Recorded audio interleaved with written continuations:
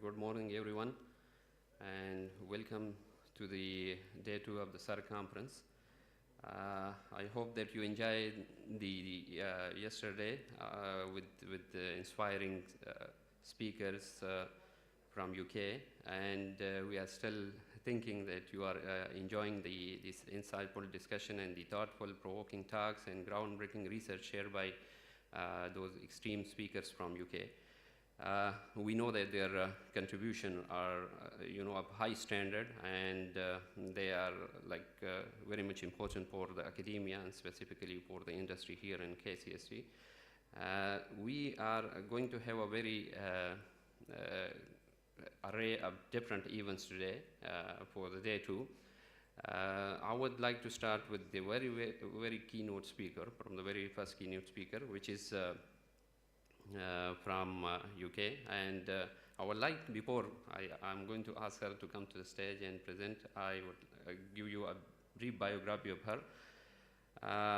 Dr. Chitra is a professor in the, she is a cybersecurity and deputy head of the School of Computing and Communication at the Open University, UK. She has more than 25 years of experience in academia and industry. She was the program lead for Cybersecurity and Institute of Coding, a government-funded initiative aimed at improving the digital skills and addressing the UK cyber skill gap. And her research focus is basically on human aspect of cybersecurity, particularly on cyber behavior and game-based intervention. She has secured a £2 million UK for the research funding from the UK government, different organizations, and she has more than 50 research papers published in international journals and conferences. So I welcome Dr. Chitra to the stage and to give her keynote for today.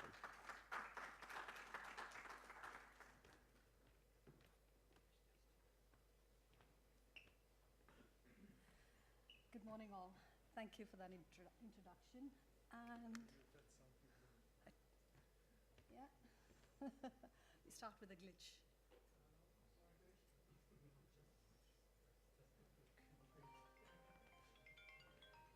Okay, good morning, all.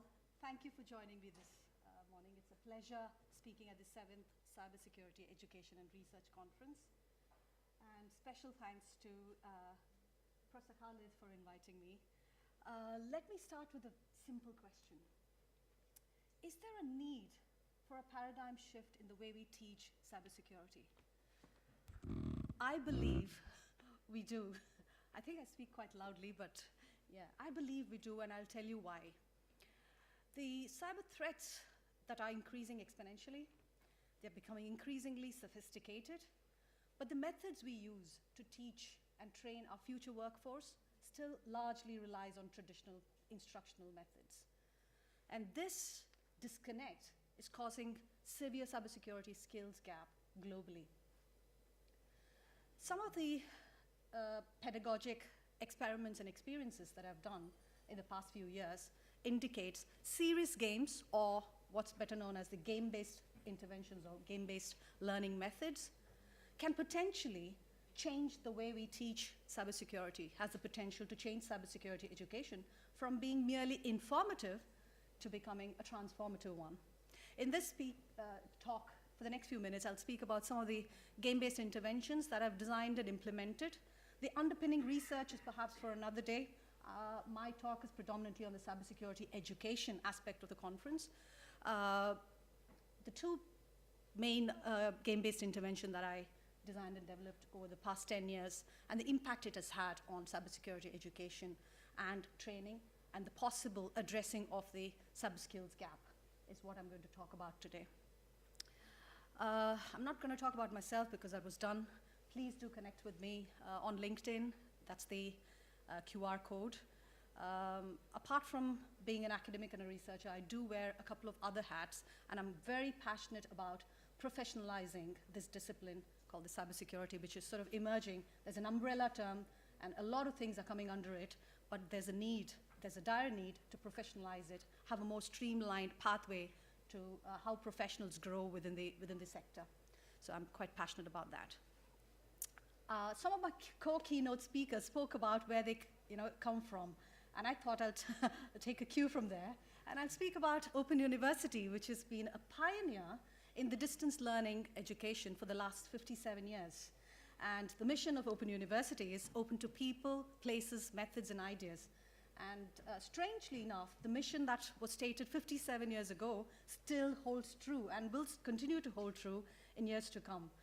Prime Minister Harold Wilson in 1970 said, "Open University is the university of the future." And I believe in the times we live currently, Open University could continue to be the university of the future. So what do? We are the largest academic institute in the UK with over 200,000 students. And we've had 2.3 million, no, I'm okay. We have had 2.3 million students having studied in the Open University since the 1970s. We are the #1 university in the UK for part-time study, and we make significant contributions to the UK economy, both with the world-class teaching that we do and cutting-edge research, apart from all the great things that the university does. That was my quick marketing slide. Before I talk about the innovation that is possible in cybersecurity education, I think we should start with understanding the scale and urgency of the global threat that exists today. The cost of the cybercrime globally stands at $10.5 trillion US. It has tripled in the last 10 years. And the exponential increase in the attacks, of course, has led to a point where there is an attack every 39 seconds today. So every 39 seconds, there's a cyber attack somewhere in the world. Last but not the least, UK is the 3rd most targeted nation when it comes to cyber attacks. 93% of the UK's cyber critical infrastructure organizations are experiencing attacks. These are not just numbers, not just statistics. They are real realities of our critical systems being tested, our vulnerable people being challenged, and our defenses being stretched. So these are just not numbers, and they are the reality of today. While we're focusing on one side, on the other side, we've got 4 million cybersecurity jobs that remain unfilled globally. And the requirement for global cybersecurity workforce stands at 9.5 million, while we can only supply half of that demand. Only 5.5 million cybersecurity professionals are in the market. And of course, 31% of the organizations have no entry-level job, sort of revealing that there is a weak global talent pipeline. So this brings me to the point that we are not just having an imminent global cyber threat problem, but we are actually having a global cyber talent crisis. And this is where perhaps higher education institutes such as the KSCT, need to play a role, that we need to address the talent crisis that exists within the sector.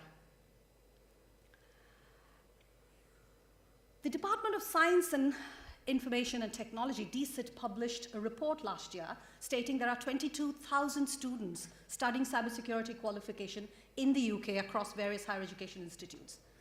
And the program that I'm proudly leading at the Open University has 3,700 students studying cybersecurity at the Open University, making Open University contributing to nearly 18% of the country's cybersecurity cohort, making it Open University largest cybersecurity qualification provider in the country.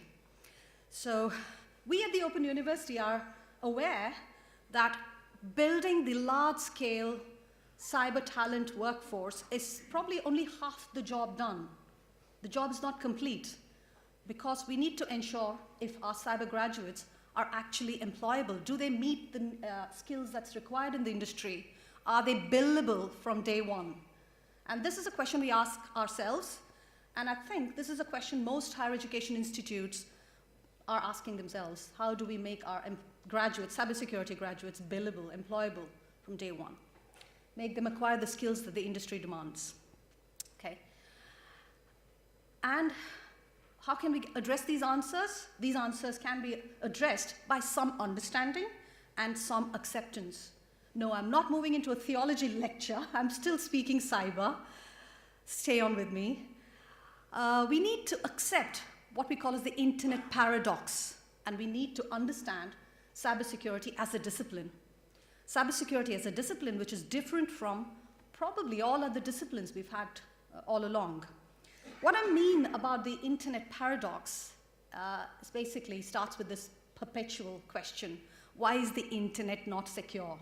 And we've heard that question so many times. I sometimes am tempted to answer that yes, internet is not secure because it was designed on hope and on that unpatched router from the 1970s. But on the serious note, it was never designed to be secure. It was designed to be open, to connect rather than to protect, right? So it's high time we realize the harsh reality that no technology and no process can fully secure the internet. So it's not doom and gloom. We do have some hope, because the real solution lies with the people. The real solution lies with building that unmatched capability to defend, unmatched capability to adapt and outpace every adversary that could potentially come our way. So the real solution lies with building a massive workforce, or the future talent that is going to defend our digital world and digital economy that is evolving, right? About cybersecurity as a discipline. Although cybersecurity emerged from computer science, it's got a very computer science foundation. It is as interdisciplinary as the word can get. So it's basically, cybersecurity is where computer science meets psychology, engineering meets human behavior, law meets economics, and the list could go on. It's as interdisciplinary as the word can get. That's the main difference with cybersecurity and the other disciplines that exist. And of course, there are other key differences. The fact that it is highly, highly socio-technical. Anything that you think about, when you think, when you talk, when you train cybersecurity, humans exist at the heart, at the core of it, making the subject very, very socio-technical. And of course, by nature, it's very, very adversarial in nature. But what's really unique is the fact that cybersecurity, unlike other disciplines, is dynamic. The other disciplines, for instance, math or history, facts don't change. Whereas with cybersecurity, there's a new threat, new breach, and a new tool or a technique that has emerged. So the knowledge perpetually keeps changing. So knowledge gets outdated as fast as you can think.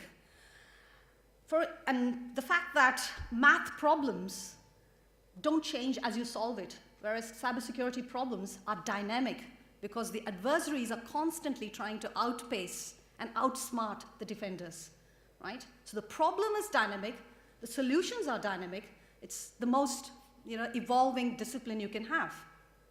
And last but not the least, a non-negotiable skill for cybersecurity professionals or students is the disciplinary currency. I call that disciplinary currency. It's the ability to remain at the forefront of your discipline, to keep your knowledge up to date, the subject area knowledge up to date. So that's a non-negotiable skill that all cybersecurity professionals, including the cybersecurity learners, the future workforce, needs to have. So there are very, very key differences to cybersecurity when compared to other disciplines. So obviously you can't apply sort of similar methods that we've applied to teaching cyber. And last but not the least, again, this discipline is so unique, it cuts across all verticals, all sectors, and cybersecurity, as they say, is everybody's business now. It impacts, affects, and influences everyone. On the one side of the spectrum, we are entrusted to train highly technical, complex workforce that involves cybersecurity analysts, architects, pen testers, security engineers. On the other end of the spectrum, the non-technical expertise also fall under the same umbrella of cybersecurity. The risk analysts, the governance, the compliance, policy, all of that exists on the other end of the spectrum. So on the one side, you've got highly technical. On the other side, the non-technical, yet very pertinent part of cyber. So the one-size-fits-all method just doesn't hold good for cyber. So there is a need for a paradigm shift in the way we think and the way we teach cybersecurity. Cybersecurity is more about mindset than about knowledge. It's not about memorizing tools and techniques. It's not about informing about risks and reactive measures. That normally comes with the instructional traditional approach. It's more to do with how one thinks and perceives risks and threat. So it's about the mindset. The learners have to think both as an attacker and as a defender. Traditional teaching method focuses on right answers. We've always thought education should provide right answers, but cybersecurity just requires the opposite. We need to teach our students skepticism. We need to teach our students criticism, creative problem solving. Often exploring what could possibly go wrong is what is key for cybersecurity. It's not about teaching our learners what to think. It's about teaching them how to think. So there's a clear difference in how we teach and approach cybersecurity training. This is where I probably bring in my story. The serious games or game-based interventions, the more I explore it for the last 10 years, the more I've realized that we've hit upon a jackpot, a technique that could potentially solve all the challenges that I've listed so far, not just for cybersecurity, but for other forms of education as well, but particularly for cybersecurity. As Diane Ackerman, the American poet, says, play is our brain's favorite way of learning. It indeed is. And while we are staring at these various challenges within the cybersecurity sector, why not address those challenges with a bit of fun and play? After all, we've got most of the solutions in the method. Okay. So before I proceed with some of the interventions that I've designed, a quick sort of definition between what's gamification and game-based learning, because they're very often used interchangeably. Gamification is basically applying game mechanics in a non-gaming context. And the non-gaming context could be learning. It could be any other context, but it could be learning. That's where the reward boards, the badges, and the leaderboards comes into picture. Okay? But what I'm talking about is game-based learning, where the learning is playing. Learning is the game. Games are used to achieve a certain set of learning objectives. While playing the game, learning happens as an intuitive, organic byproduct. So that's game-based learning, and that's the basis of my next few slides. So the power of serious games. What serious games, when the game is designed with the right set of game mechanics, can do, it can tackle some complex topic areas and make them fun, and bring in what we call as the passionate involvement. When something is fun, you passionately involve yourself, and when you're passionately involved in something, you learn very organically, very intuitively. It's crucial for learning. It makes learning active rather than passive. Most games have rules, they have goals, and they are highly interactive. So they offer a very structured motivation. There's motivation, but there's structure, and there's also engagement. All of these are such key elements for effective learning.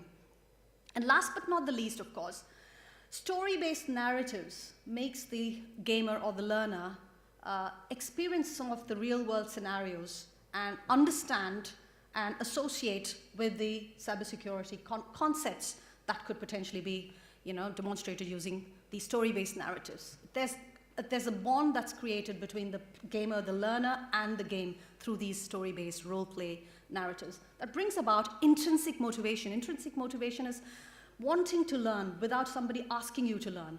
How great would that be? It basically demystifies complex topics, and cyber has the perception of being complex.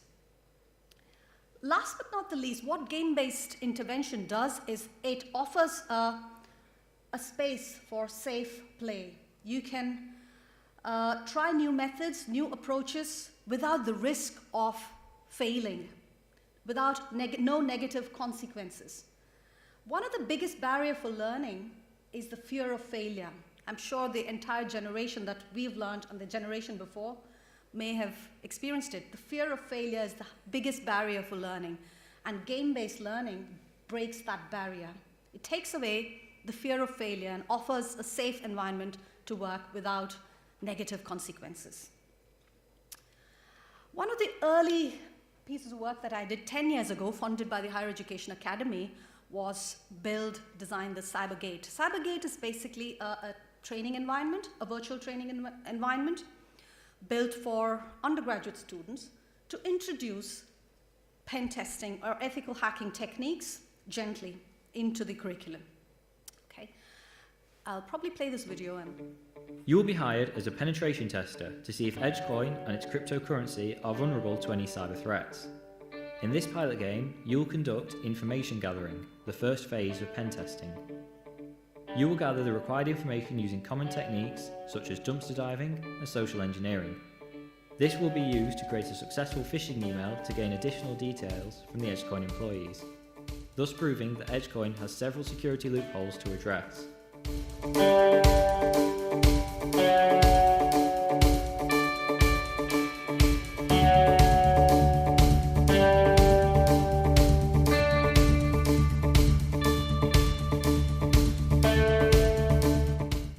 Look out for the next game from Cybergate, where you... Okay, that was a student-led project, designed and developed with co-creation methods with the students and other participants, right? So what the impact of that, without getting into the details of it, of that method amongst the undergraduate students was the fact that it's impactful both in terms of student engagement with the subject area and with the student performance. But what was particularly fascinating is that the low-performing students performed far better than the regularly high-performing students using the game-based intervention when compared to the 3 different presentations that we had using the traditional methods. So I compared the results with game-based interventions and 3 previous presentations where there was traditional methods used. So while the results are encouraging, what really hit me is that impact it had on potentially using these methods for training our future cybersecurity workforce. What it does, firstly, is lowers the entry barrier. As I said earlier, cybersecurity is often perceived as being highly complex, highly technical, keeping the barrier really high to enter, simply because of its perception. Game-based interventions lowers the entry barrier, addresses that challenge when it comes to training the future workforce. And the other challenge it addresses is widening the access and participation. In a sector that will benefit from diverse mindsets and diverse ideas, that could potentially be our strongest defense, widening the access and participation is absolute critical. And game-based learning methods have the potential to do that. Following the intervention, I led the second project, which was funded by Nesta and Department for Education during the COVID. This intervention, the Gamified Intelligence, Cyber Aptitude and Skills Training, was basically targeted at adult learners, 24 to 65 years old, with low-paid jobs, low-skilled positions, working in sectors that are potentially displaced due to AI and robotics.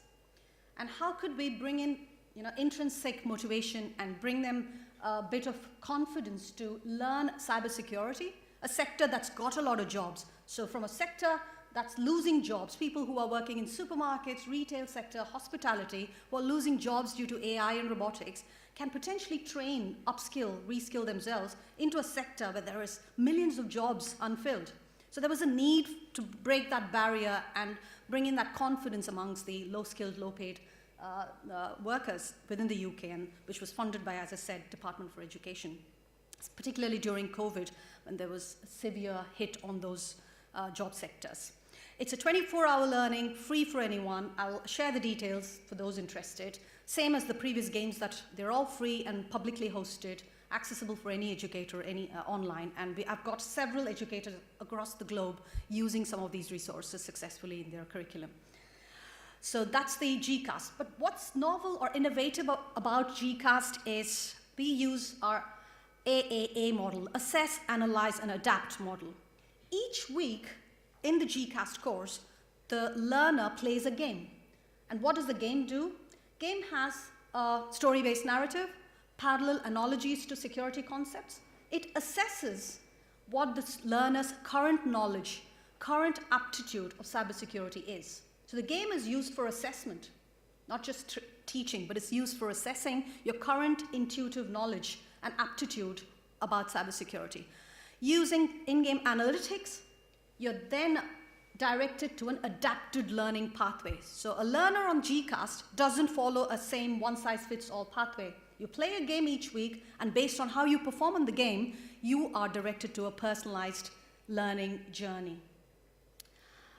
A simple game, sample game in GCAST looks like this, with general instructions, concepts, relatable scenario, a story, lots of query responses, and a feedback. And the feedback gives two pathways for the learners. The amber pathway is the slow track. So you are directed. What does the amber pathway indicate? It indicates you don't necessarily meet all the learning outcomes. You have certain gaps in knowledge that needs filled. So you are directed to a more elaborate learning pathway. Whereas the green pathway is for those who can demonstrate some prior learning, demonstrate prior knowledge and aptitude, and they are directed to a faster learning pathway. If you notice, I don't know if the image on the right is clear, the amber pathway students study right from section 1, whereas the green pathway students jump straight to section 1.3. And so there's a personalized learning journey each of the learners go through.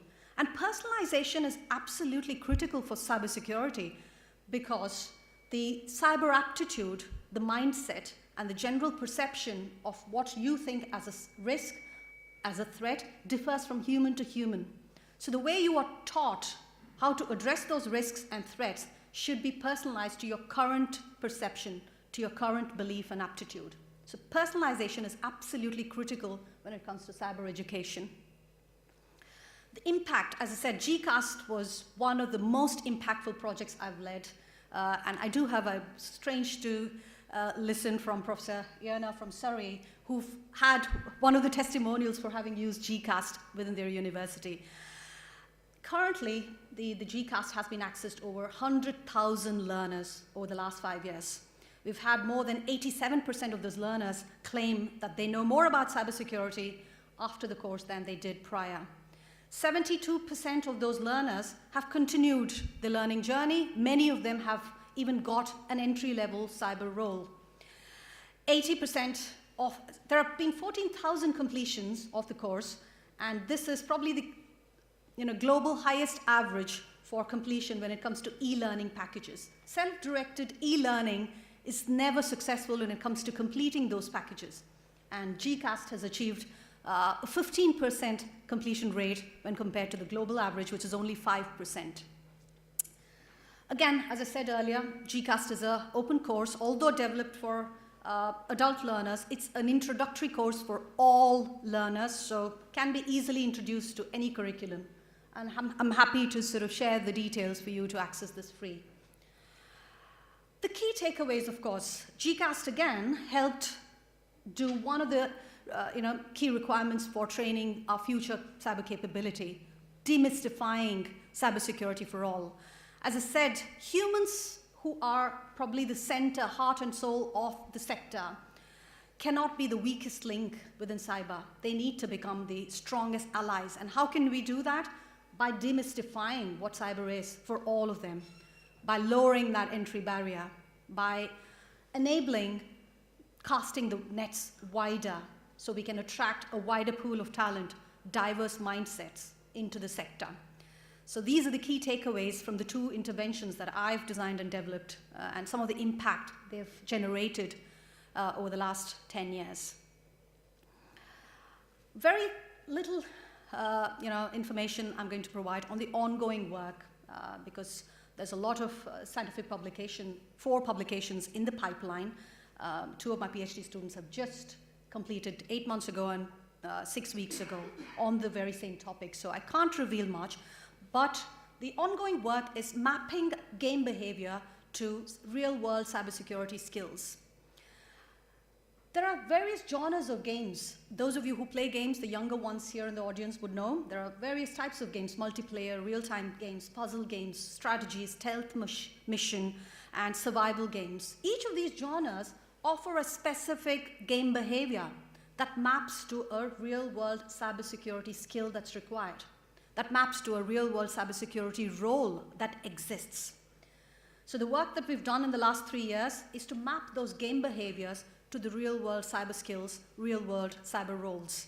For all you know, your next pen tester could be mastering his deception reasoning using a stealth mission game. Or your next security analyst or a malware engineer might be mastering the pattern recognition skill playing a strategy game. So this is, again, as I said,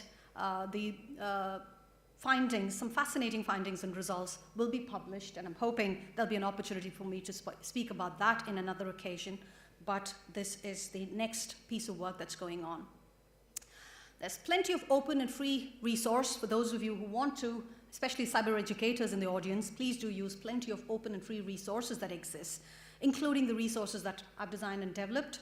These are free and open source resources that I've used over the last 10, 15 years in my own curriculum. Happy to onboard anyone who's interested in including game-based interventions. I'll probably leave you with these thoughts. Our cybersecurity education should ignite curiosity, courage, and creativity. Those are the true defenses of our next generation workforce. And we can't just train defenders, we need to build thinkers. That's applicable for all discipline, but particularly for a dynamic, fast-changing discipline such as cybersecurity.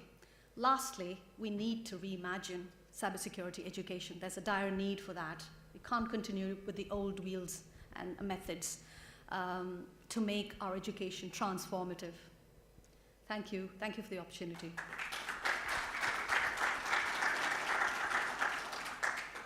Thank you very much for this insightful presentation and talk.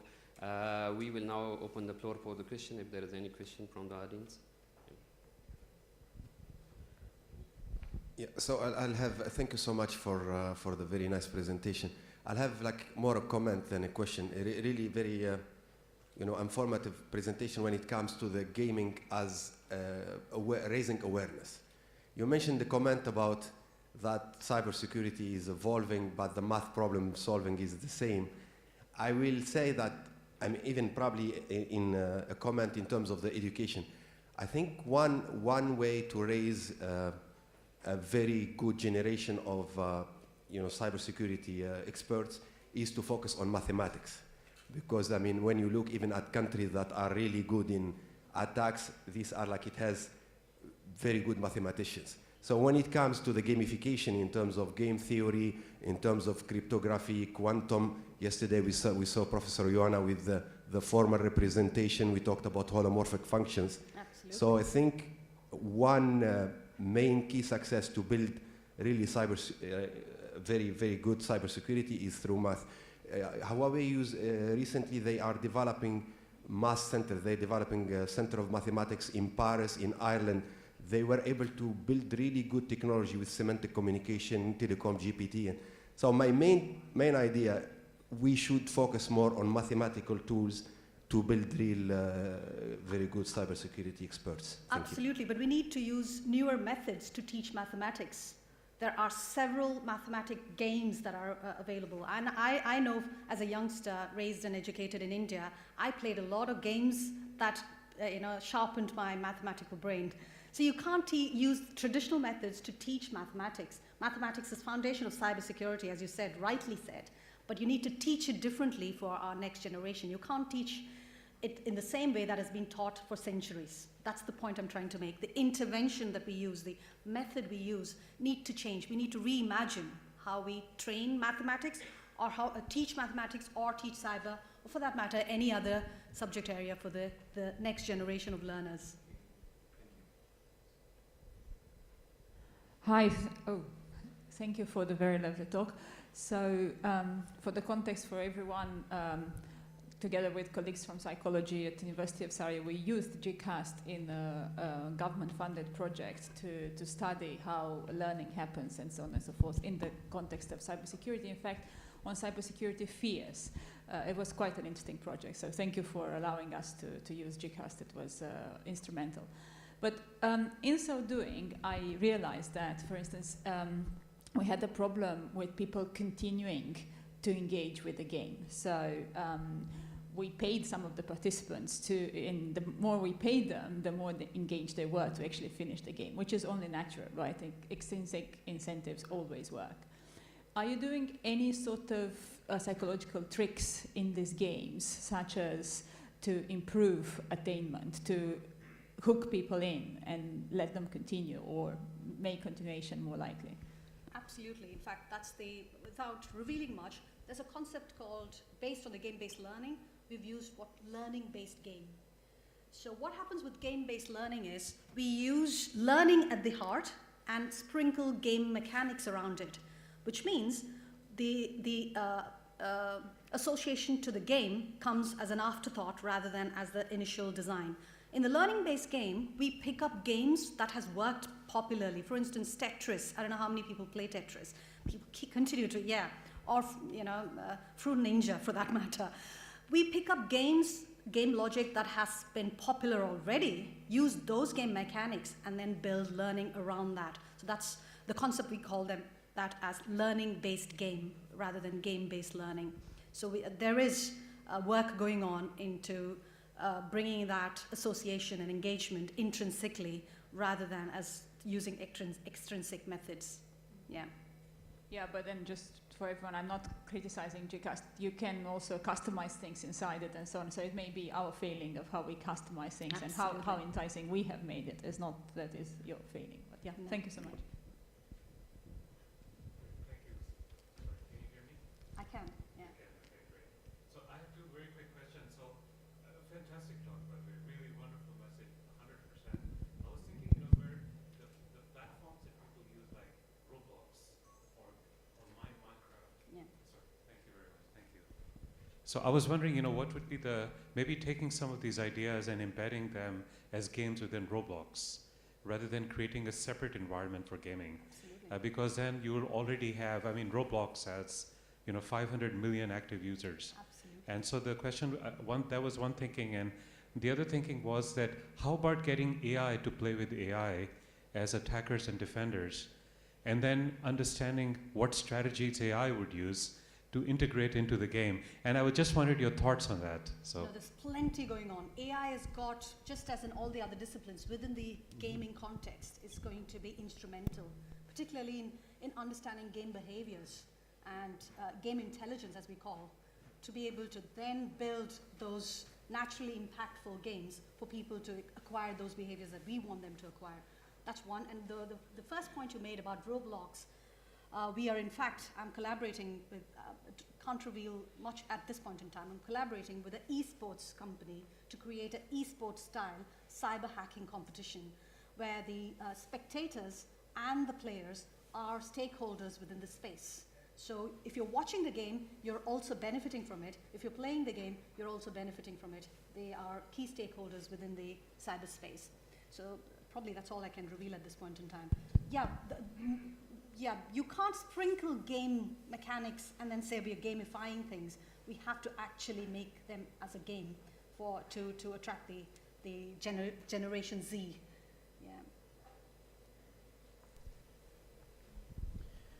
Dr. Chitra, really enjoyed your presentation. We have been recently awarded a copyright by Government of Canada with very similar work that you're doing, but our focus is on the enterprise market. Actually taking these simulators for enterprise, ranging from C-level executives down to the T-boy, because anybody can accidentally click on a phishing email or DDoS attack. And so we'd love to collaborate with you. I know your focus is on the education side, ours is on the enterprise side, where problems are existing today. So we'd love to collaborate. I do have an enterprise funded by the Cyber ASAP program in Innovate UK. GCast was commercialized. We produced an 8-minute game for cybersecurity awareness, and we've trialed it with 4 different industries. The SSE Electric, it's a large utility company, and West Midlands Police have already trialed the 8-minute game as your cybersecurity awareness program. Because currently what exists as cybersecurity awareness in the industry is a large e-learning package where it's a one-size-fits-all sort of tick box exercise. We are transforming that into engaging, adaptive game sort of based learning. It's an 8-minute game, people play, and they play it frequently every 3 months, and their behaviors are measured, assessed, and targeted training is provided only to those employees that demonstrate poor security behaviors. It's not repeated with people who already have a good security behavior. So I do have a commercial interest with GCAS, which is ongoing, but happy to collaborate, certainly, because the application of this is applicable both for education and for commercial and enterprise purposes. So the way we do it is we actually, just in those simulations, we identify those KPIs and then we tie them into the HR system. So once it's performance review time, the HR will actually look at it, whether everybody from C-level executive down to the T-boy and everybody in the middle, have they really been taking cyber as a serious effort? And if they're not, then their bonuses get impacted. So they're incentivized too. So we go the extra mile. But I think we have great synergy. We'd love to explain more. Happy to talk, yeah. Thank you very much again for the presentation. I would like to ask Professor Khalid to the stage to award Dr. Chitra with the awarding plaque.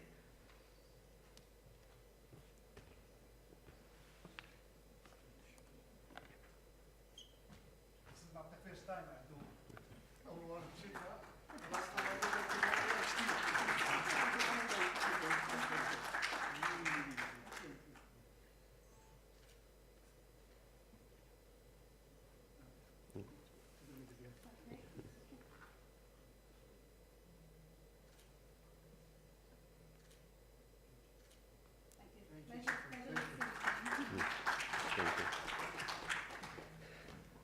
Thank you very much, and it was a really beautiful and inspiring talk.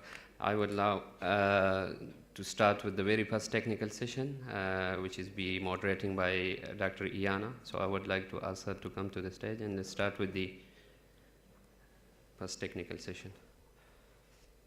Okay. Yeah, please.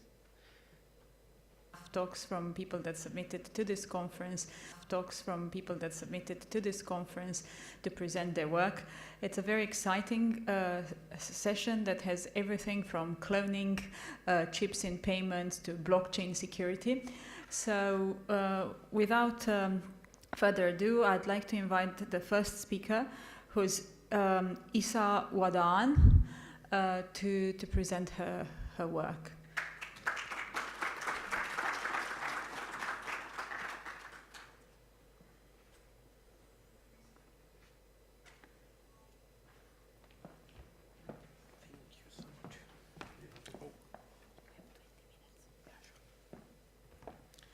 Good morning, everyone.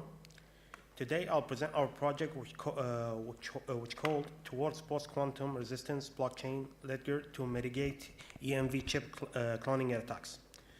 This work was developed by my home, by at Kuwait College and for Science and Technology, which is the same actually, it is my home, by our research team. It focuses how to secure EMV transactions against both traditional and quantum era threats. Before we dive in, here's some quick overview of today's presentation. I'll begin with the introduction and the problem statement explaining the main EMV security challenges and quantum threats. Then I'll describe our proposed system. I want to say the name, but I want to keep it till the end. How blockchain and post-quantum cryptography work together. Next, we'll walk through the algorithm and security mechanism, followed by experimental setup and results. I'll then highlight the key findings and contributions, and finally, we will wrap up with the conclusion and future directions.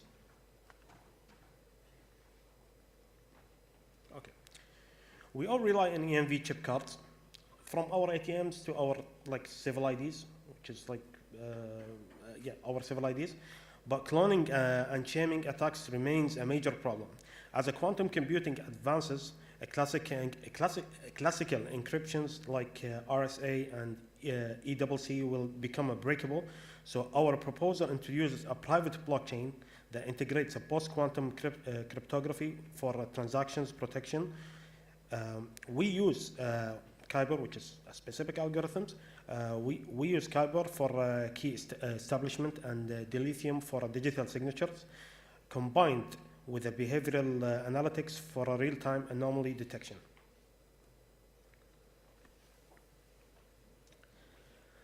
Let's start with the problem.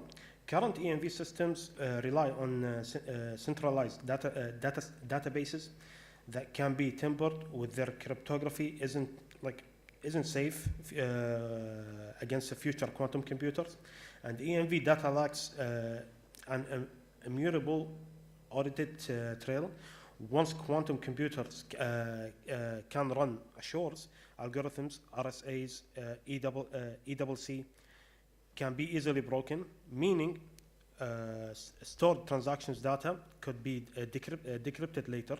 So we need quantum resistant solutions now, we need it now, not after, like it happens. We're trying to expect what's going to happen next, so we need to protect ourselves from now on, not after it happened. Our proposed system is called PQEMV PC, which stands for Post-Quantum EMV Blockchain. It's a private permissioned blockchain integrated with post-quantum cryptography and real-time behavior analytics. The goal to make each EMV transaction tamper-proof, traceable, and quantum safe.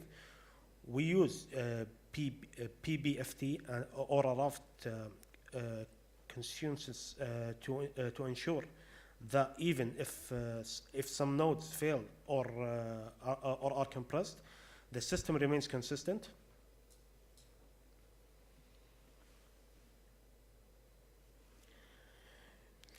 Here how the algorithm works. Step by step, each transaction capture metadata like PAN or AID and ARQC. The framework is validated by hash compression to ensure that chip isn't tampered with. When then generate the hashes for the ARQC and the transactions data, the system checks for the ARQC replay and ATC counter jumps, then creates a dilithium signature for the attestations. Finally, the transaction is committed to the blockchain through the validator consensus.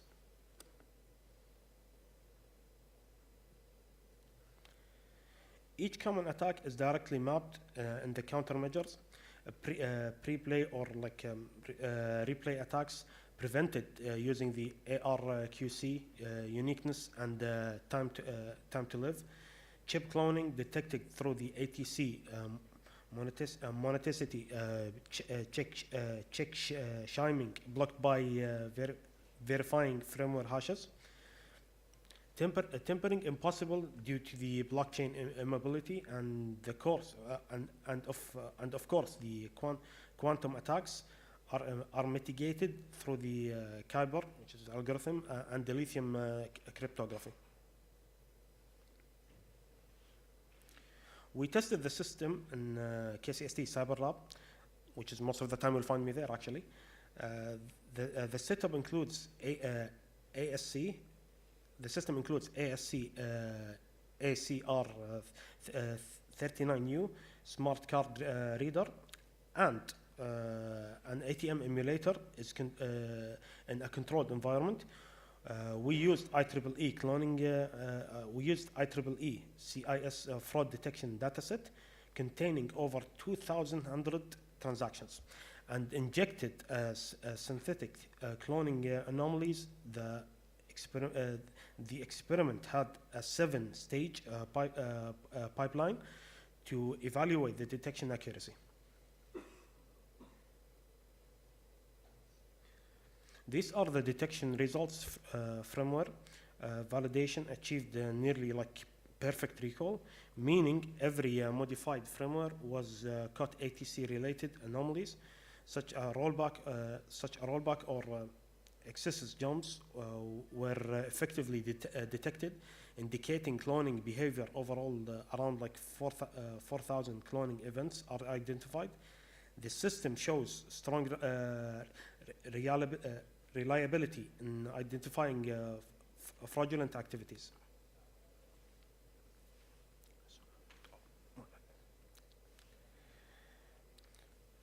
Here we focus at the ATC rollback and jump analysis. The rollback rate peaked at around 800%, indicating the concentrated cloning attempts. The consistent baseline means cloning attempts happened regularly. The indicators can be used by Security Operations Center, which is the SOC, to pinpoint, investigate periods more effectively.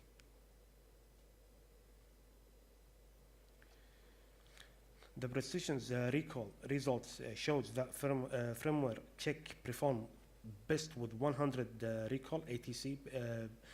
With 100 recall, ATC-based rules have lower precisions because cloning anomalies are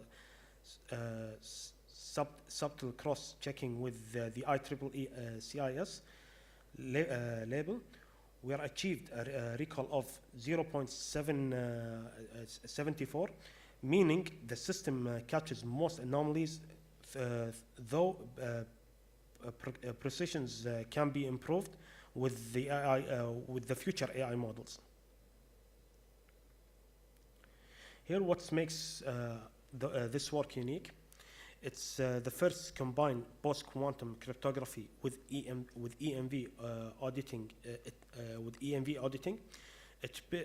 It builds private blockchain for financial compliance, and for instance, it enabled quantum safe transaction attestations and real-time behavioral detection.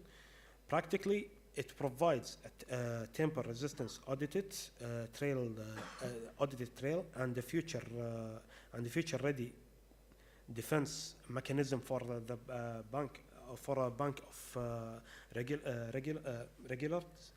And in conclusion, PQ, which is our developed system, PQ EMV PC, successfully enhance EMV security and resist both classical and quantum attacks.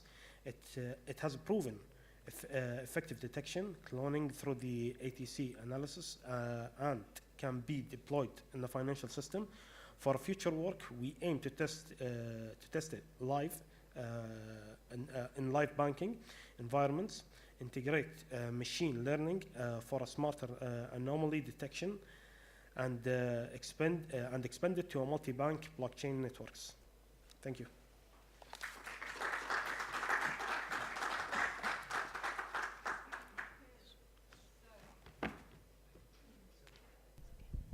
Very interesting talk by Isa. Thank you, Isa. Any questions? Okay.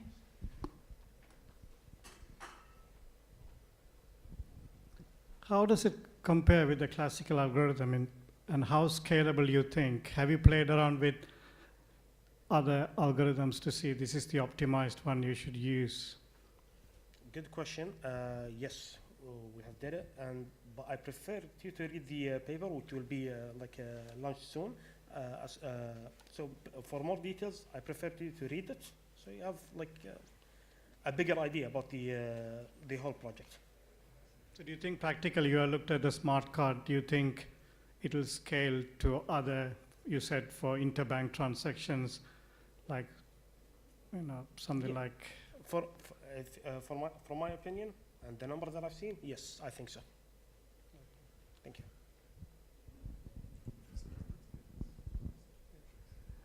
Isaiah, thank you for the presentation. I really liked it. Just for context, so I was one of the observers for the crystal dilithium mine Khyber when it was presented for finalization by the NIST called paper. So it was music to my ears, along with the Sphinx and Falcon as well, which you haven't mentioned. My quick question is, in terms of scalability, do you see this as a combined protocol ready for scale up or would you see this as a separate layer? In real examples, would you want all these, including the Byzantine tolerance, to come together? If you ask me, like, I'll answer you with a percentage. If you ask me, is it ready? I'll say it's like half of ready or 50% ready. Within time, like, it will be 100% ready. I'm sure of it. Same for the AI, like, videos. If you saw it like 2 years ago, it was creepy, not gonna lie. But now, when you see it now, it's like you think a human that like did the animation or whatever. Like, the things need time to develop. But yeah, for me, within time, I think it will be ready. Thank you. Thank you. Okay. I just want to support Isa.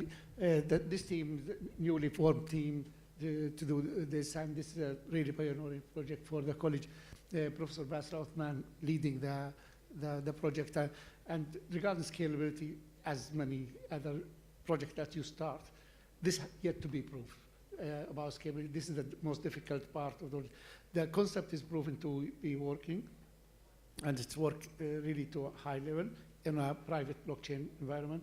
But yeah, going beyond that, that will be the biggest challenge, definitely.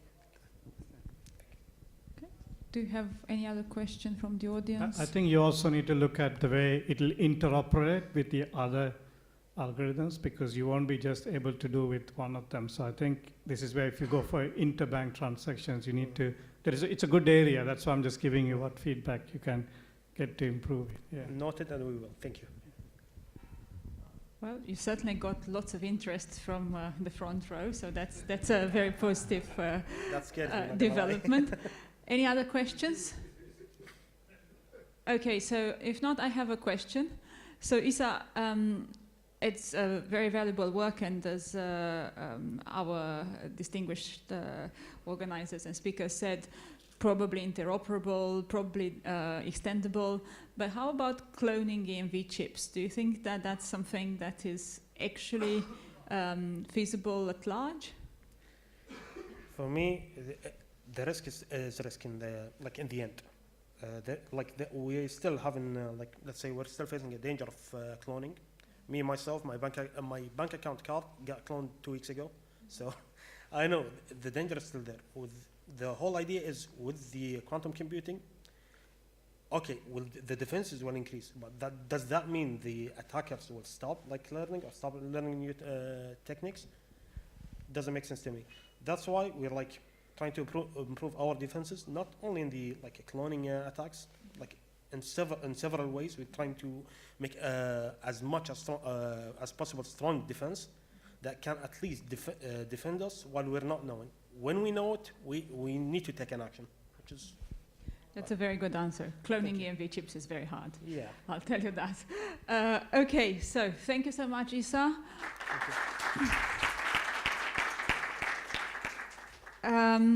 Now we have a second talk from Fatima El Akil. Fatima, here she comes.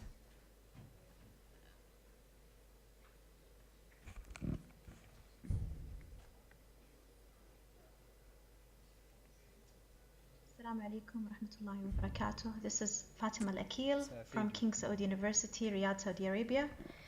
Dr. Basir Al-Uthman and I are glad for your attendance today. We are presenting our proposed framework with the title Towards a Cross-Chain Genomic Data Interoperability Framework, Secure and Compliant Federated Data Exchange Using Private Blockchains. So our research was motivated by precision medicine and medical trials and how they rely on large genomic data sets.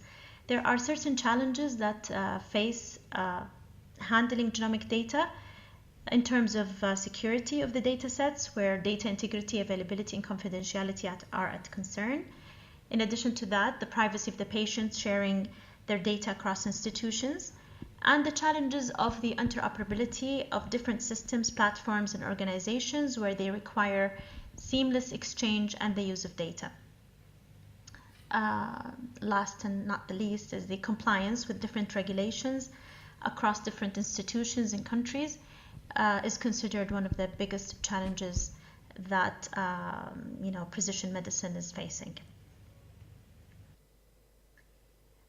Investigating the related work, we found different approaches that aim to solve this problem.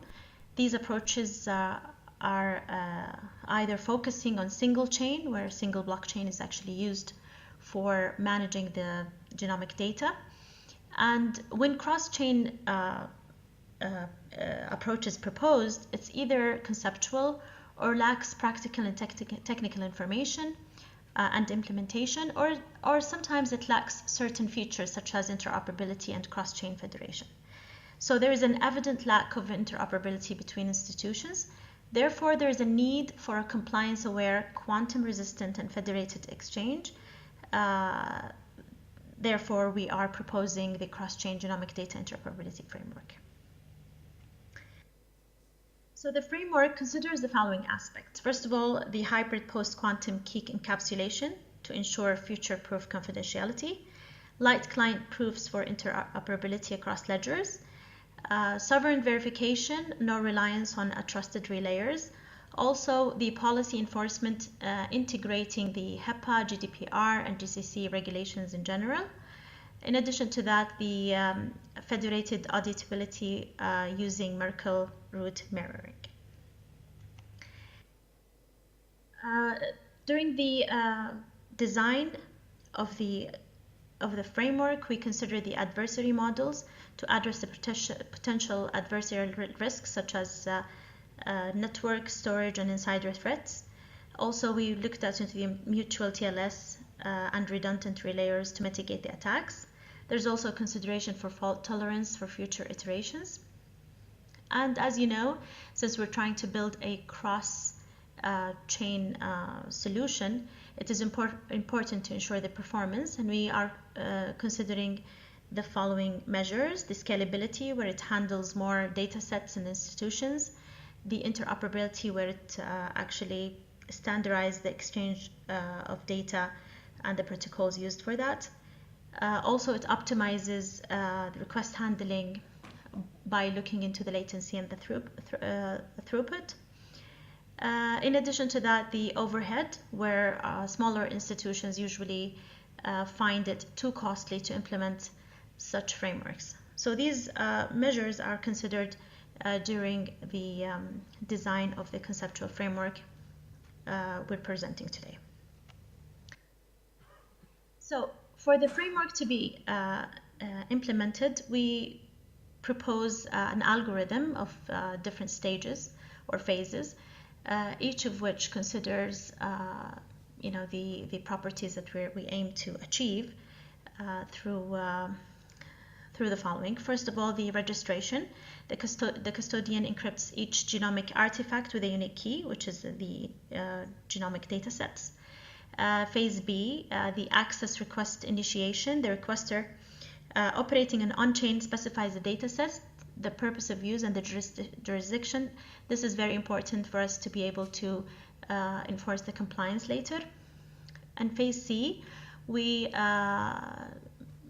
aim to achieve the verification and the proof relay. The custodian validates the authenticity, the finality, and the freshness using the Merkle proofs and headers. In phase D, we do the compliance decision, where access is only approved if the purpose, consent, expiry, and jurisdiction rules are actually satisfied. In phase E, secure key fulfillment, the custodian wraps the dataset transport key and issues a temporary URL.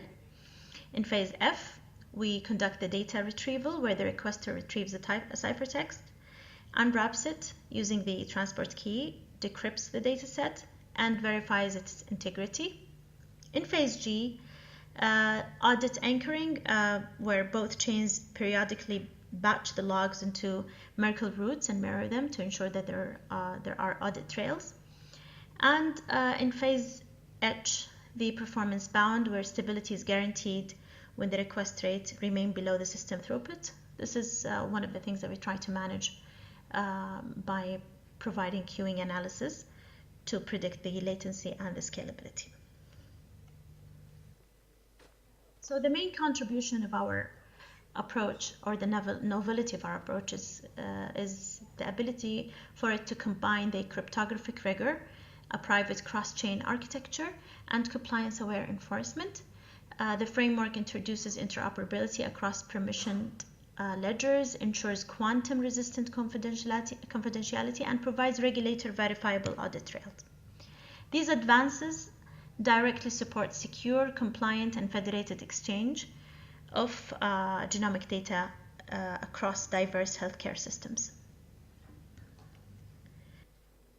Therefore, our future work, we aim to promote global and federated genomic collaboration through full implementation of our approach using real genomic datasets, and we aim to integrate privacy-preserving computations and manage consents and cross-border governance, which is the main purpose of this whole research. Finally, we would like to thank you for attending our session, and we hope that you can take a read of our paper, and hope to see you soon.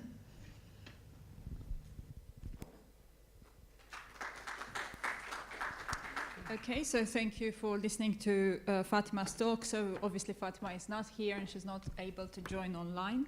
So I'm sure that if you want to ask questions, the organizers will give you the contacts of Fatima. You can find them on the website already, and you can send her an email. So the next question is, as per the topic of this conference, also about blockchains, and this presentation is by Ethar El-Sharaf. I believe Ethar is here, and here's her presentation. So.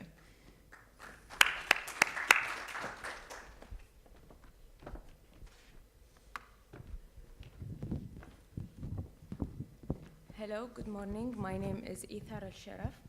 I'm a PhD researcher in the field of information systems management. Dr. Basil and I worked on this paper, which is towards blockchain secured agile validation of cyber resilience in industrial control system defense environments. The paper focused on the enhancing cyber reliance in industrial control systems for high-risk sectors. The ISC is systems in high-risk industries such as oil and gas or power, and like constructions. The challenges we face. The challenges of this study is the ICS are exposed to sophisticated cyber-physical threats. Traditional security is not enough for resilience.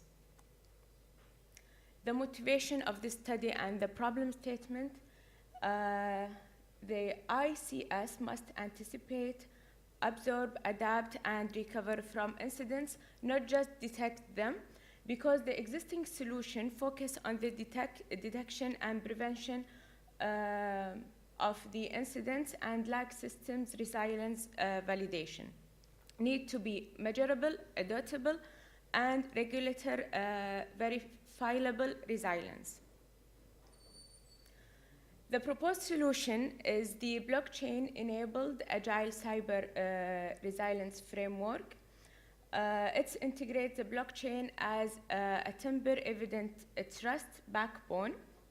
It's embedded to the agile validation cycles, which include dynamic information technology, operation technology telemetry, zero trust enforcement, red-blue team simulation, and generate measurable adaptable resilience indicator across the people, technology, and organization, the component of information systems. The literature review focus on the blockchain of data integrity, the zero trust of and AI. Sector specification study was the oil and gas supply chain, and some existing models about the lack dynamic simulation-based validation. the key feature of the framework is the blockchain ensuring only hashes attestation on chain, not bulk data, for adaptability without latency impact. Agile loop continuous cycle for data ingestion, policy, analytic, and simulation. Red-blue team simulation, regular exercises to generate ground truth evidence of redundancy. Objective metric about the quantifiable, auditable across for training playbook, Adair governance, and etc. The framework, blockchain-enabled agile cyber reliance, provides a scalable, regulator, verifiable pathway to the industrial control systems reliance. The future work it will be to expand to other critical infrastructure sectors, not only the high-risk sectors, integrated with AI tools for early warning, because the ICS collecting data from the current sensors and other information systems, address blockchain performance and real-time operational technology, explore quantum secured blockchain protocols. Thank you for listening. Okay, so let's thank Ethar. Very nice talk. Any questions? Okay.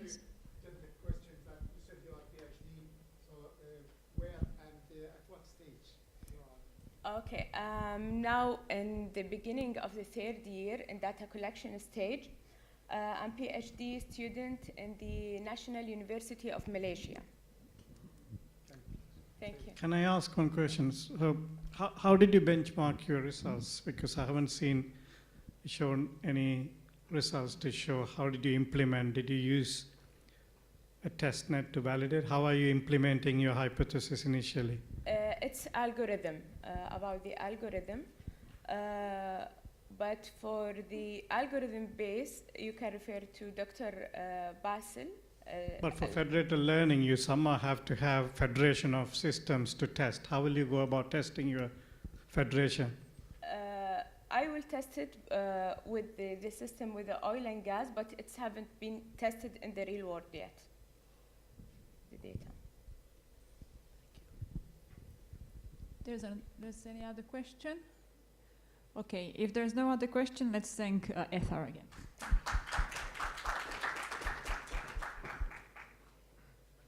And we're coming to the last talk of this session, which is by Dr. Ismail Ridawani. Sorry, Ridawi.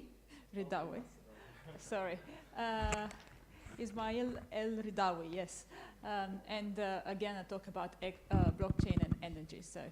Thank you so much, Professor. Thank you. So my name is, in Arabic, it's Ismail Al-Radawi. I get that mix a lot. In English, it's pronounced Ismail Al-Ridawi, Ijmail Al-Ridawi, whatever you want. All right, thank you so much. Some of you would think that this is more of a futuristic topic in regards to energy trading among UAV nodes, UAV devices.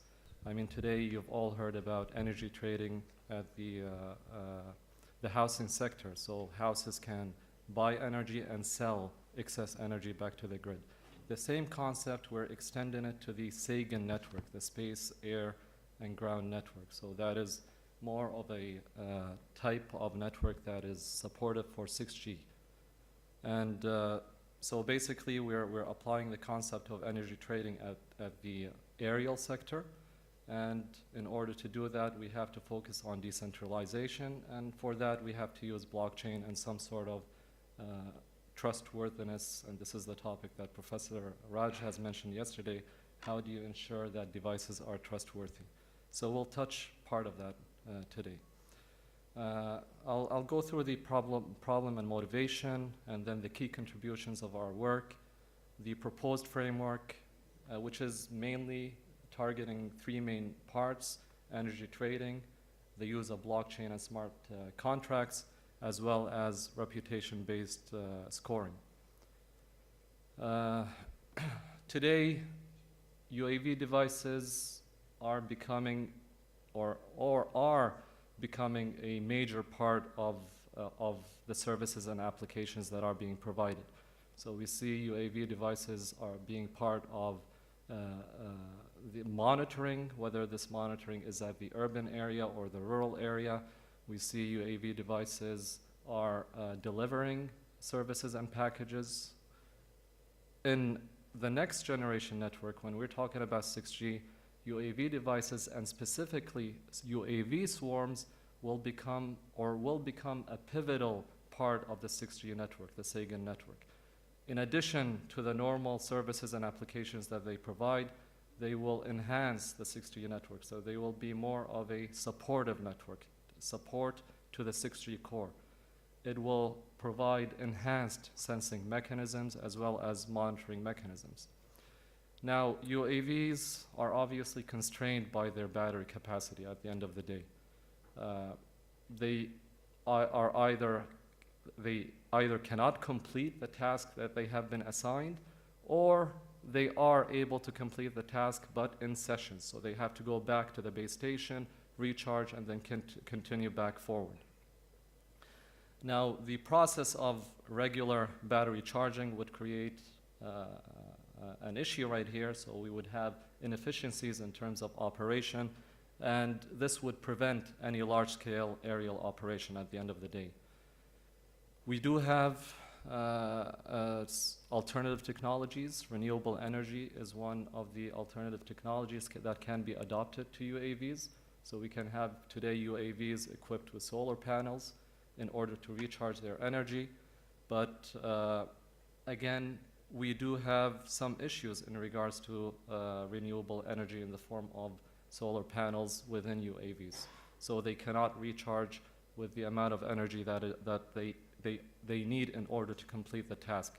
So there is that inconsistent nature of energy harvesting among UAVs in terms of creating an unequal power distribution among the swarm of UAVs itself.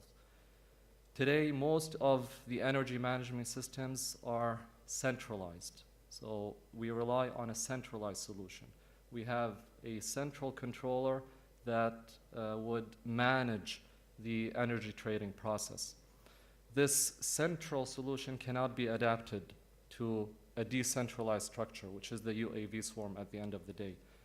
Many obstacles, one of them being being prone to a single point of failure, obviously latency issues, trust issues, and so on. And in addition to that, obviously, the UAV network is highly mobile. It's not just mobile like, let's say ground devices. They're highly dynamic and mobile at the end of the day. So central controller mechanisms are off the charts.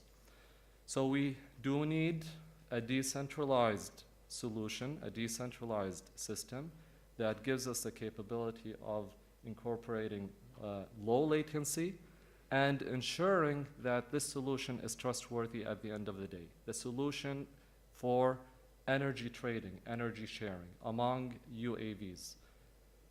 How do we maintain that decentralized structure? Obviously, we have to incorporate blockchain in that case. Blockchain alone will not be a solution because blockchain cannot maintain trustworthiness among the devices within the decentralized structure. So, but it is a suitable solution to create a secure, decentralized system for energy trading at the end of the day. So the key contributions of our work, number one, we incorporate a blockchain energy trading marketplace for UAVs. Number two is we adopt a blockchain protocol, in that case, the Byzantine, a lightweight Byzantine protocol consensus mechanism that is tailored for mobile environments and mobile devices, as well as those devices that have constraints in terms of energy. Smart contracts are incorporated in order to maintain the settlements, in order to ensure the trading is completed. And finally, we adopt a reputation-based trust scoring mechanisms that ensures devices that are part of the market, the energy trading market, are trustworthy at the end of the day. Here's the framework. It's quite a lot, but I mean, I don't know if this is working here. So we have 6 main components or modules within our framework. First of all, we assume that the UAVs are equipped with solar panels. That's number 1. We assume that the UAVs are able to transmit energy wirelessly through radio frequency wireless receivers. And number 3, we assume that the UAVs are able to exchange battery pods. I know this might not be realistic. Maybe today it's not realistic, but we assume that in the near future this will be realistic, in fact. So the first module or the first component of the framework is the one that focuses on energy harvesting and monitoring. We need to monitor the state of charge for that particular battery. How much energy does it have? How much energy does it consume? How much energy does it need in order to complete a particular task, and so on? So this is the responsibility of this module. We have a SAGAN integration module. At the time being, we're assuming that the exchange of energy is only occurring at the aerial level between the UAV devices, but we are currently, at least I'm extending that work in order for the devices to exchange energy with other segments of SAGAN, specifically the ground segment. So we assume that there are ground recharging stations where devices can go to them, recharge, and then continue their task. So we do need that SAGAN integration module. We have a blockchain network module, obviously, that would maintain the unalterable distributed ledger in order to record all trade transactions that have occurred. We have a smart contract module at the end of the day, since there is some sort of buying and selling and transactions that occur. Another thing is that we need to standardize the unit of energy in that case. So we do have a standardization process of the energy itself in the form of energy tokens. So, and I'll explain how much a token is, but it's basically 1 quantum unit of energy in that case. It can be 1 watt-hour or whatever that is. So we have a tokens and wallet module. And finally, the main part right here, we have a trading engine that is responsible of managing the transactions, the market transactions that occur in order to sell and buy energy between the devices. And in terms of security, trustworthiness, and so on, we do have a module that is specific for that. So the process, the energy trading process, I'll just walk you quick through it. It begins by having a device broadcast a request for a buying request for a particular units of energy. And that buy request is initiated if the level of the residual energy of the device falls below a particular threshold. So let's assume currently the device has 10 units of energy, residual energy, and in order to complete its task, it requires 12 units of energy. So in that case, the buyer would want to buy 2 extra units of energy. So in that case, this is referred to as the threshold, the threshold level that falls below or falls below the required task in order to complete it. That's number 1. So broadcasting the buy request. Number 2 is that once the request is being received within the neighbor of a device, so the neighbor, we define it within the swarm itself. It's not the swarm, it is the communication distance within that device. I'll explain it just in a couple of minutes. So the next thing is that bids will be placed by the participating devices. So there are certain devices that are willing to sell off extra energy that they have, surplus energy in that case, energy that they do not need in order to complete their task safely in that case. So what happens is that those devices will bid in order for them to win or not, based on a certain price, based on the amount of energy, based on the communication distance, the timeliness, all those things. So when a winner is selected, the energy will be transferred, and then the blockchain will perform the transaction recording. Obviously, after that, tokens will be transferred from the wallet of the buyer to the wallet of the seller. And then finally, reputation scores will be updated for the prosumers, both the provider and the consumer, the buyer and the seller in that case. So this is basically the energy trading process. Now, how do we attain this? We started off by, there's a lot of mathematics here, so I don't know if I have enough time or not, but I'll try to go through it one by one. So we start off by characterizing a particular UAV device in terms of its state of charge. How much energy does it have in comparison to how much is the maximum capacity for that particular device? So it's basically a threshold in terms of the residual energy over the battery capacity in that case. Obviously, the more residual energy it has, the higher the state of charge in that case. Another characterization of a UAV device is in terms of the surplus harvested energy in that case. So we assume that the devices can harvest energy through their solar panels or recharging mechanisms and so on. Some of that harvested energy can be sold off. So we refer to this as the surplus energy. That surplus energy is basically the difference between how much energy it has harvested and the threshold energy in order to maintain a safe, complete flight for its particular task. So let's assume that a device requires 7 units of energy to complete its task, and it has 9 units of energy or 10 units of energy. The surplus energy will basically be 3 in that case, so it can sell off those 3 energy units.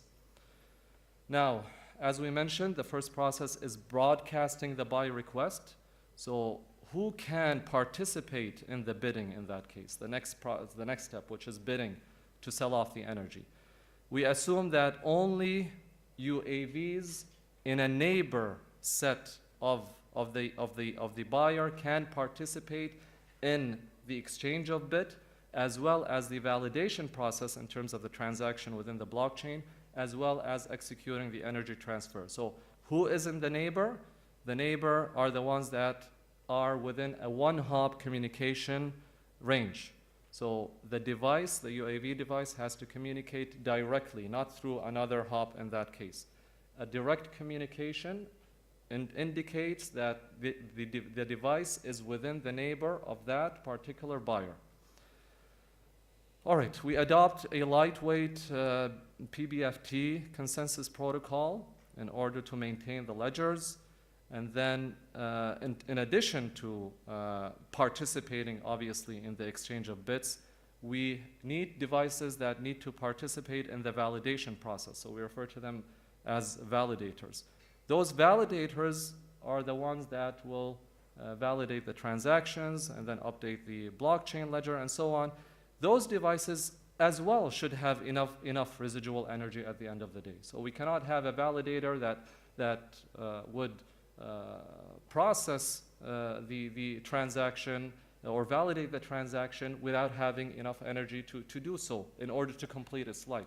So that device should have enough energy to complete its device, as well as some excess energy in order to validate the transaction itself. So we say that validators should have enough residual energy to perform the validation task, as well as traverse the flight path safely in terms of completing the task. We do also need a minimum number of devices that need to participate in the consensus process as well. So we do take that into consideration. Consensus latency is accumulated, obviously, and the consensus latency is in terms of the communication delay that is incorporated for the exchange of messages in order to validate a transaction, as well as the verification delay in that case, the cryptographic verification delay in that case. The smart contract, first of all, before discussing the smart contract, what is a bid?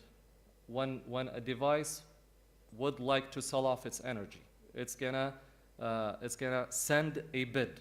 We assume that the bid incorporates the following information. Number one is the price that it is willing to sell off the energy at. So we refer to that as the price per energy token. Number 2 is the available energy to be sold off. So that's the surplus energy. Now, a device might not be willing to sell off all of its surplus energy, maybe part of it. And if a requester is let's assume is requesting X units of energy, and then the buyer is requesting X units of energy, and the seller is requesting X minus 1 units of energy, then the seller did not meet the demands of the buyer at the end of the day. Maybe you would need more than two sellers in this case. So this is part of the bid. And the last thing is the reputation score. I'll leave this to the end in terms of the reputation score. All right, so we do have a utility score that is derived for each bid. And basically that utility function would reward energy demands that are fulfilled. So if, as I mentioned, if the buyer is requesting X units of energy and you're providing as well X units of energy, then obviously you will get a higher score in that case. The utility function penalizes high prices in that case, where we compare the bid in terms of the price against the market price. The market price is basically the price that other bidders are providing. And then we also reward reputable sellers. So that's in terms of reputation. This is based on the reputation score. And the utility function penalizes long distances. So we do constrain the energy trading within a communication distance, but those that are at the end of the communication distance would get a lower score rather than the ones that are very close to a particular device. I ran out of time, right? Or I don't know. Should I continue or 5 more minutes? 2 more minutes? 2 more minutes? Okay. Okay, 5 more minutes, but maximum 5. Maximum, okay. I'll do 2 more minutes. All right. So, all right.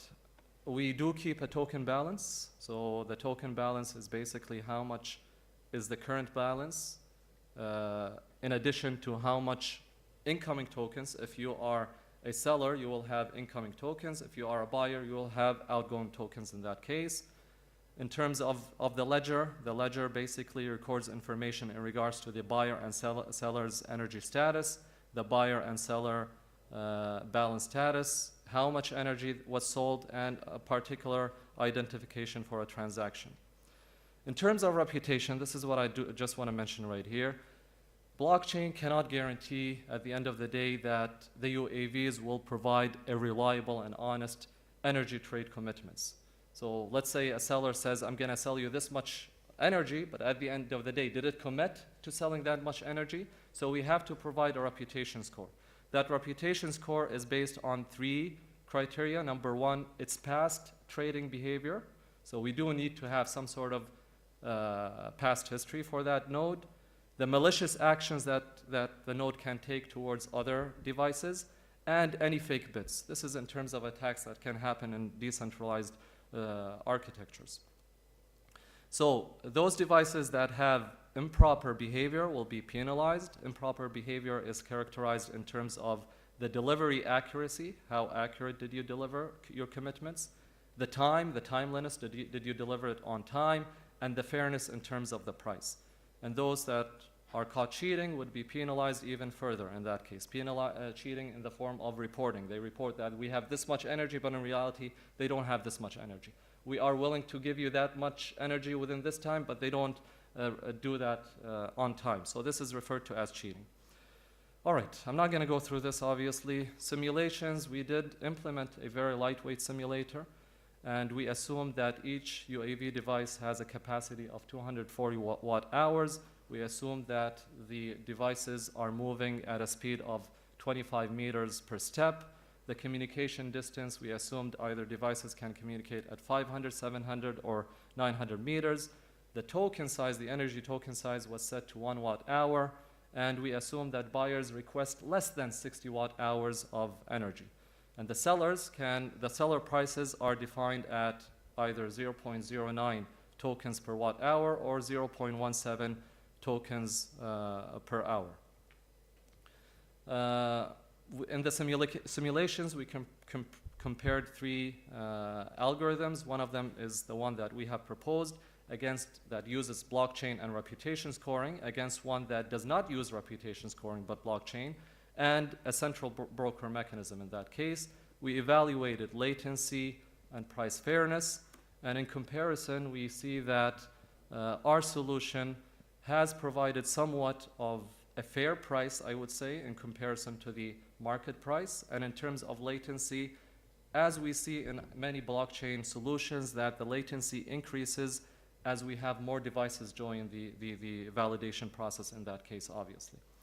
So in conclusion, we have proposed a decentralized, secure, and scalable energy marketplace for UAVs that rely on the use of blockchain, smart contracts, and reputation scoring. Simulations have proved that our solution can maintain price fairness in the market, as well as some sort of predictable consensus timing. And in the future, and this is what we're doing right now, is extending our work to incorporate other SAGAN segments, specifically the ground segment. Thank you so much, and I apologize for the timing. Thank you, Ismail. Any questions for this very interesting talk? Yes, Professor. Thank you very much. Thank you very much. That was a very interesting talk. So I guess my question is that running a blockchain on a UAV can actually be very counterproductive because the amount of energy you need to run the blockchain itself. Yes. So the question is, because it's not just about interacting between the UAVs, but also the update to the blockchain, the consensus mechanisms, could actually be very energy consuming.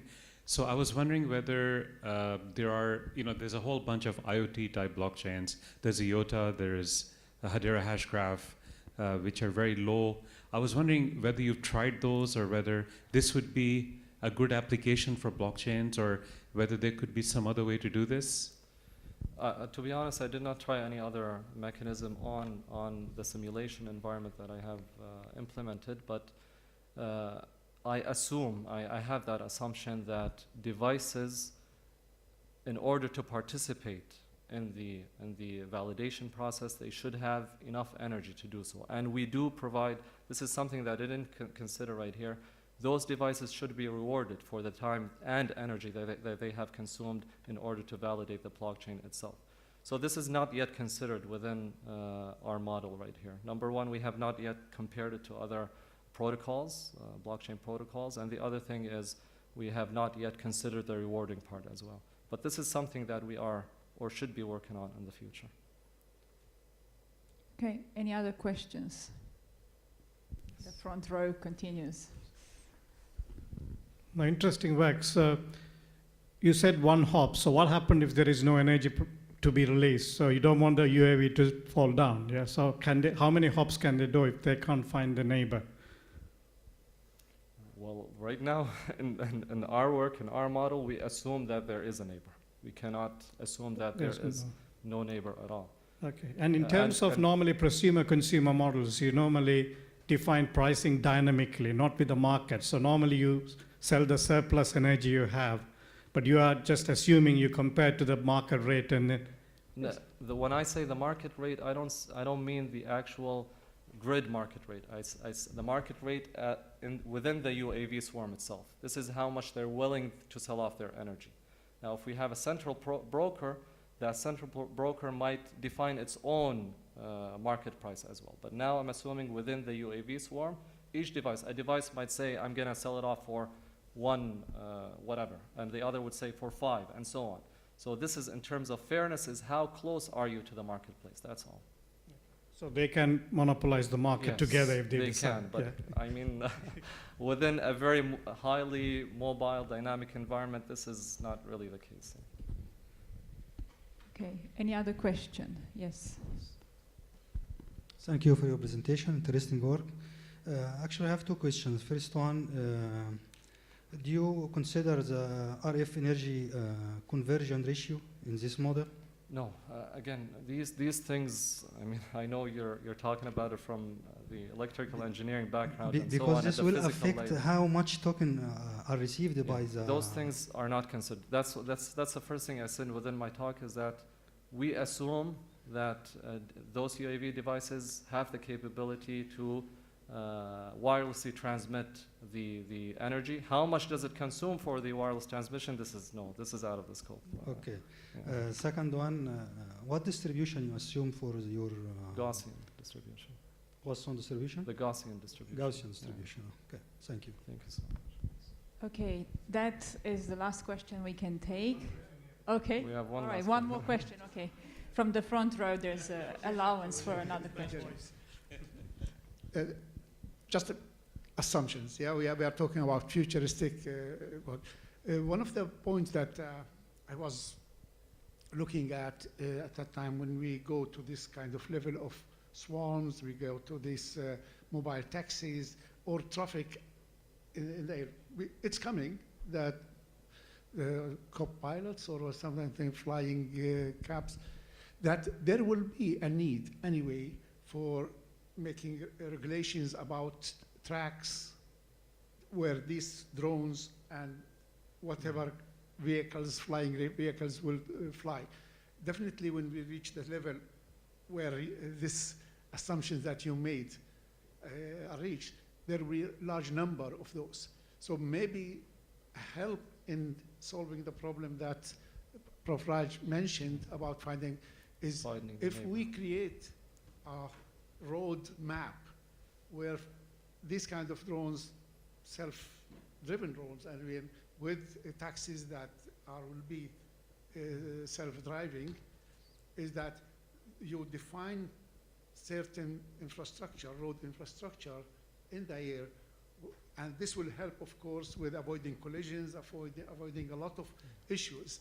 And by this way, you can define points where trade can happen, where you can assume that there will be a crossroad where there will be probably more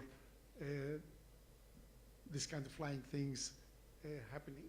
It's an article that was written about preparing for the future road infrastructure in the different layers.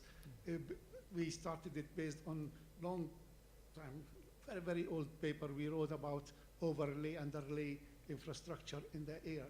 It was for wireless communication, but now it can apply for this kind of futuristic drones that we'll see. So just I'm thinking just to pass this. Again, my assumption is that those UAVs are within a swarm, and this a highly dense swarm at the end of the day. So once you assume that it's a highly dense swarm, then you'll be able to create that neighbor set for each particular device. But in reality, I mean, usually, currently, we're not talking about UAV swarms, just one device going from one location to another. And most of the time, you won't even find another UAV device nearby in order to. And that's why currently what I'm focusing on is a more realistic solution in which the UAV device is interacting with ground recharging stations. So ground recharging stations would be, let's say, moving cars that have pods on top of it in order to recharge, or houses, or whatever that is. And this can be more. So the UAV itself can plan for its track, where it's heading, how can it charge, what does it need, and so on. There are too many moving parts. That's Yeah. the problem with mobility. Yeah. Very difficult to get. There are too many unknowns as you move around. It's like going in a fast train. You don't know what is there. At the end of the day, you have to have a test bed. If you don't have a test bed, then you cannot prove. Yeah, simulations at the end of the day. Okay, this is very thought-provoking. We're moving into the future, literally. In the coffee break, I'm sure you'll continue this very interesting conversation about all of this.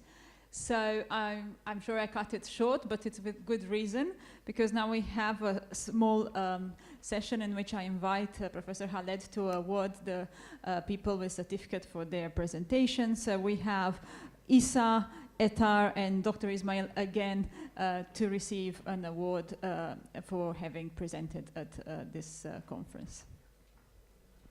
Ismail, Etar, and Isa. You can all go at once. It's okay to take a group photo.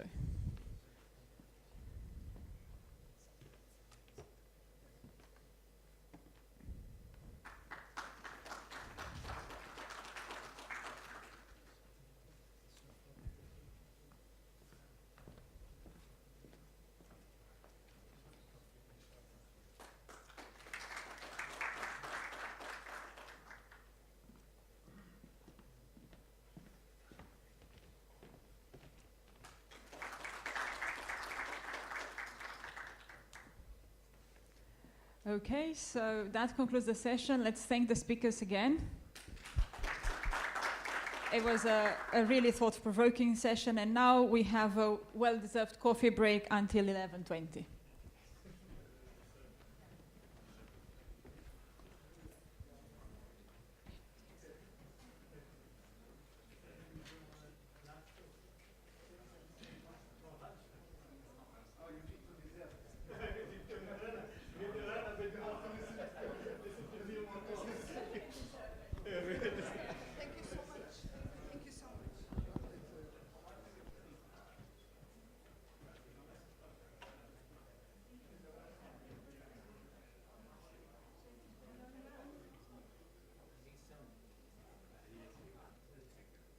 Okay, I'll allow you to introduce your talk. Thank you. There we go. Great. Thank you very much. Thanks. Great. So thank you so much. So this was joint work with actually Raj. We had a project a couple of years ago on looking at modeling within a cloud-based modeling. So we have some data. So one of the main contributors to this, Malik Shahzad, was the postdoc on this, and we tried to use some of this work to see what else could we do with this data. I'll just give you a context for this, what we did and how the modeling of this worked. So if I just start at this, so essentially we've touched upon this. Cybersecurity is a shared responsibility. So this is a picture from a company called Alert Logic, and it talks about this idea that what should cloud providers do and what should users do? So cloud providers are responsible for providing, managing your hardware infrastructure, compute, storage, databases, and so on. Whereas what the users are required to do is to ensure that their software is up to date. You have patch management, you have configuration management, access control management. So the idea is that you cannot assume the cloud provider will do all of this for you, because you have to be responsible for it. So if something goes wrong, you are partially responsible, not the cloud provider. So we took this concept a little bit further in terms of the shared responsibility model, but from a client's perspective. If you look at Amazon Web Services security, Amazon Web Services has shared responsibility all over their SLAs. If you look at the service level agreements that you form with Amazon Web Services, it says that Amazon is responsible for protecting infrastructure that runs the Amazon cloud. And what they do is they give you a whole variety of Amazon services, including things like ensuring your passwords are up to date, checking compliance with GDPR compliance, and so on. So they have a whole set of Amazon programs, but they cannot enforce you to use them, right? You need to figure out how to use them. So your responsibility is determined by the Amazon Web Services that you use, but you're responsible for other factors, including sensitivity of your data, your company's requirements, and ensuring that if you're coming from Europe or you're coming from Kuwait, the relevant legal compliance programs are being followed, because Amazon does not fully enforce that. So what we did is we went to our university and said, I'm no way going to get data out of Amazon, right? I can knock on cloud providers' doors, so I'm not going to get real world data. But what can we do? And going back to the talk from Professor Chitra this morning also. So what we did is we went to our computing services, the people who manage our university infrastructure, and we said, why don't you give us data? And believe it or not, they actually agreed. So we have in Cardiff a Palo Alto network. We have a Palo Alto IDS, intrusion detection system, that runs a RabbitMQ messaging system. We have 168 buildings on our campus with 111 LAN rooms, 16 different switch models, and you can see the numbers here. And these IDS systems generate of the order of 60 gigabytes of data per day, right? I don't think I'm going to be fitting that into a disk very soon. So what they do is they look at filters on events that are being generated from these data. And the universities often are divided into multiple types of networks. And I'll come to this in a minute. So this is what a single line in this log file looks like. So it has, this is some old data that we had, as I mentioned, with Raj. project with Raj. So it has receive time, serial number, type, subnet type, generated time, source destination, NAT source, NAT destination. So this is the kind of things that it happens. And interestingly, depending on these IDS systems are also working in a federated mode. So what happens is, if you detect a threat in Cardiff, they will alert other IDS systems to watch out for that threat. So these IDS systems are constantly teaching each other.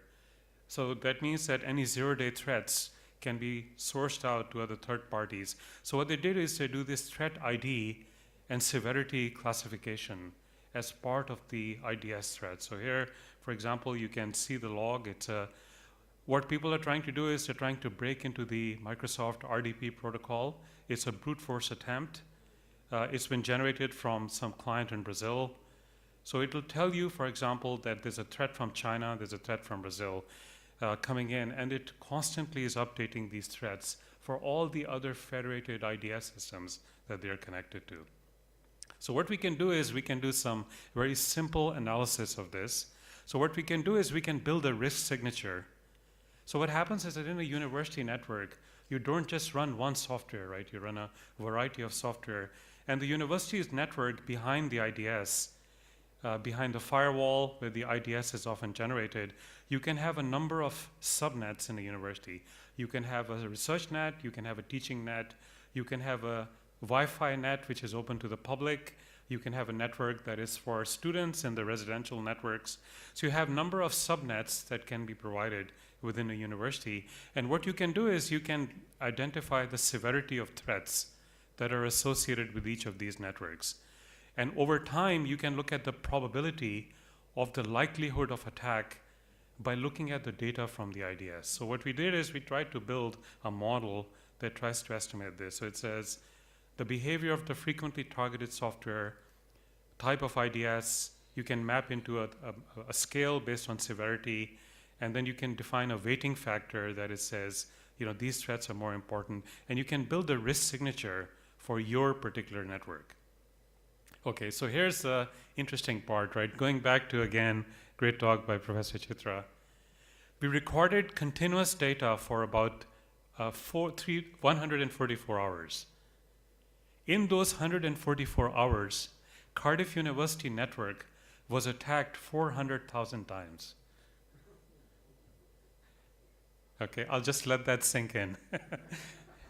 Okay, so we noticed 400, this is real data, we're happy to share it.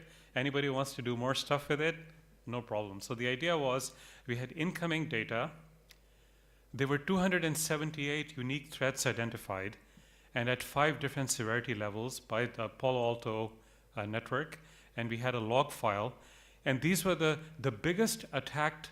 82% of the attacks were on the Microsoft RDP protocol. These were the remote desktop protocol, the brute force attempts. The others were on Windows executable, dynamic link libraries, Android file systems, PHP, CGI scripts, and so on. And of course, you know, people are of course trying to attack the malware protection systems also, right? So these were some of the most, and in addition to external threats coming into the network, there were people trying to attack you internally within your own network by running applications which are insecure. So things like DNS threats, there were SSH attempts, there was the MS, this is like the yellow pages, and so on. Then there were also externally hosted applications like Google Play, SharePoint Base, App Store. These are all the kinds of attacks. So 90%, 90 different software applications were targeted. And of those, most of these were 14 specific software applications, which were likely to be the most interesting. And you can see the variation here. So this is what happens, right? This is a classical graph, and I don't need to tell these guys because they know this picture. What happens is that an attack happens, the IDS and the systems come in, and they put a patch to prevent the attack. And then you see a downgrading. The attack goes down until the attackers choose another approach to try to attack you again. So the idea is that protecting your system is not a one-off thing. You have to constantly keep the systems and the intrusion detection systems up to date, because the attackers, it's a cat and mouse game, because you're constantly trying out new things on your network. You know, so if something, and they're trying to go through a sequence of things to see if something works, right? So it's a constantly a scenario that is happening. So these are for the externally exerted. So what we wanted to do was to make a model of how should a system administrator, a network administrator, respond to this challenge. And what we did is we wanted to provide evidence on how an attack propagates across the different zones at different rates within the network using causality. So the outcome can be used to harden your subnet within your university. You can isolate infected nets. So if you notice that the attack rate on the residential LAN has gone up very significantly, you can just take it offline for a while, or you can try to inject additional filters on that LAN so that the effects of these networks do not propagate into other networks that are part of your system, so that it does not affect these actions on the rest of the network over time. So suppose we have a university with 7 Z subnets. So in Cardiff, we have like 5 subnets. I'll come to these in a minute. So what you can do is you can build a state space around how you can capture this data from the subnet. So I'll just walk you through this. So this is very simple stuff. So essentially what you can do is you can have a state space where you have n different subnets, and n is the number of machines in each subnet. So what you can do is you can build a transition function, u to v, where you say, here for example, you can say, I have n different machines in my subnet, and in subnet J, these machines in subnet J are infected by something happening in subnet I. So it's the I to J mapping. So this tells me that this gamma here represents the rate at which a machine in J was infected by a machine in I. And this metric here, U of I, is how long that machine has been infected. So I to J means that a machine was infected internally from one subnet to another. And gamma J star is when a machine was infected from the outside the network, right? So this measures how a single machine from subnet J is infected by an infection coming from outside the network. So that's the first thing here, right? So either you can be infected from an external threat or an internal threat, and for how long you maintain in that infected state. And then E of J is a vector with zeros in all the positions except where it has a value of J equals 1 when you're infected by a machine from inside the network. This is the duration over which the machine has been infected, right? So we can build this transition function based on spread of infections from one part of your subnet to another. So based on that, we can model this as a Markov chain, right? So now what we say is, suppose I have 2 machines with 2 threats. I can look at a probability transition function which says that when you're in state 0, the likelihood of you moving with 1 machine being infected or 2 machines being infected by the same threat, you can build a transition graph like this with these 2 infection rates. That means infection from within, infection from outside, and the duration of the infection persisting within that machine, right? So you can model these propagation paths within your internal network. And you can then look at over time, you can project the likelihood of the number of machines being infected within a certain subnet. So you can create a policy to say that how do you respond to these infections as a system or network administrator. Okay, so it's the mean number of infected machines in each zone over a given time frame, right? So this is the infection matrix from internally within one zone to another. This is from outside, and this is the duration. And yeah, so that's essentially what we are modeling here. So in Cardiff, we have 6 subnets. So we have a campus subnet, which is mainly used by staff in classroom labs. We have a campus subnet, which is for non-sensitive information. We have a DMZ, which is essentially a demilitarized zone for physical servers providing front-end and middleware services. We have a residential local area network for our residences. We have an untrusted network. So for example, if you come to Cardiff University and you connect your machine, you're automatically entered into the untrusted network. And we have a wireless network which connects to edu-roam services. So these are the 6 subnets which correspond to this metric here, right? So so I and J is from one subnet to another, is a transition.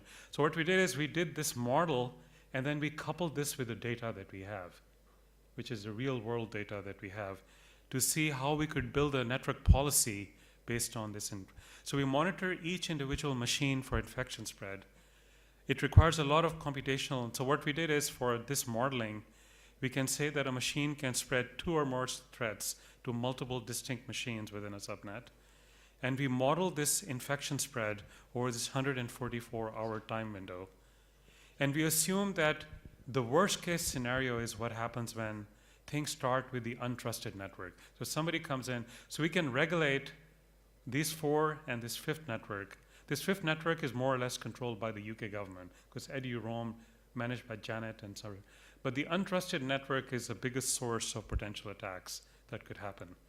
So basically, we build this transition graph and the transition probabilities based on this data. So if you start with an untrusted network, the fact that you're spreading something to the wireless network is driven by this rate, right? So this is a kind of malware propagation rates across the different individual subnets that can happen within, based on the data that we have available. Okay, so this is the propagation path. And then what we did is we carried out a number of what-if scenarios based on these kind of probabilistic. So you can look at a transition matrix, which looks at the rate of transition from one network to another. So here, what we can do is we can look at the total number of machines, the number of infected machines. So at this point, so we evolved this Markov model over multiple time units. And these are the different subnets where we start an infection in the untrusted networks, and we see what happens as that infection spreads to the rest of the networks if we don't do anything. Right? This is a don't do anything situation. So we start with 0 infections, no machines are infected, and we try to see what happens as the infection spreads as we run this model across multiple. So what the choice of parameters shows that all subnets have a likelihood of being infected after that time, some being more important than others. So the question is, what we say is that what happens now if a system administrator or a network administrator comes in and takes some control action at the 3rd time step. So here what we do is we try to isolate the subnet from the campus subnet. So here what happens is, when you isolate the subnet, the number of infections again start to decrease at the 3rd time unit. So the campus subnet does not benefit from this isolation, but the network continues to be highly infected otherwise. So the question is, if you take off the campus subnet, you will isolate those machines, so you lose services on the campus subnet. So the question is, at what point do you do this, and by what amount, right? So this is the kind of control actions that we're interested in. So one is network isolation and selective network isolation. So here we isolate the campus as well as the residential network based on the model that we have. And you can see the infections going down in machines in that part. And what we do here is we try to completely isolate the untrusted network. And what we want to do is to see the propagation path. 2 more minutes and I'm done. Thank you. So there are two control actions. One is that we can isolate networks. The other things we can do is we can increase the recovery rate. That means the rate at which we can try to introduce additional properties to improve the way the infected machines become online again. So this is the second set of results where we look at the recovery rate and how the recovery rate again changes the number of infections by changing the way we recover those machines which have some type of infection which have been noticed by the IDS. So we isolate the subnet, does not inherently remove the malware, but what we can do is we can identify the source of the infection and then try to prevent it from propagating further. And the last thing I want to touch upon is that we've taken this work And this is a paper that has come out recently which looks at machine learning models which can also utilize, so this uses something called Fibonacci retracement as a way to, or Fibonacci sequences as a way to also do this. So what this shows is that if you look at the way that infections increase, Fibonacci sequences are used very widely in financial markets. And what we do is we wanted to see whether there was some kind of Fibonacci sequence modeling that we could apply here, so that when infections reach a certain level, we can predict the highest number of infections and then take control actions based on Fibonacci retracement for these different type of attacks, like RDP and Android APK. Great, so takeaway messages: modeling spread of malware within a controlled network like a university network, infection spreading model as a Markov chain. What we want to do is to say, how can network and system administrators be used as a way to predict and support a distribution of these attacks in this network. Thank you. And work with Raj. This is a big project we have with 5 universities. I can ask questions. You can ask questions. Absolutely. You can ask him questions. Sorry. Anyway, sorry. We have one question. Yeah, it's amazing to see how big is your campus. Is it 68 building or more? Yeah, that's right. So these are... In terms of the data you have, did you, I think there are other research you are doing, did you manage to find any correlation between these data for the behavior? You said you detect that once you isolate one of the networks, then you are able to resolve the problem, but then the attacker will find another way to attack. So did you study any correlation to see the behavior of sometimes some computer-based attacks?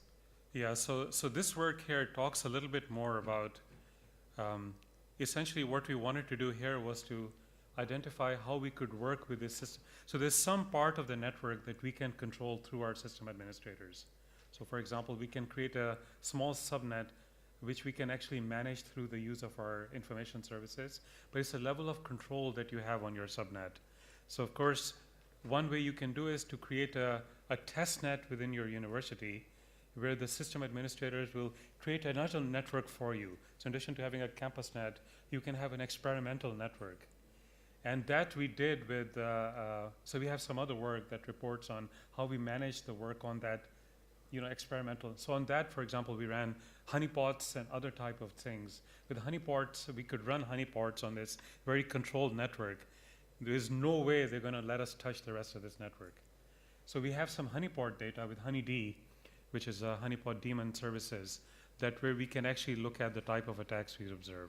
Yeah, a quick point related to this work. Did you study the availability of the network? Because once you isolate the network, probably users cannot access. So yeah, that's right. There is a price to pay. So did you study that price? Absolutely. Yeah. So this is a very important question that at what point does a system administrator come in and start isolating part of the network is a very challenging question.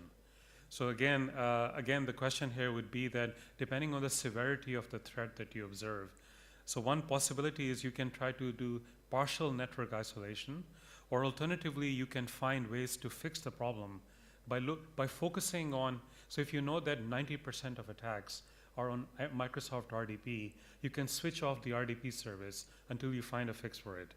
So it's not just about isolating subnets, but it's about isolating the applications that you run on the subnet. So this data is really interesting and I think IDS systems use this very frequently, is of all the applications that you run on your subnet, which are the most likely candidates for causing the disruption? And can you switch off parts of those servers associated with those candidates? Because the last thing you want to do is switch off the network, right? But the question is, what can you switch off in terms of services that you run, and what period do you, and that's the kind of questions we're trying to work through this modeling. Yeah. Can I also comment on it? So we're doing some recent work with Telecom on applying LLM, because I think these IDS models can't work in real time. So the volume of data that's generated is so high now. You cannot really, because the attackers learn on the IDS now how the patterns, and they continuously change their behavior. So it's very difficult to do this traditional way of doing it going forward. So LLM has to done, and then we try to prioritize based around, as Omar is saying, from the subnet, how autonomously you shut down some segments of it and continue to operate the other. I think the traditional ideas of detecting it and then segmenting it's very difficult to do now in the current. It's going to get very complex with these LLMs now learning very fast and continuing to penetrate the systems. And this becomes even more challenging It for is, programmable networks. Yeah. But I think that people don't realize that actually cybersecurity is a constantly evolving game. You know, the threat actors are actually very smart people because they just keep throwing things at you to see if something's going to work. Yeah, we got a lot of data from Darktrace, you know, a big company, I won't name it, came to me last week and said, we got Darktrace, it's throwing all this data, but what do we do with this? Because they don't even understand why it is throwing so much alerts. And the head of security asking me, Professor, can you help me to understand this data? And I said, this is such a huge volume of data, it's continuously coming. We need to be smart to throw half of it. And he said, which one to throw, which one to keep, he doesn't know. Just one final point. I know we're already out of time, but you know, a person gave me this example that, you know, think of a wall. You're throwing a ball against the wall to see what happens. And you're constantly throwing different things at it. That's what attackers are doing. They're trying to do they're trying to do script injection. They're trying, even with LLMs, they're doing LLM poisoning to come up with ways in which they could penetrate your system. They're doing data leakage through LLMs. You know, it's a constantly changing landscape. I don't think people realize that it's not just installing a software and just forgetting about it. You know, you can see the graph, how these guys are reacting to the IDS systems changing their rules, right? So, yeah, anyway. Oh, I'm sorry. I'm sorry, I missed the last part of the We can miss lunch, don't worry. Let's have more discussion. Yeah, go ahead, Hassan, sorry. It's only a quick one. Dr. Rana, this is great. And I've done some work on centralizing SOC and well aware of the polymorphic capability of the AI. Assuming if I like this as a product model, and if I want to go and procure this, what is the closest I would find, or what is the practical way of bringing it into a challenging real world environment? As Dr. Raj said, that that's a very different ballgame.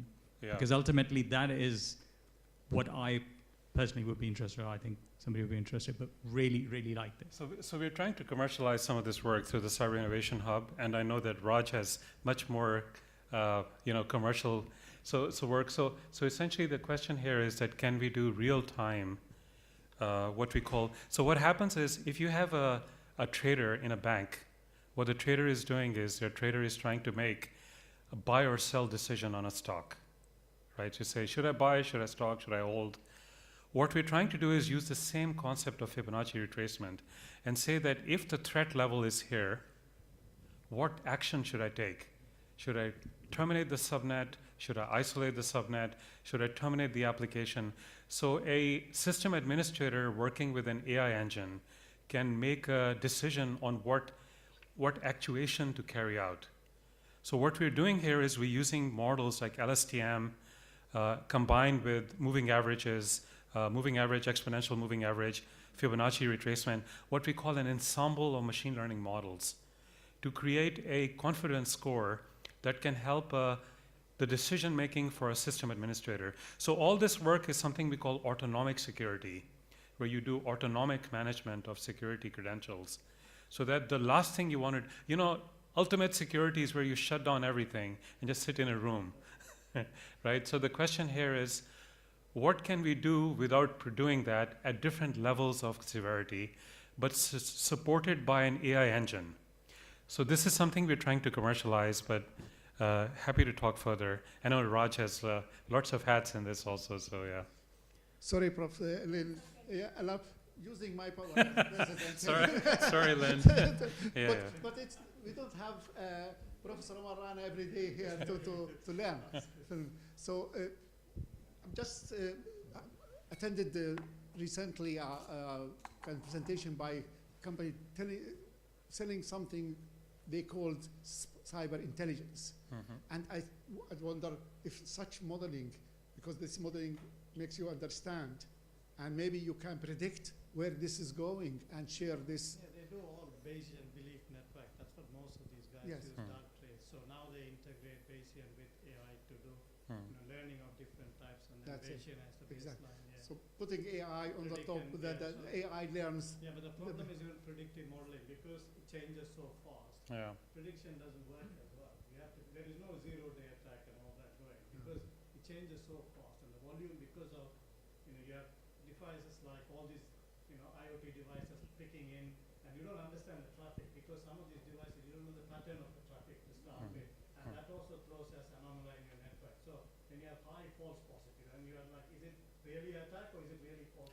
So It's a continuous challenge. So Khaled, it's like you know when you try to take off a fire, you have these guys with a fire hose. You're standing with an umbrella in front of a fire hose, and the water is constantly coming, and seriously, Comes from the top. yeah, because you're literally trying to deal with very large data volumes, right? Yeah. Anyway, thank you. Thanks.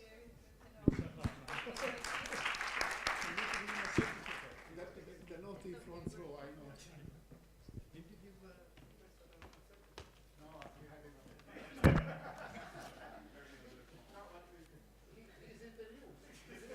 Thank you.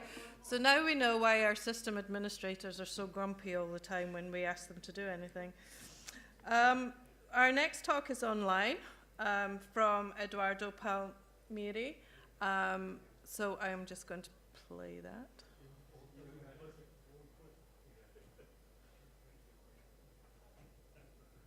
Hello everyone, my name is Eduardo Almeida Palmieri, and I'm going to present a framework for embedding generative and agentic AI in open source intelligence. This is my project for my PhD at the London Metropolitan University. Introduction. Over the past years, we have seen an explosion of data from all kinds of sources: social media, online forums, dark web platforms, and public archives. This data comes in many forms: text, images, videos, which makes complex to analyze. In this environment, open source intelligence, or OSINT, has become essential. It helps organizations to detect threats, respond to incidents, and even support humanitarian missions. However, most current OSINT workflow is still manual. As a result, they tend to be slow, prone to human error, and struggle to keep up with the speed and complexity of modern information flows. This emphasizes the need to develop more automated, integrated, and adaptive approach to OSINT. Statement. Current OSINT methods are mostly manual, which make it difficult to scale when dealing with massive and fastly changing data stream. Recent advances in large language model and generative AI offer opportunities to automate and speed up many OSINT processes. However, most research so far focus on simplest tasks, like identifying entities or summarizing text. Important areas such as contextual threat detection, tracing the origin of information, and adversarial simulation are unexplored. There are no clear ethical or responsible use guidelines for applying these AI tools in intelligence contexts. As a result, analysts and investigators are still facing significant limitations in responding quickly and effectively to real-world threats. Research gaps. Most existing studies are lab-based, lacking real-world OSINT deployment and operational validation. Human-AI interaction is underexplored. We don't fully understand how analysts collaborate or trust AI tools in practice. While ethics and bias are discussed, practical mitigation frameworks remain rare. intelligence extraction workflows remain partially manual in practice. Synthetic and adversarial content detection is often missing from current pipelines. Motivation. Nowadays, we are generating more data than ever. Social media, forum, news sites, even the dark web. At the same time, cyber threats are becoming faster and more complex. Manual OSINT is no longer scalable, and analysts face huge volume of data with limited time to extract meaningful intelligence. Large language models and generative AI offer a real opportunity to automate and accelerate OSINT workflow, providing both speed and analytical capability. Methodology. This study presents an agentic AI OSINT system to overcome the limitation of manual and semi-automated intelligence process, a modular autonomous system that efficiently collects, analyzes, and synthesizes open source material.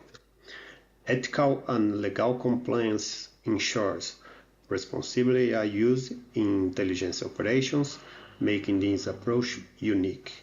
It has 6 interconnected components that makes it adaptive and self-sufficient. Research methodology.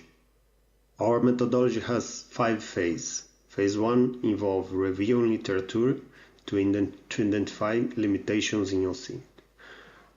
We design an integrated architecture combining autonomous agent, LLM, and tool orchestration. We built a proof of concept using missing persons case.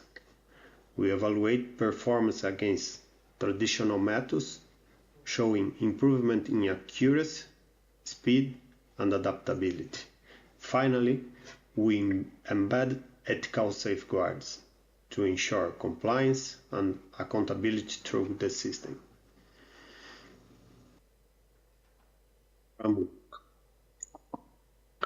This framework adds an orchestration layer that connects autonomous AI agents to common OSINT tools like Maltego, Shodan, and VirusTotal. The orchestration engine plans the sequence of tools based on the task, which source to acquire first, what to enrich next, and when to scale for review. Merges outputs from various tools into a single ongoing analysis stream, reducing manual hands-off and duplication. This design plugs into existing cybersecurity stacks, TIPS, CM, SOAR, for soft operational use. It's modular. New tools and APIs can be added without redesigning the system, keeping the framework future-proof. Findings and discussion. Most of the works applies large language model to isolated tasks like entities and summaries. What is missing is autonomous planning, sequencing tools, and adapting as evidence evolves. Agents decide what to fetch, how to analyze, and when to escalate, grounded by retrieval augmented generation for freshness and chain of thought for reasoning. Of concept results, missing persons case. This chart summarizes 4 head-to-head metrics from the proof of concept: coverage, accuracy, time to insight, and analyst workload. The values shows are preliminary and focus on the trend direction and relative magnitude. Results are from a controlled proof of concept with realistic but limited scope. The frameworks then reach, improves quality, and accelerate decisions while preserving human oversight. Conclusion. In conclusion, we have presented a unified agentic AI OSINT framework. This system integrates autonomous agents, large language model, generative simulation, and orchestration for a continuous, adaptive, and ethical, compliant intelligence workflow. By combining RAG, chain of thought, and embedded ethics, we achieve better coverage, accuracy, and speed. Our missing person proof of concept show measurable gains. This project shows us how to build and gives us a useful plan for tool integration, with ethics by design, ensuring transparency and human oversight. Future work. Future work focuses on 3 case areas. First, expand deployment into real world. Second, broader evaluation through extensive benchmarks against current OSINT tools, measuring speed, accuracy, and analyst workload. Finally, increased accessibility via open source release, including a modular code base and sample data. Contributions. We introduced the first reproducible agentic OSINT architecture, modular end-to-end and documented so others can replicate it. We provide a practical orchestration blueprint, plug-and-play integration for tools like Shodan and VirusTotal, reducing manual switching. We embedded ethics by design, bias check, transparency logs, data minimization, and human in the loop for sensitive decisions. Our proof of concept show directional gains, higher coverage and accuracy, faster time to insight, and lower analyst workload.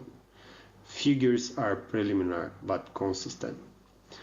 And this is the end of the presentation. Thank you very much.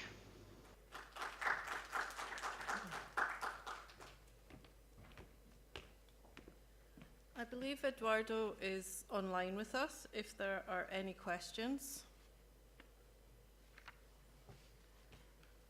Okay, is he there?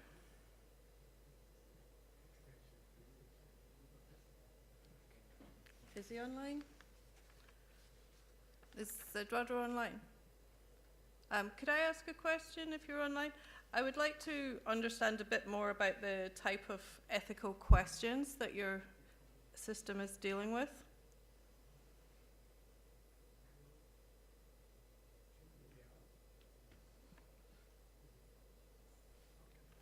Hiya, can you hear me? Yes, thank you.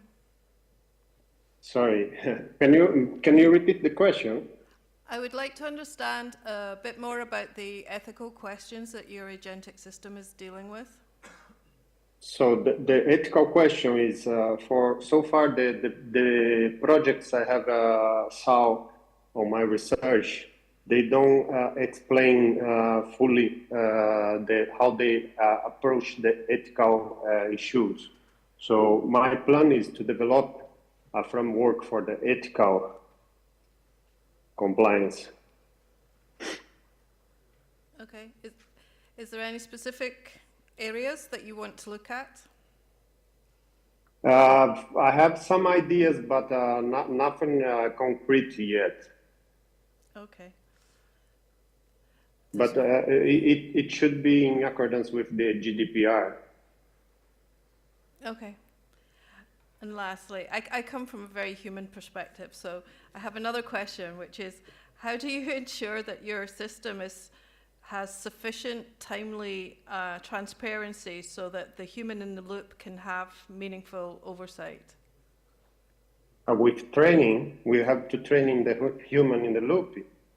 So nowadays, if you're gonna look for one OSINT report, the person that is making the report is struggle with the amount of data and the certain time they have to build the report.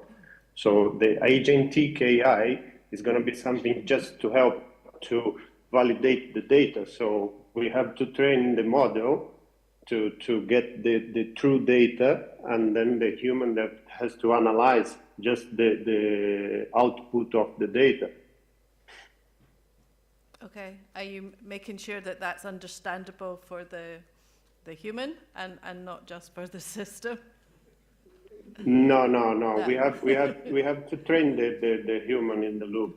It's not just get the report and that's okay. So you have to especially in my case, is third looking for a missing person. So you have to look if the report is going to be true or no. Okay, thank you. Are there any other questions from the floor? No? Okay. Eduardo, I'd just like to thank you again for your presentation, and we will no doubt hear some more of your work later. Thank you very much. Okay, thank you very much. See you. Oh, we'll be sending you a certificate through. Okay, thank you very much. Thank you. The next speaker is also online, Uri Arta Ramdani, perhaps. And I believe that she will be online after this talk as well. Hello everyone. My presentation topic is Federated Learning Enabled Adversarial Attack Detection Framework for Healthcare Laboratory Data.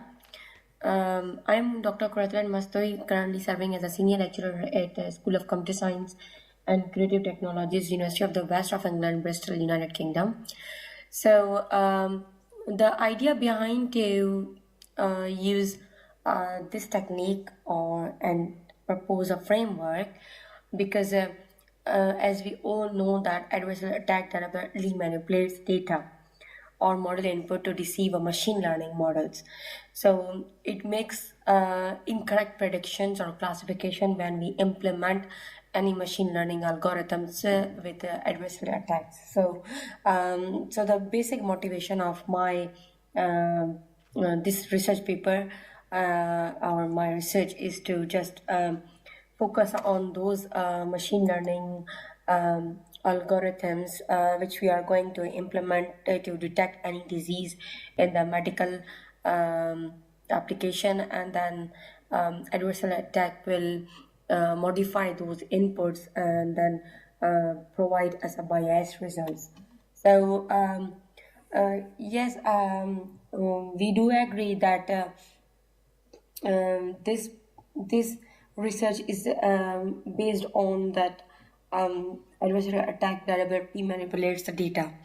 So in the machine learning model can be easily deceived by that particular adversarial attack. So in this study, we will we will propose a scheme and then launch a different kind of adversarial attack on the system, and then we try to see that how our proposed algorithm work to protect that particular machine learning model.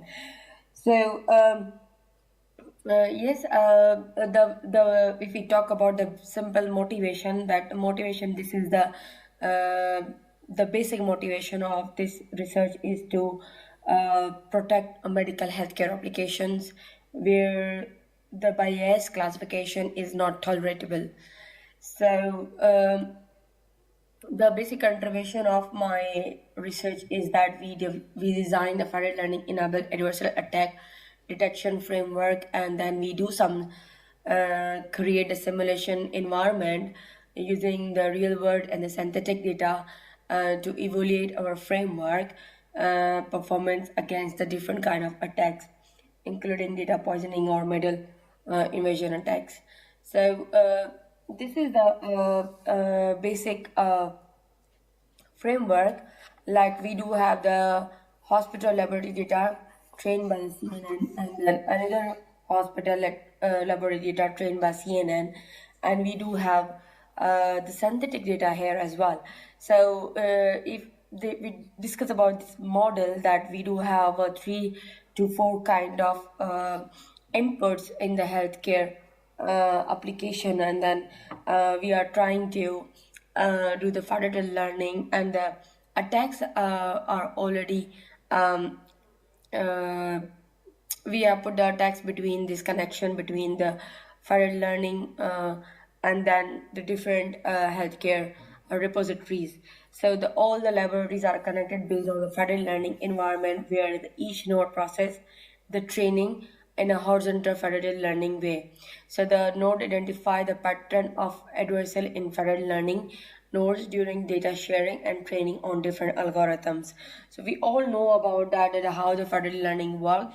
Basically, in the federated learning, we train our model and then pass a parameter towards the cloud. So to learn and to predict something data from the data globally. So these papers makes the following key contribution, like we develop federated learning enabled universal attack detection. Moreover, we also create some synthetic, and we also work on the real-time data to create the simulated environment, so we can know the attacks, that how our algorithms protect our healthcare data. So we do some related work, there are a lot of related work available, like some of the related work investigate the security challenges faced by the federated learning environment. Some of the studies investigate adversarial attacks in medical cyber physical system that proposed by the federated learning attack detection. Some of the studies has investigated the integration of blockchain and federated learning to improve the healthcare system security. However, the literature on analysis indicate the lack of transparent system that enhance the interpretability of the adversarial detection, which is critical for fostering trust among the healthcare professionals. In this study, we simulate the environment were conducted using the both and real synthetic data, and the framework was evaluated using the diverse adversarial attack, including the data from data poisoning and model invasion. So this is the healthcare algorithm that we are going to implement for our proposed the FLS system. So which consists of a different steps. As you see that the global model MG is initialized with parameters. So it means that we are right now working as a federated learning environment, and then if you see the right hand side, we do have the algorithm which demonstrate that we provide the input of the number of hospitals and the local data sets of the hospitals, and we provide the input as a learning rate, and we want to we do have the anomaly detection threshold available. So output we really needed trained global model with the anomaly scores which we have created. We have initialized a global model and with the parameters like I have already discussed here, that when we talk about a global model, it means that we are talking about here as a federated learning environment. And then if you see that we train the model using the DI to so the DI is a local data set to minimize the loss. After that we computed the local updates in before at every node before sending towards the model towards the globally. We do the encryption, and then we aggregate all encryption update at the server. So the data and the parameters which we are sending towards the server, it is all are the encrypted way. So the server is doing the decryption and aggregation, and then update the global model parameters at the server level, and compute the anomaly scores for each hospital differently. So in the performance evaluation, if we see that we have played the different kind of data set of the adversarial attack, like FGSM, projected gradient descent, Carney-Wager, and the black box. So the attack intensity we played, like FGSM we gave them with a low intensity, and then PGD with a medium, and the CW with a high, and the black box again medium. And the samples which we have received, like around 500 samples with the FGSM, 1000 samples with the PGD, and the 1500 with the CW, and 800 with the samples. And the target we have made, then node 1, node 3. So the node 1 and node 3 is basically the hospitals. So node 2 and node 4, and then we come up across that hospital A to D has a data size from 2000 till the maximum records is the 2000, where we have a application enables patient monitoring, medical image analysis, diagnosis assistant, and the predictive analytics of the different diseases. So when we train that model and then we analyze it, that our accuracy is like for the node 1 is 92.5, and node 2 87.8, node 3 85.2, and node 4 is like 90.3. Is mean that node 1 plays a good accuracy role in the training the model.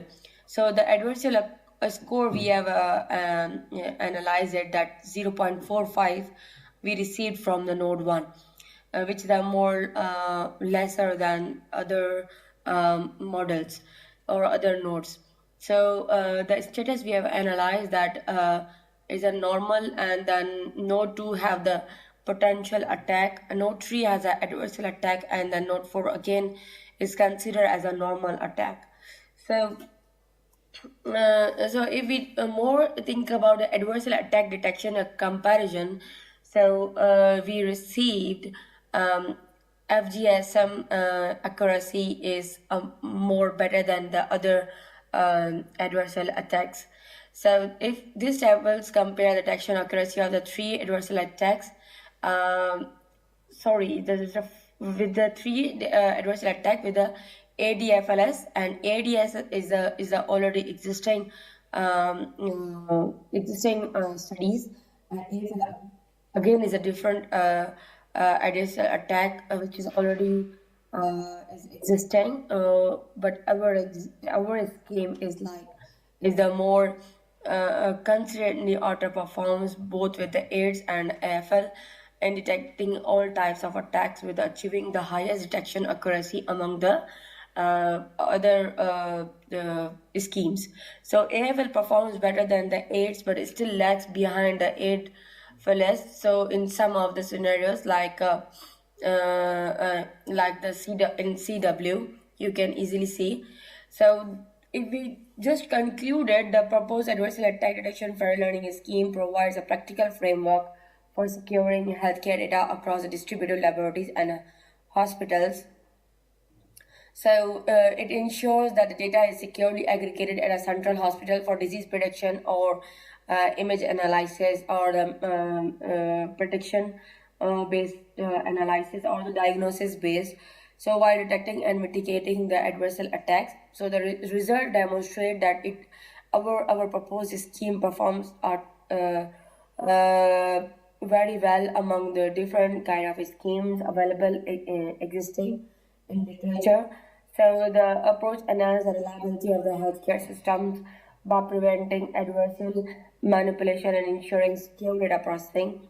So if we talk about the future work, we will more focus on the optimizing the framework for the real-time application.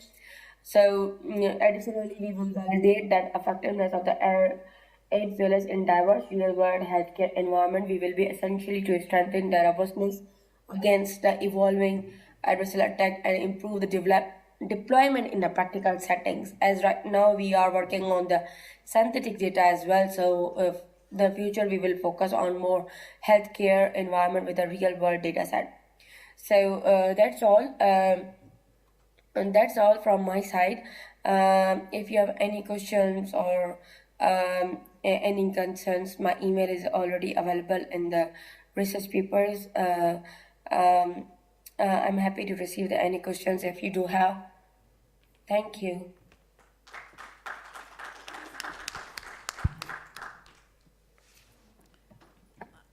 I believe that one of the authors is online, at least if there are any questions.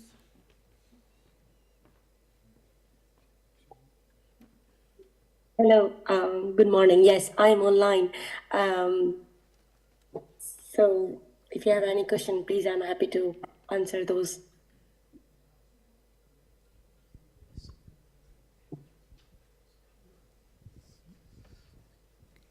Yeah, thank you. Can you tell me what kind of, did you use anything like multi-party computation or differential privacy, or you said you encrypt the data because although you use federated learning, you might have data leakage. So how do you really protect the privacy of the data? And also how do you handle the heterogeneous data because you're using synthetic data? Yeah, thank you. Very nice question. What we are doing, we are trying to encrypt in that way, so it also protects the leaking data as well. So let's say that I'm not saying that this model is very good enough to protect the whole, because there's a lot of data sets available in the healthcare applications, like some are related to the signal, some are related to the images, some are related to the normal non-invasive measurements, some are like the normal data set, like with the numerical or the character-based data sets as well. So we did not more focus on the leaking right now, but like we implement a homomorphic encryption technique to protect the data as much as we can.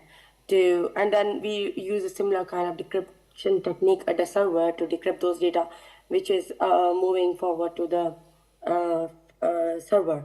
So we have not considered this. Yes, it can be considered as a leaking data can be considered as a limitation of our study, as just is a four-page paper. So we just focus on how to secure more data, and then we implement some encryption technique. We have tried other encryption technique as well, like the hash and other normal encryption, but we come up with the homomorphic plays a good role in it to secure the data. Thank you. Are there any other questions? No? Okay, thank you. Can we just thank the speaker again for that interesting talk? Thank you so much. And we will be sending you a certificate for your paper. Thank you very much. Thank you so much. Thank you. Bye. Bye. I would like to invite the president up for the award of, we have one author that we're awarding face-to-face, are we?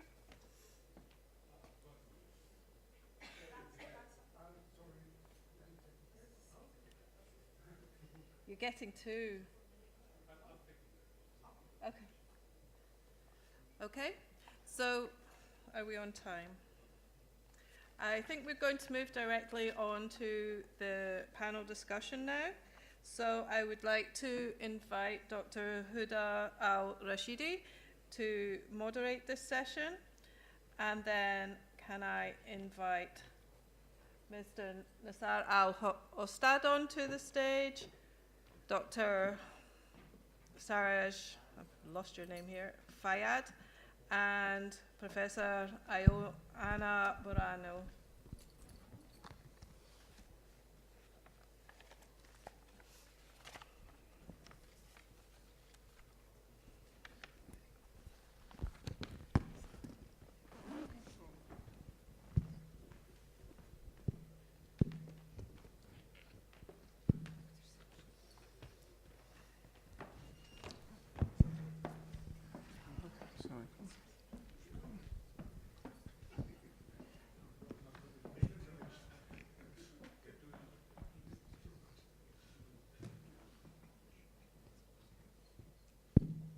السلام عليكم. بسم الله الرحمن الرحيم والصلاة والسلام على أشرف الأنبياء والمرسلين محمد صلى الله عليه وسلم.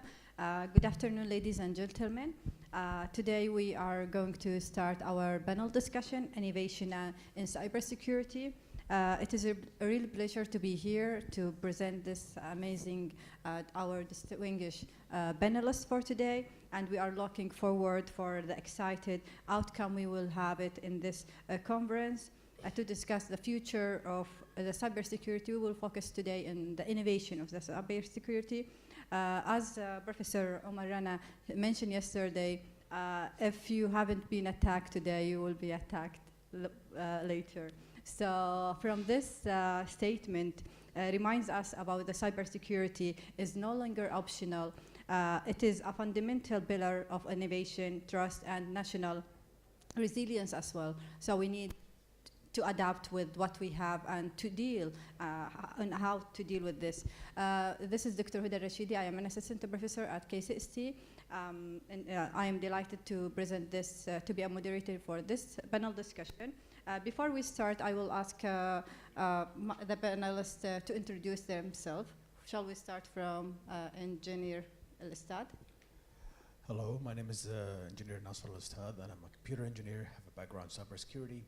I'm the CEO of 200bbs.ai, where we teach how to build AI from the ground up, how to build AI-centric applications for different fields, especially recently the AI agents are becoming the hype, and they are scalable, fast, so we are trying to keep up and teach and spread the knowledge of building things from the ground up using agentic AI. And we have started to shift focus to agentic AI and AI in general, building it from the ground up because it is the bigger niche that is spreading everywhere. So AI is going to be used anywhere and everywhere. So this is it in brief. Thank you. My name is Dr. Siraj Fayyad. I am an assistant professor at KCST. My PhD was about cybersecurity, in particular about measurability of I/O Internet of Things systems security, and I hold some certificates in cybersecurity. One of them is Ethical Hacking, Security Plus, SHFI, and CSLB. Yes. Yes, hello everybody. My name is Dr. Syed Aziz Shah, and I work in the Research Center for Intelligent Healthcare in Coventry University, UK for past 5.5 years. I'm a postgraduate lead there as well in Coventry University, as well as a cluster lead for healthcare sensing technology. So my main work is exploiting ubiquitous mobile signals such as Wi-Fi, radar, or software-defined radio signals in tandem with AI algorithms so that we can monitor different healthcare applications, such as like people residing in residential care home or at homes alone, or even like intricate biomechanical movements such as cardiac activity monitoring, respiratory monitoring, and then heart sound as well. So I was speaking to Professor Omar Rana yesterday. I mean, I don't use radar that much because like whenever I use, so the red flag is raised. So instead of radar, I tell people like we exploit ubiquitous mobile signals which are available everywhere. Yeah, so that's a quick introduction about myself. Thank you. Hi everyone, my name is Ioana Bourano. I am a professor in secure systems at University of Surrey in the UK. And there I'm also the director of the Research Center in Cybersecurity at University of Surrey. So in the context of innovation, you don't know much about me. So yesterday I gave a presentation that spoke about formal work in security. I myself, together with others, do a lot of innovation as well in cyber, so primarily in payment systems, in satellite systems, even in education. So I'm hoping to tell you more through this panel or maybe in the coffee break. But yeah, so that's me. Thank you so much for your brief introduction. I would like to ask you, Professor Ioana, cryptography often feels invisible to the public. So how can we make cryptographic innovation more visible and accessible? So what that the policymakers are and the public appreciate their importance in the building for digital trust? Yeah, it's a good question. Indeed, cryptography is a bit invisible to the public. However, I think that we have benefited from some innovation in the world, in the digital world, that put cryptography to the forefront. And the perfect example of that is cryptocurrencies. So I don't know how many people know the nitty-gritty details of zero-knowledge proofs in cryptocurrencies, but I think cryptocurrencies are the sort of innovation in the digital world that gave a boost to cryptography. Many graduates wanted to work in zero-knowledge proofs, in blockchains, and so on and so forth, and other cryptographic primitives that are used for this, different types of hashing, different types of Merkle trees, and so on, because of cryptocurrencies. So that is one, and I think we benefited from that, and it's put it to the forefront. Another example where perhaps people have started hearing more about cryptography is a little bit more isolated, but in countries such as Germany that pushed back on, for instance, electronic voting, because people cannot understand exactly, as you say, how electronic voting works, and they have a law whereby if people do not understand how electronic voting works, then they should just vote by paper or by other means, because everyone should understand how their vote is counted, and cryptography is too hard to explain, as you well put it, to the mere people. That brought cryptography to the forefront, and efforts have been made there, for instance, to explain some of this cryptography in the way of trying to push forward electronic voting, which happened and still happens in other countries. Estonia is a prime example. So yeah, I don't know what other good examples are there that of innovation in the digital world that would push cryptography to the forefront or make it more accessible. But these are two examples that I can think of, and I'm sure my fellow panelists can think of others. Thank you so much for your insightful. Dr. Siraj, as your expertise in IoT device, many IoT devices are deployed quickly, but after unsecurely. So how can we effectively measure or quantify the securing of this system? As you said, actually, that IoT is developed very fast, and we have some complexity with measuring actually the IoT system. One of them is the heterogeneity between the components, and typically we have the IoT system. It could be a system of systems. Think about a smart city, smart grid, and so on. And also, this leads to the fact that we want actually to measure the security of this system, that we could not measure them as a one one actually consistent system. And also, we have different security attributes like confidentiality, availability, authenticity, non-repudiation, and these things. So the best way to measure the security of these things is to divide the system into subsystems, and the subsystem should be divided into components, and the components should be actually investigated about the security from security properties perspective, which means that we measure the confidentiality and availability and actually authenticity and repudiation for this component alone. From there, we make evaluation, and we should make flags for actually the security properties where actually the security is not good enough. From there, we go to the component security level. From there, we go to the subsystem, and then to the system. So it's these things. I think this is the best way to measure the security of IoT systems. Yes. Thank you so much, Dr. Siraj. Engineer Nasser, from your expertise as AI, and you have innovation on this part, so AI models are increasingly used in cybersecurity, as we have seen, for detection or for defense as well. How are AI tools or models improving the speed or accuracy of detection cyber threat in a real world, from your experience from the real world? As you can say, as you said, and that it is evolving fast, and the thing is that the more data that you are training your models it's through the data that you are directing the behavior of your LLM. So it is already used for detection, for not just detecting, a threat through a signature anymore. It's through the behavior itself. So it will be, it is already able to detect the actions and detecting the patterns that can be classified later as a threat or not.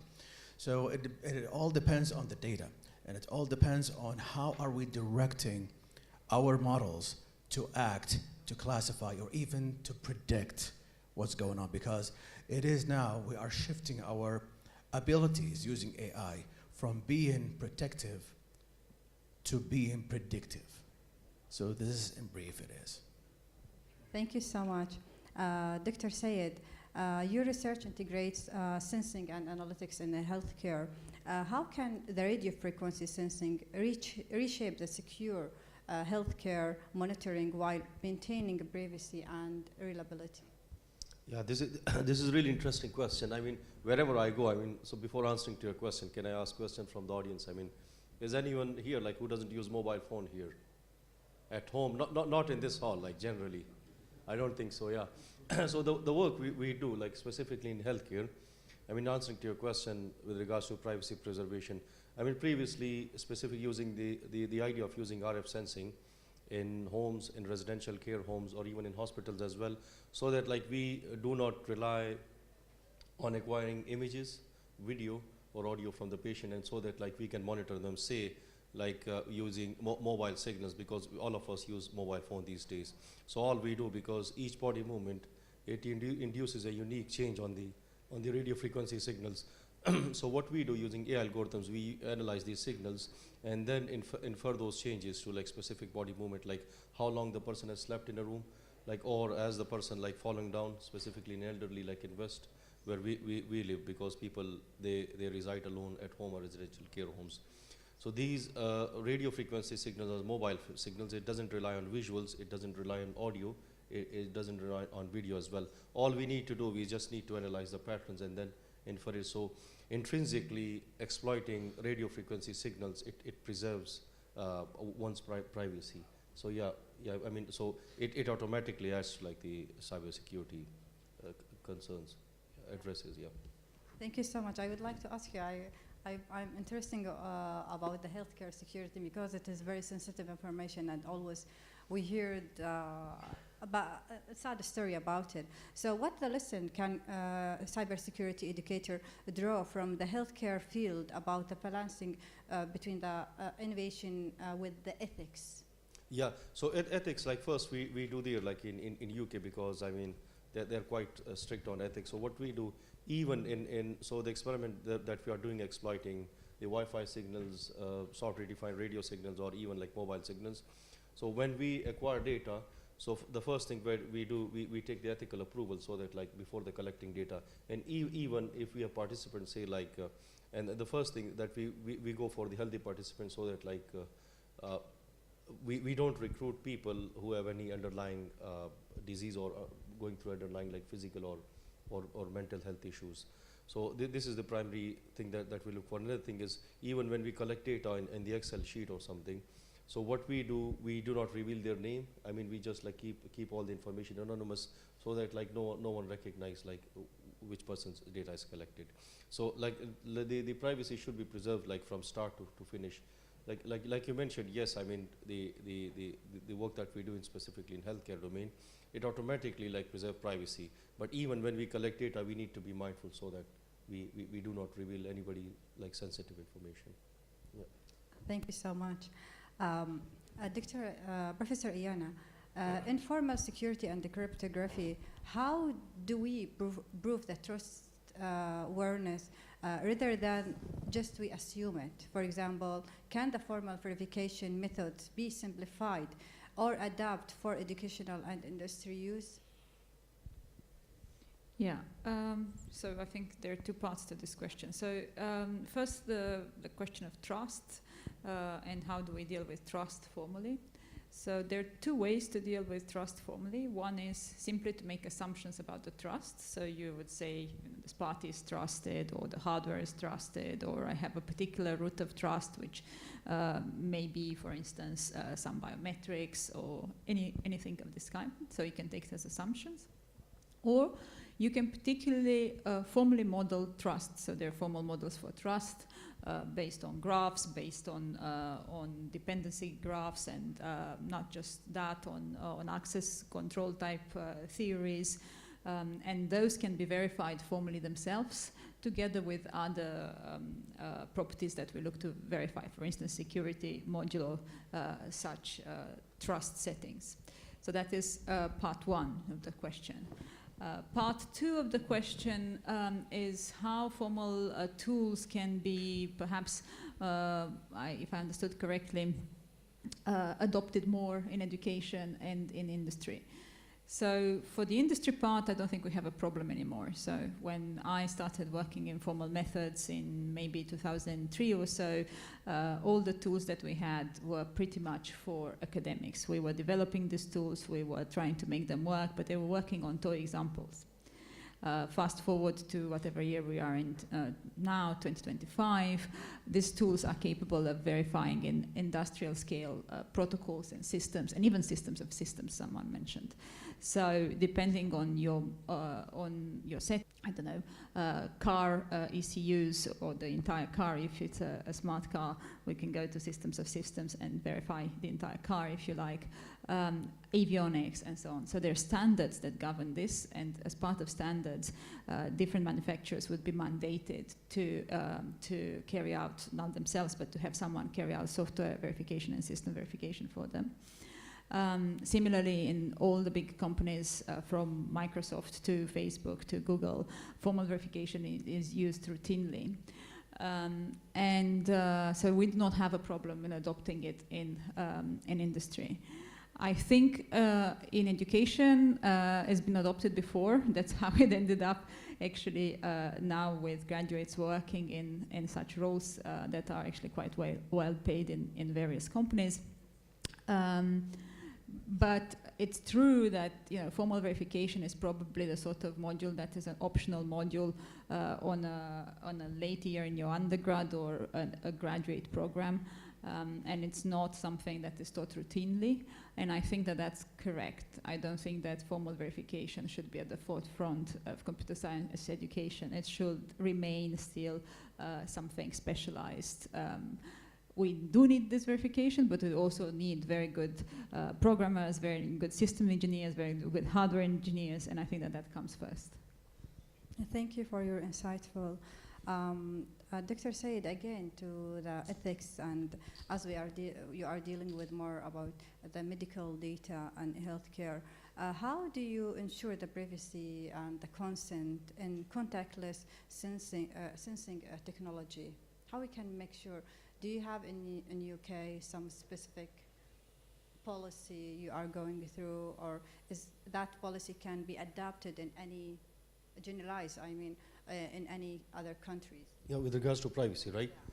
So like I mentioned, I mean, even undertaking any project, before the start of the project, the first thing we do is to apply for ethic approval. So what we put all the details, okay, like this is the project that we are going to do, that's the start point, that's the end point of the project. And in parallel to that, I mean, we explicitly mentioned these are the participants that we need to recruit. And then, like I mentioned before, we are not supposed to reveal the sensitive information with regards to, like, if they're going to any underlying disease or something. So this is something, I mean, even applying for the project, sometimes give details about the ethics. Okay, like if we are going to recruit humans, we are going to recruit animals, or if we are dealing with some human tissues or something. So these are quite sensitive topics. I mean, in UK, the challenge is, yes, one of the challenges is developing the technology, but in parallel, I mean, with technology, getting ethical approval, it's an exhausting process there. I mean, not saying you should, like, there has to be balance. I mean, you should implement the same rules there, because I mean, the bureaucratic and clerical procedure is quite so slow there. So there has to be balance. So you can also apply, like, ethical approval before, like, the project starts there, get ethical approval, but not to the extent where it slows down everything in UK. Yeah. So this is where, I mean, it can be implemented. But sometimes this ethical takes ages, and you have a start date for your project. So what do you do in this stage? I mean, what we do there, I mean, sometimes we rely on, so there are two ways to do it. I mean, when you're collecting data at your own institution, you need to wait for ethical approval. But in parallel, if your project partners, say like somewhere in Middle East or in Pakistan or in China, so their ethical approvals are quite, so if you have partners there in the project, I'm not saying if they're not there, so you shouldn't rely on them, but if they're partners there, ethical approval there is quite quick there. So this can be one of the efficient, and then ask them to collect data for you. And then, but still in UK, you need to, for public available data, we need ethical approval, but that's quite, like it's fast in comparison with the ones that you collect data by yourself. So this is one of the loopholes, I mean, one can exploit. Yeah, don't quote me on this in UK that we do. Yeah. Yeah. This sometimes won't work. I mean, it's a very good question. So, so for instance, certain clinical trials, I don't work in health particularly, but certain clinical trials cannot be run anywhere in Europe apart from Poland. So what do? Do you just work with someone from Poland? There are some barriers to ethical approval when it comes particularly to health, for instance, and research that is done in health. But I think this is for a reason, is for the reason of protecting privacy, protecting data, protecting efficacy of what we do, and should remain as it is. This is just my personal opinion. Yeah, I don't want to get into the details because everything is recorded and then I'll get in trouble there. Yeah, so I'll stop here, yeah. I mean, there are always an efficient way to, I mean, there's a rule book, right? But there is always flexibility, like moving between pages in a rule book. Yeah, so, I mean, I'm happy to give tips like off the record, but not on the record. Yeah, thank you. I'll stop here. We will have you later. Thank you, Dr. For your insightful. Dr. Fayed, Siraj, as we have our daily life, we have IoT system at homes, we have different tools. How can I make sure that this IoT system in my devices in my house is not encrypted or hacked, or how can I make sure my data won't be used in a different or in another reason? Okay. Regarding to the IoT system, there are actually different parties dealing with the IoT system. Think about smart city, smart home, smart grid. One of the actually party which is actually dealing with the IoT system in smart home is you, for instance, the user. Also, the vendor of the things in the IoT system, they could also collect data from these things. And also, it could be in a smart city that the governmental authorities, they collect also data. So we have different parties, and they dealing with this data, which could violate our privacy. So if you will ask me about best way of assuring privacy, you have, I think we have, the things have to be private by default, which means the default configuration for these things should assure the privacy. The second thing, private by law, which means the government has to put some rules which enforce the companies who produce these things to preserve the privacy of those people. And so this is of the things that we have to keep in, and also private by design, that the companies, they have to think about privacy before they produce the things, which will become a part of Internet of Things system. So they have to provide services with these things which actually will assure the privacy. One of the best, not the best, but one of the rules that I like it is the GDPR rule in United Europe, which actually enforce the producer of any application in the IT to consider the privacy in their system. And GDPR is one of the very good one. It's an abbreviation for General Protection, I think, General Data Protection Regulation, which is very, very good one, which is also not enforce the producer to actually to assure the privacy, but also it gives us as a user the ability to control our privacy as we wish, to share what we want to share or not to share something and so on. Besides, we have also to as a companies and the producer and all others, we have to follow the private standards, which is in ISO and NIST and so on. Yeah. Thank you so much for your answering this question in a very comprehensive way. I have a very hard question for Nasser. From industry, we are all from academia, and we believe that AI can be not accurate. Even if I have any tools, give me AI tools like 99% accuracy, I feel, oh no, there's something wrong. So we believe that there is kind of error. So from your perspective from industry, how can we make ensure the AI systems introduce, as we introduce bias or false assumption, what is the steps should the developer or a company from the industry take to ensure the ethics and transparency AI use in cybersecurity? That's a good question. Well, it starts and ends with the data. But still, as we all know, as far as AI is evolving, still it's not perfect. So we have to have like some kind of a supervision on top of that. So it's like having, you know, XAI, which is explainable AI. For example, if our AI detect such anomaly inside of a network or such threat from outside of the network or something like that, why explain to me, we're just teaching the AI, why are you, why did you just classify this as a threat? Or maybe you have detected some patterns of a behavior that's happening through the network. Are you trying to predict that? What is the possibility that it is not a threat from being a threat?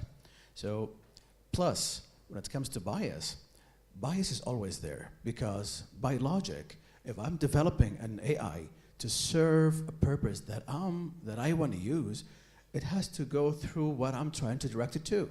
So bias is already there, but still, we need to try to generalize, because when it comes to cybersecurity, let's say they have trained my AI to detect, let's say 1,000 threats.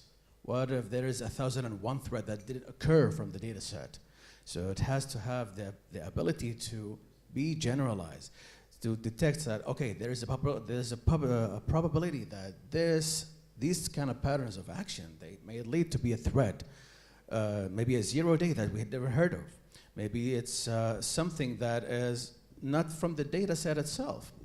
Plus, and that's what's more important that I see in from my own personal point of view, keeping the human in the loop.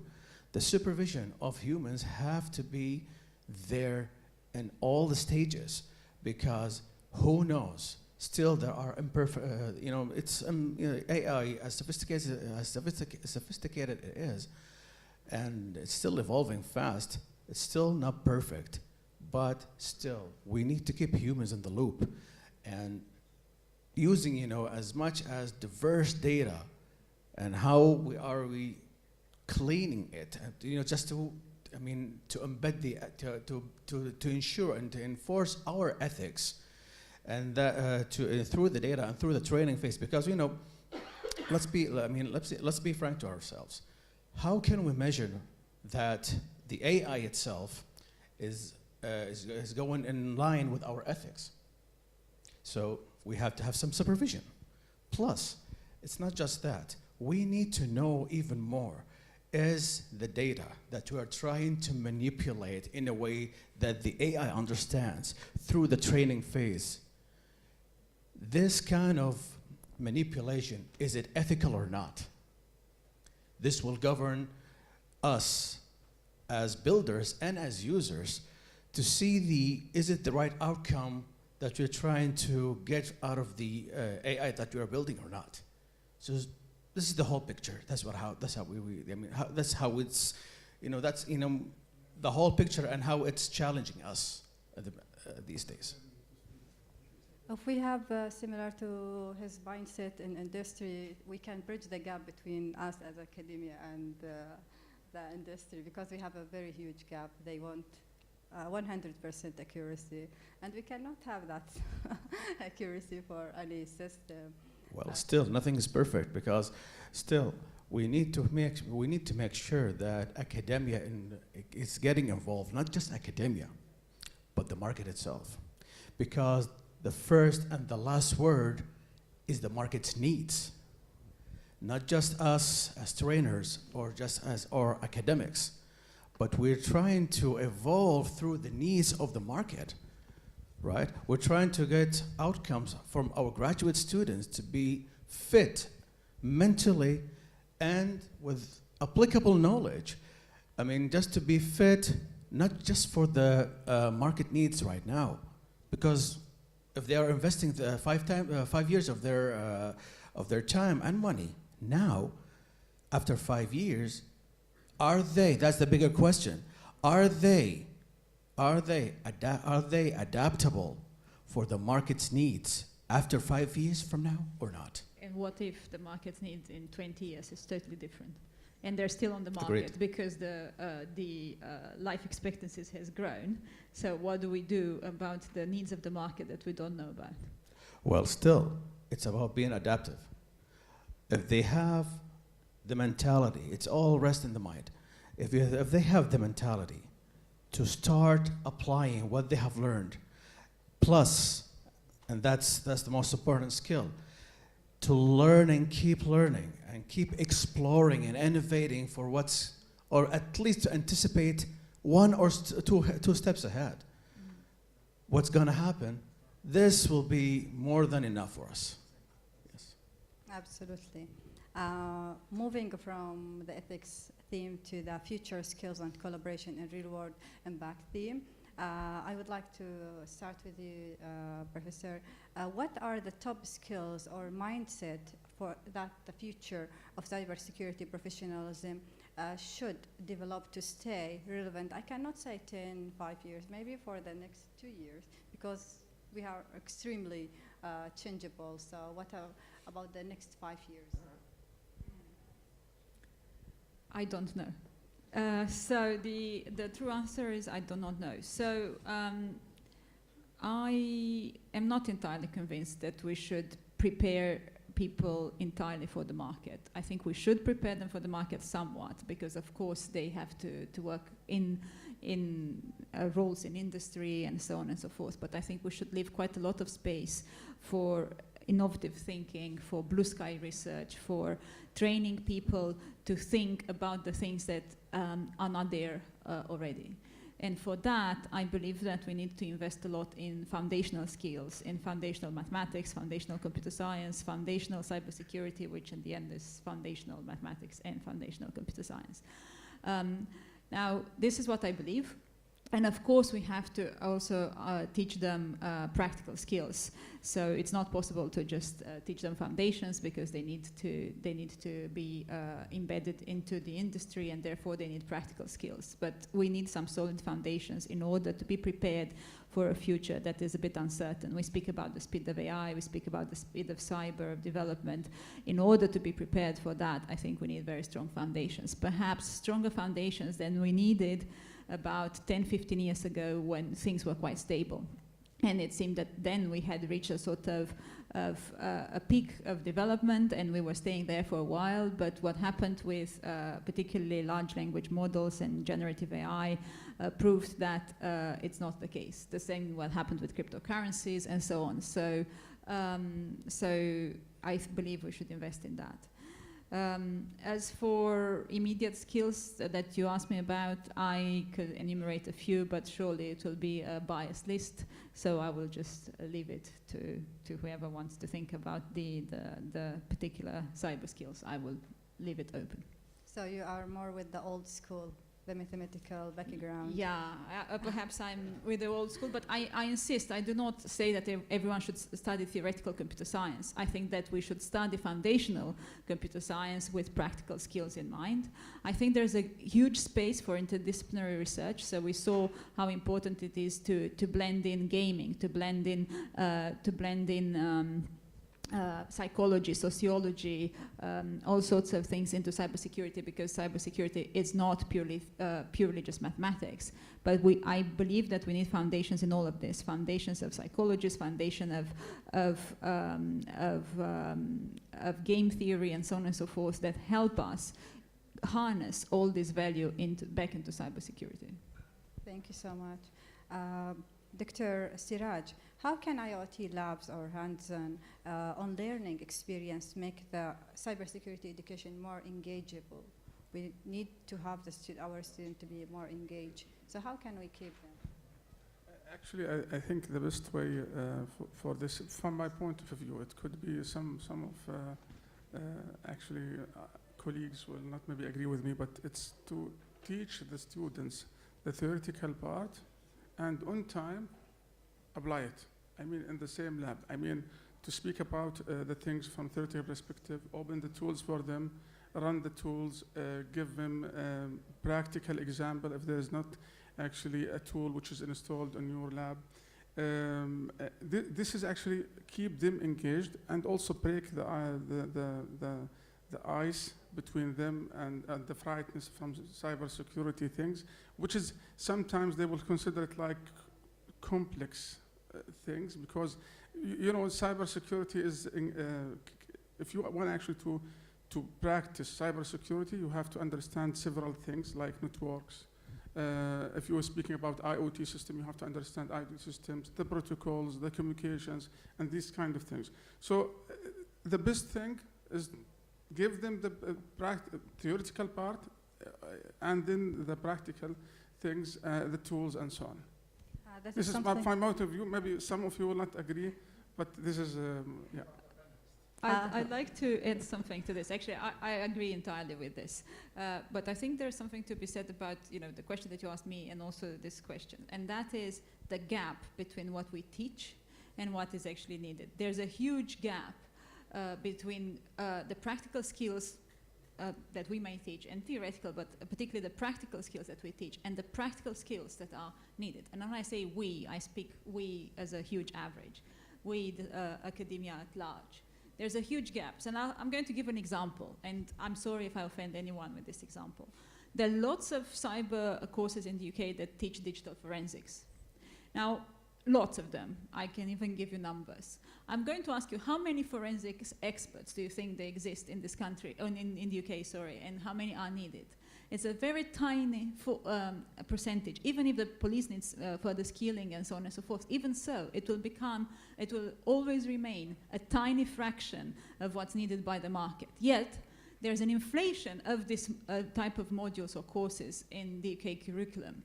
And whereas perhaps, I don't know, there's much more needed work on security of hardware or supply chain security, and the market shows that, but there are very few practical modules that would teach you that. So I think that the curve that the industry follows is very hard to be the same curve as industry, because they go at a different rate, but they're so far apart at the moment that we may well be teaching practical skills or theoretical skills or whichever type of skills, but the question is, are we teaching the skills that are needed? And I'm not speaking about AI, because the skills that are needed for AI is something that emerged overnight, so it's a bit difficult to be in sync with that. I'm speaking about other skills. It is a huge debate, and this is, I think, it is a global issue for the education when we are teaching something, especially in this subject. It's very extremely changeable, and even to update the curriculum is very hard, because I need to go through policies, standard to follow once I want to change something. But this is something maybe we are keeping for the leadership, how to make our curriculum more flexible and to be adaptable with what we have learned, what we have in the current market, and we don't need to keep the same theoretical part but we have, as you have mentioned, the basic thing, the mathematical, we have basic foundation, and plus to that we need to update our curriculum based on what we have in the market to let our students to be adaptable. Okay, I wanted to add something. Maybe sometimes we will not be able to give the students, we don't have the time even if to work on a tool or something like this. But we could give at least a practical example for them. I mean, when we explain the theoretical part, examples will also at least make them a little bit near to what is going on in the market. So the more example that we have, I think the more we will engage them somehow later on with the market, yes. And this is something we believe at KCST. We always try our student to be involved. Even with this conference, we involve and invite our student to do, even they are undergrad, they know about the research, they know some of the students to write a paper, they know what is a new innovation. So this is something we believe here at KCST. A question for you, Dr. Regarding you are leading a large interdisciplinary research team from different disciplines, especially from the medical. What makes a successful cross-domain collaboration that delivers both academic excellence and the practical outcomes? Yeah, so what we do in Research Center for Intelligent Healthcare, so I mean, although I mean the name is Intelligent Healthcare, but we have people from, so we have AI experts, and then, so I'm from engineering background, we have computer scientists there, so there's a closed loop there. And then we have people from clinical background as in hospitals. So they're professors, I mean, they part-time, they work in our center, and part-time there is in a hospital, they call it University of, USCW, University Coventry, Warwickshire Hospital there. I'm sure you have been there, right? You don't want to be there, but you might have been there.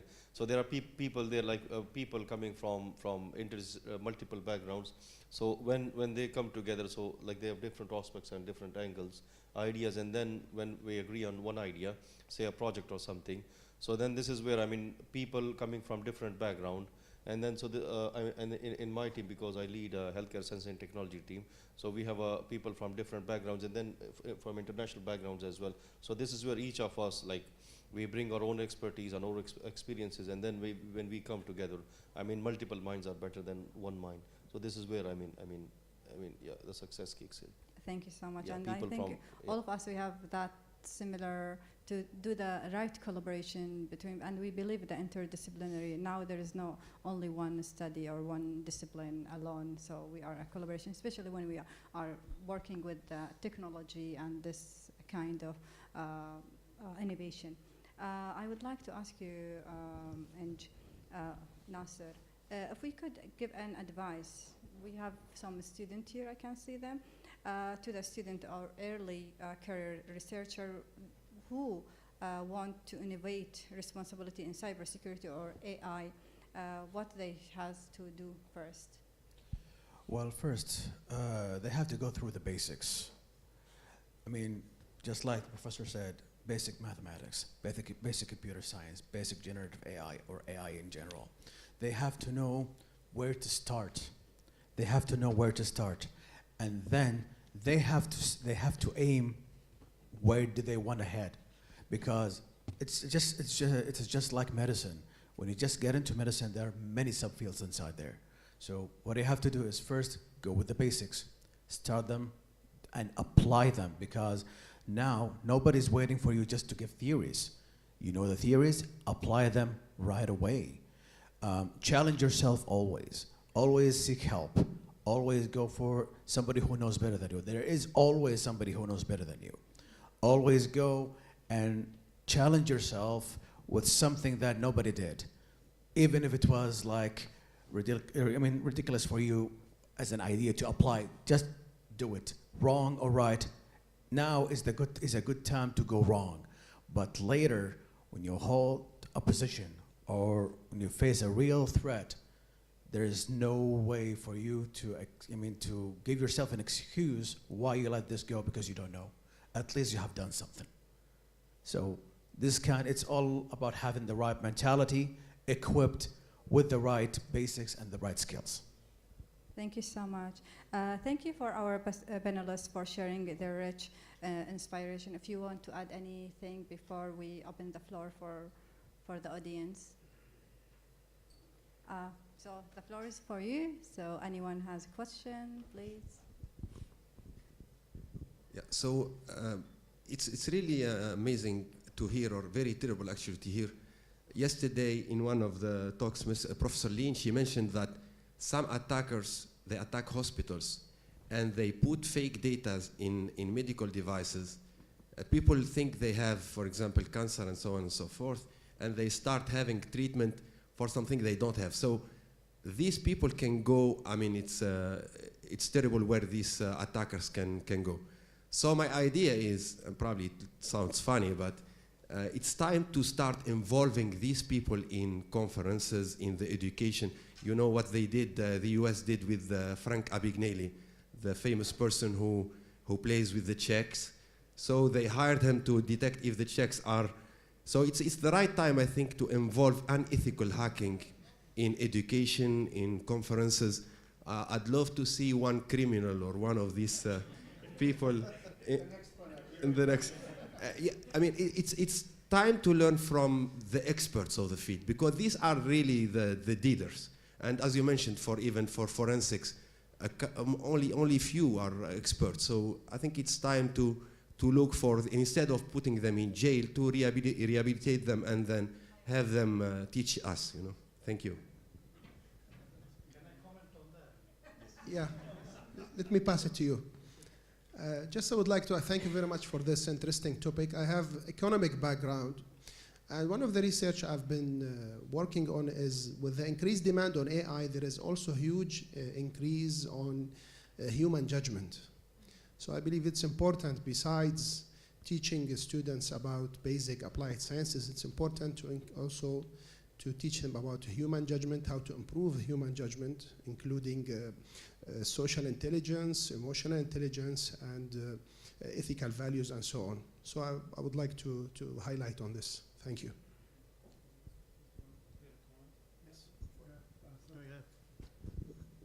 I think Bill Gates once said, don't bring them out, let them hide behind, because they will be very innovative, and Microsoft learns by them attacking their system. The minute they become like professor, they openly talk, then everybody knows how they do it.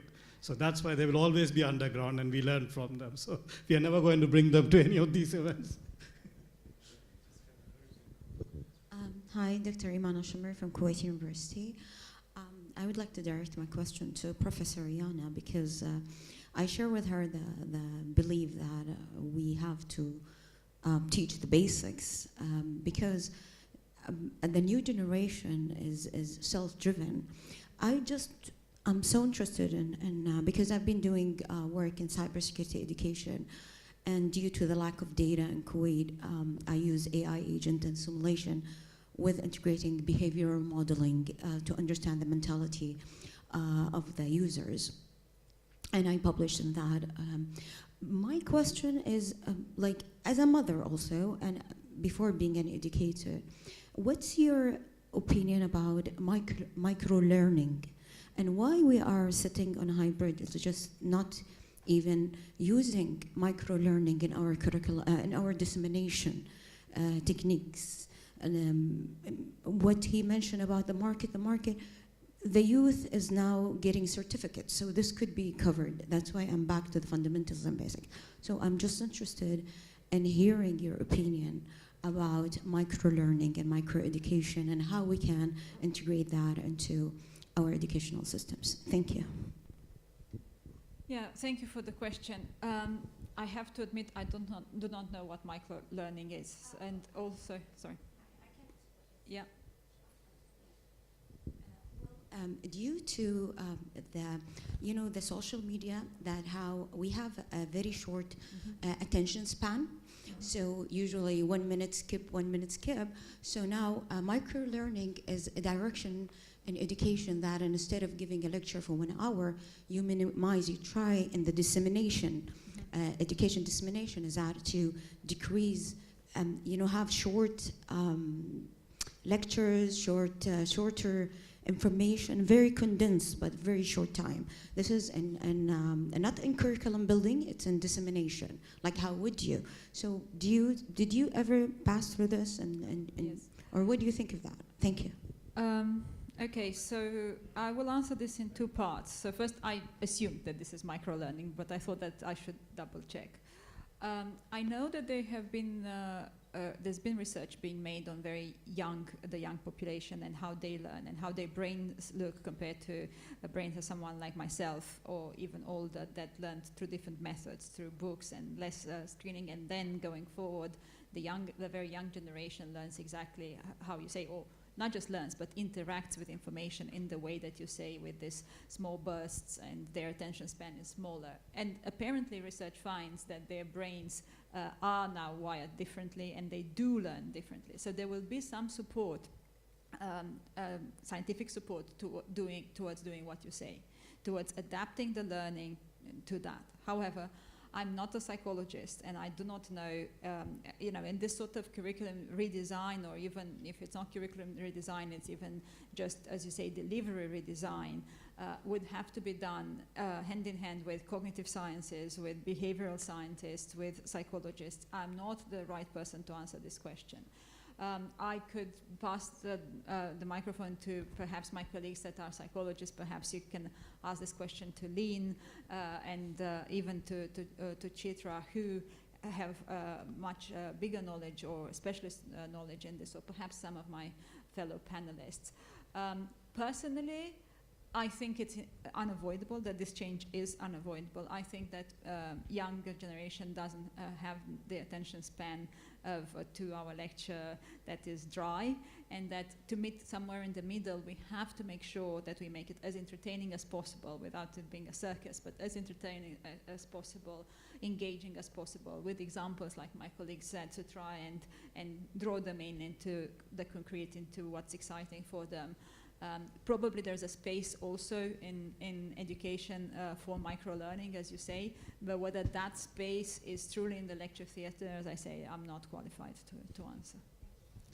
I'm sorry, can I comment on this? It's a dilemma that universities live in. It's about what should we just teach the traditional way of not way of teaching. The way of teaching can evolve, but what we teach as a whole. So what you said before is about the structure of the layers of kind of curriculum that we build with 50% should be about the fundamentals, about building a knowledge that can be adapted to whatever markets need. And then there will be specialization, and the cream on the top may be that tailored to a certain market, certain subject, or certain. I was asked a question by a big employer in Kuwait, and it was not a question, for accusation. Your graduates are not fit for a market. We have to train them and 6 months and so on. And a question to this person from important sector said, would you take all my graduates? If you take all my graduates to employ them, I will tailor my teaching to your area and make sure that from day one that they work for you, whether it's banking or it's oil sector. He said no. So then that's the point. I have to give them the basic knowledge to be adaptable, to be working in any direction. The other pressure that universities are in is this accreditation, international accreditation. They follow certain structures. I can go for this kind of TikTok teaching, but then I will lose all accreditations in the world. So it can be part of what we do. So this can be part of it, but we have to maintain the integrity of university teaching that has been there from Oxford, Cambridge time, evolving, but maintaining integrity of the education system to make sure we have graduates that can be adaptable by having the right basics. So I agree with what you said before, that yes, while we are jumping after different market trends, employers, things, we need to keep in mind always that they have to have the basic knowledge, the maths, the physics, the whatever needed. They can build on that. The right foundation has to be there.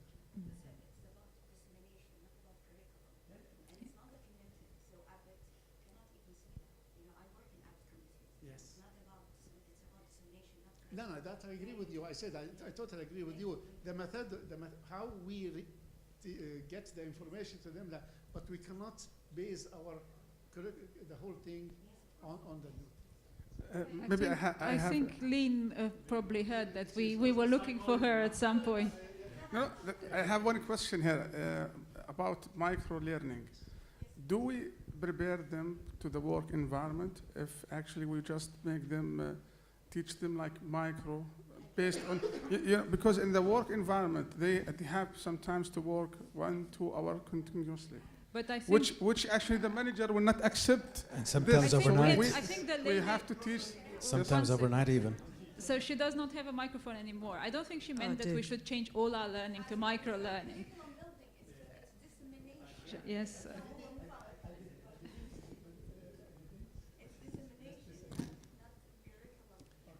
I think we're going to have to draw this. I'd like to speak to you about it because I can, yeah.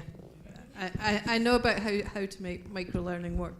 But I'd like to thank the panelists for a really thought-provoking panel and including the audience. We've had some fun. And could I invite the President to give some recognition to those who have not received it previously.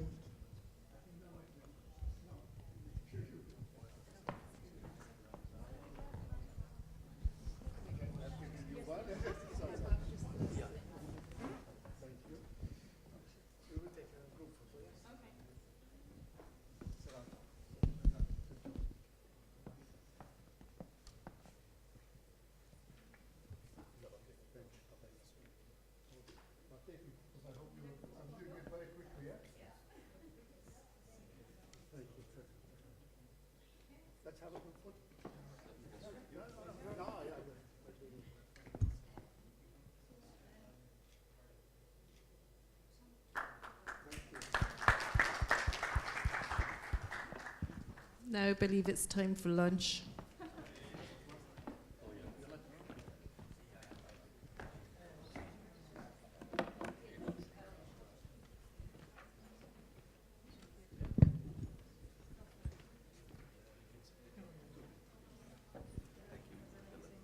Hello everyone, so the lunch is for 1 hour.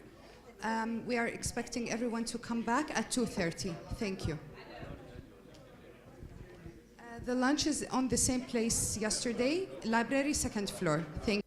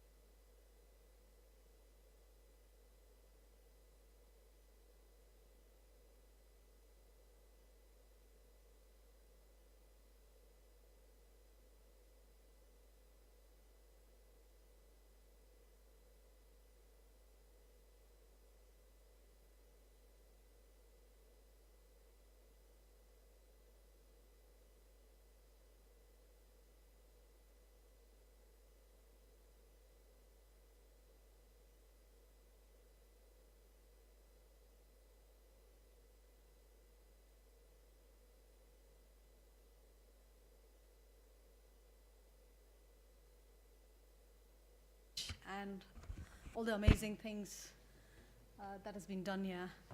So the final session of the conference, it's the Security by Design, Education, Verification, and Defense. It's an online-only presentation. All the authors in this session are presenting it online. I'm not sure if the authors are going to be available. I don't have that information, but we'll go by each one of them. I don't know if the authors are going to be available at the end of their presentation to answer any questions. The first presentation, again, I don't know who exactly is going to be the presenter, is on the methodology for designing and developing a cybersecurity curriculum for secondary schools. I'm going to mention the first author, presuming that they will be the presenter. Maha Fahad Alatoibi. I don't know if they're the presenter.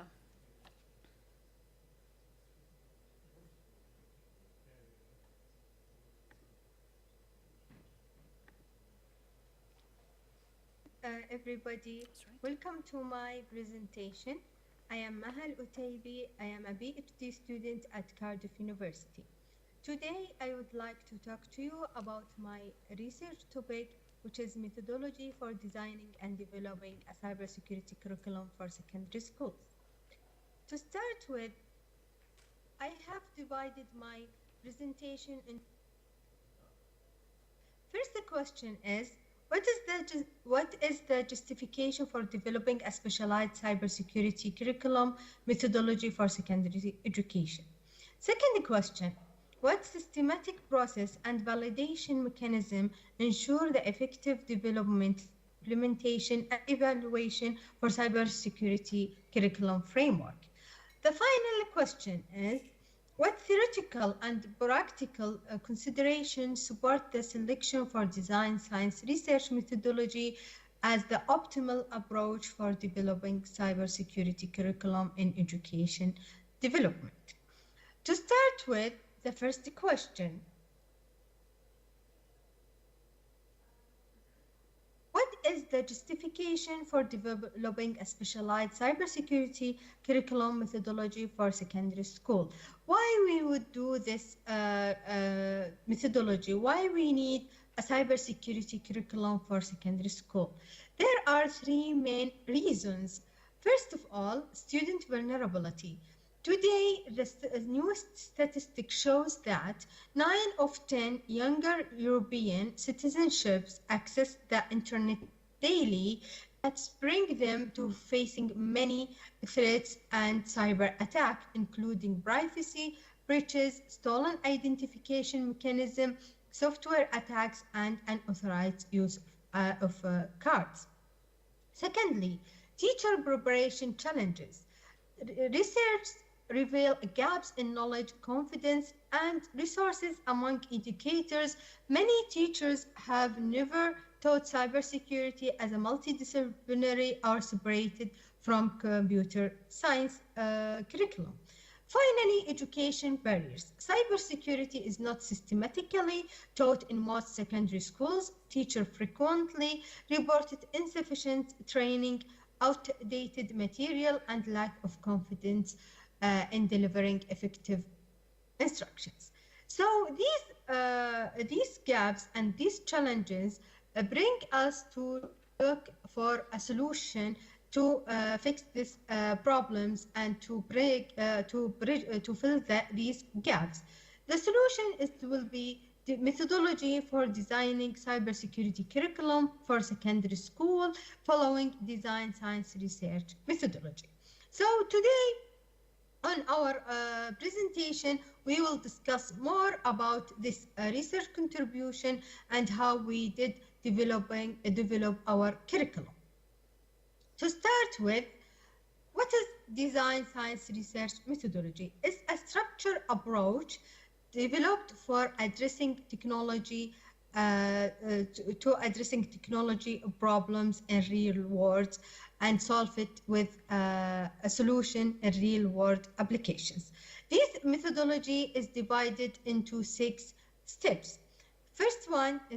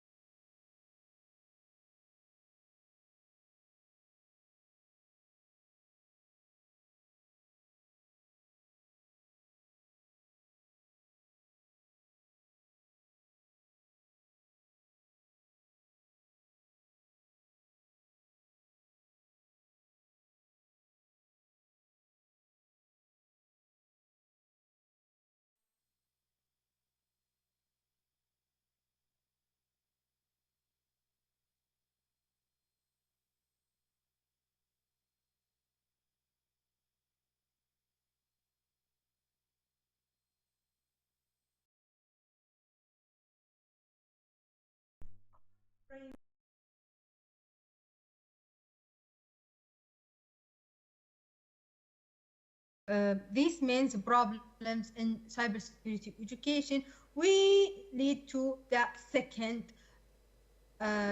steps, which is identification of objectives.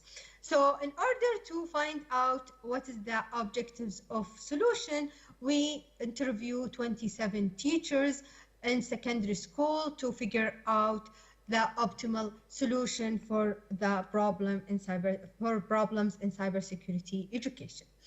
So the research finds out that the teachers struggles with four main challenges.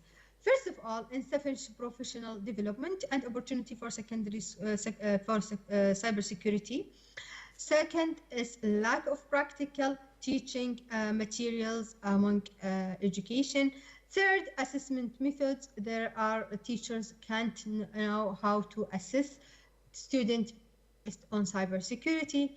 Finally, a technical insufficient teacher find out that they are struggle and they are low and confident in teaching technical topics. So step 3 is designing and developing cybersecurity knowledge area content.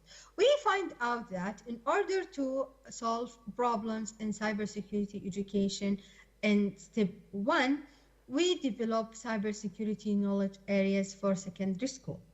The curriculum is divided into 5 categories.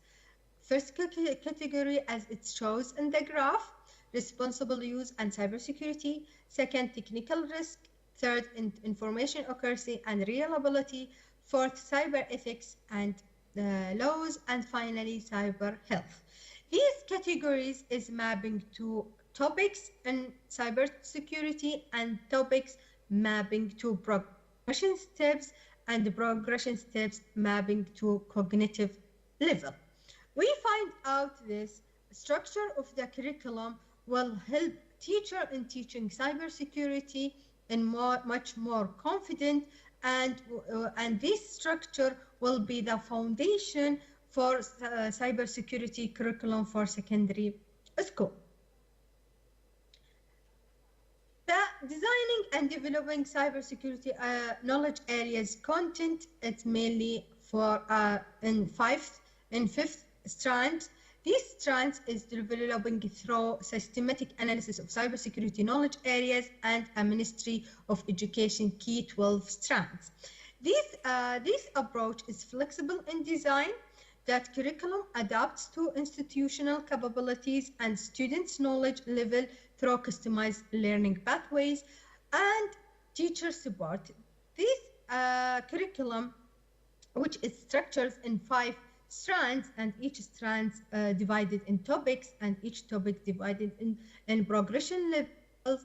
This will support teacher and solve the problems in the interviews for 27 teachers that will help them to address their challenges and address their problems in cybersecurity topics. Step 4, demonstration implementation framework. That's lead us in just not this, the curriculum is handout, it will be developing as a technology-based website. Teacher can use our website tool to generate and create their own topics based on students' level of knowledge, and then create as topics for cybersecurity, and they customize it and aligning with cyborg and aligning with cognitive levels and aligning with their skills for cybersecurity. This website will it's adaptable, and teacher can customize it and create their learning pathway for each of their classes. So at the end, the proposed cybersecurity curriculum demonstrates its effectiveness in addressing the gaps in step 1 and provide solution in step 2.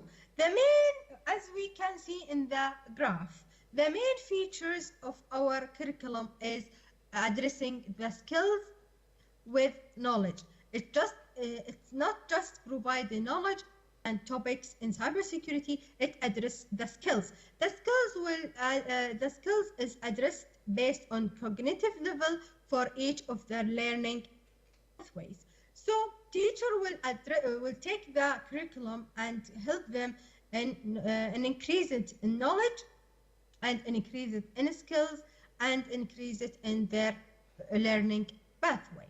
So these are the main features in our curriculum for cybersecurity for secondary school.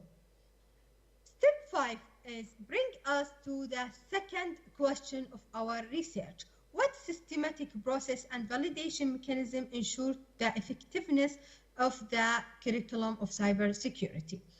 We have multi-phased framework evaluation. First of all, we used a curriculum framework validation.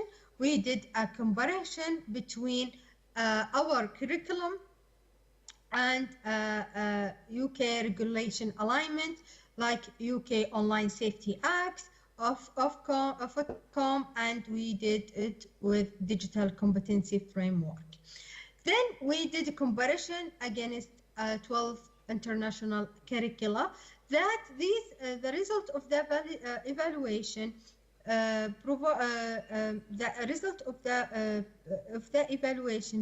provide us the results of our curriculum is addressing much more addressing the gaps and problems in cybersecurity education. Second approach, we are going to meet teacher individually in person we are going to run focus group to make it sure that our curriculum and the website it will effective and can use it by teacher in real world.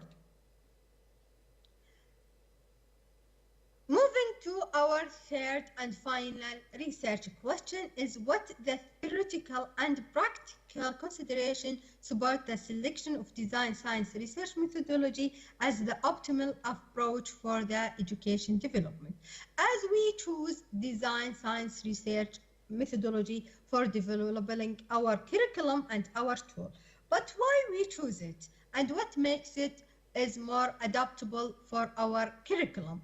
We did a comparison between popular 6 methodology for curriculum creation, and they are, as you can see on this table, they are, we make it a most standard criteria for academic. And these criteria, you can see the validation criteria is aligned with design science research methodology, that this one and address the essential need for developing cybersecurity curriculum education for a systematic rigor, flexibility, validation, adaptability for cybersecurity education. So the comparison between design science research and among other methodology.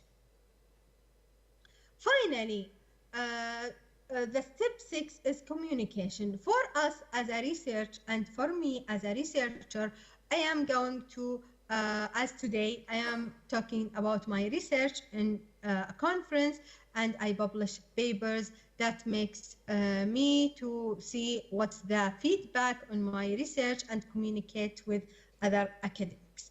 So that brings us at the end of my presentation. What the future work and makes our curriculum is effective and it will be significantly address the gaps, because global selectability, potential with customized framework adapted to drivers' education content. Secondly, it's addressing cybersecurity education gaps and building foundation for future cybersecurity workforce. Finally, it's systemized effort from all education stakeholders to fully resolve existing cybersecurity education deficits. To conclude with, We talked about three main research questions, and I would like to conclude with the key contribution of our research. First of all, develop a structured methodology for cybersecurity curriculum design in secondary school. Secondly, create an adaptive implementation framework, support virus resources, levels, and secondary content. Third, develop a web-based tool, enable educators to generate appropriate cybersecurity topic through algorithm map. To end with, I would like to finish my presentation with my favorite quote by Lubna Al-Ulayan. She said that when you give knowledge to a child, no one will take it from them. So this is my presentation. Thank you for joining it. Thank you, and I am happy to have any questions.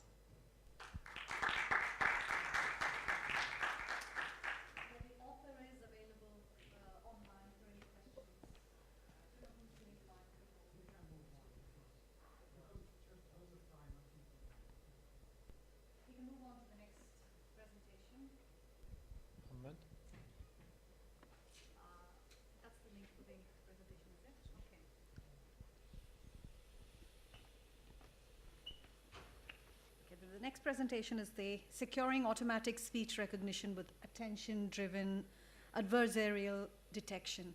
And the presenter is Muhammad Ziaur Rahman. Yeah.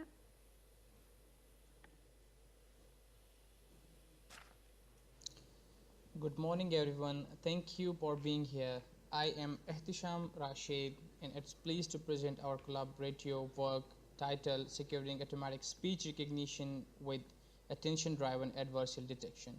This research was carried out with Muhammad Ziaur Rahman and Dr. Murad Khan.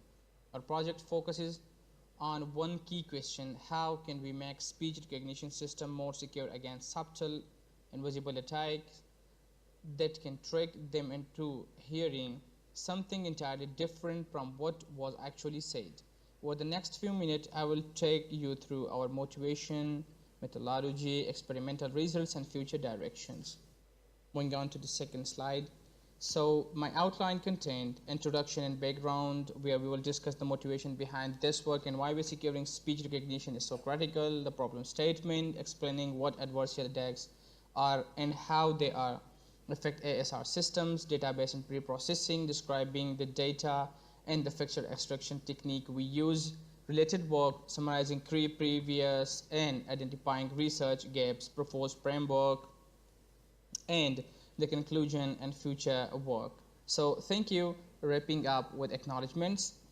Let me go to the next slide. So here, an introduction and background. So automatic speech recognition, or ASR, has seen huge progress in recent years, achieving near human accuracy in many applications, from Siri to Alexa to automotive voice control. It's everywhere, but there's a major security flaw. The system can be fooled by adversarial perturbations. An adversarial example is a slightly modified version of an audio file that sounds identical to human but cause the ASR systems to misinterpret what's being said. Imagine someone playing the version of "Open the Door" that the machine understands as "delete all files." To a human, both sound are same, but to the system, the command is completely different.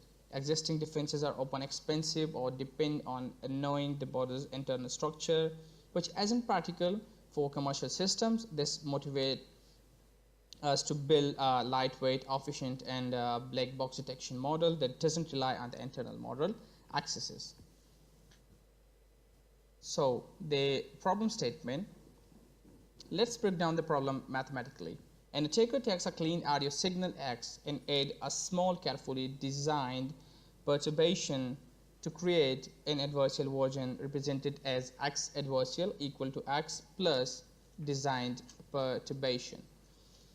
We called it adversarial perturbation. This tiny addition is bound by a constraint, usually in an infinity norm, keeping the imperceptible to human listeners, yet it forced the ASR system to misclassify the audio, or execute a wrong command.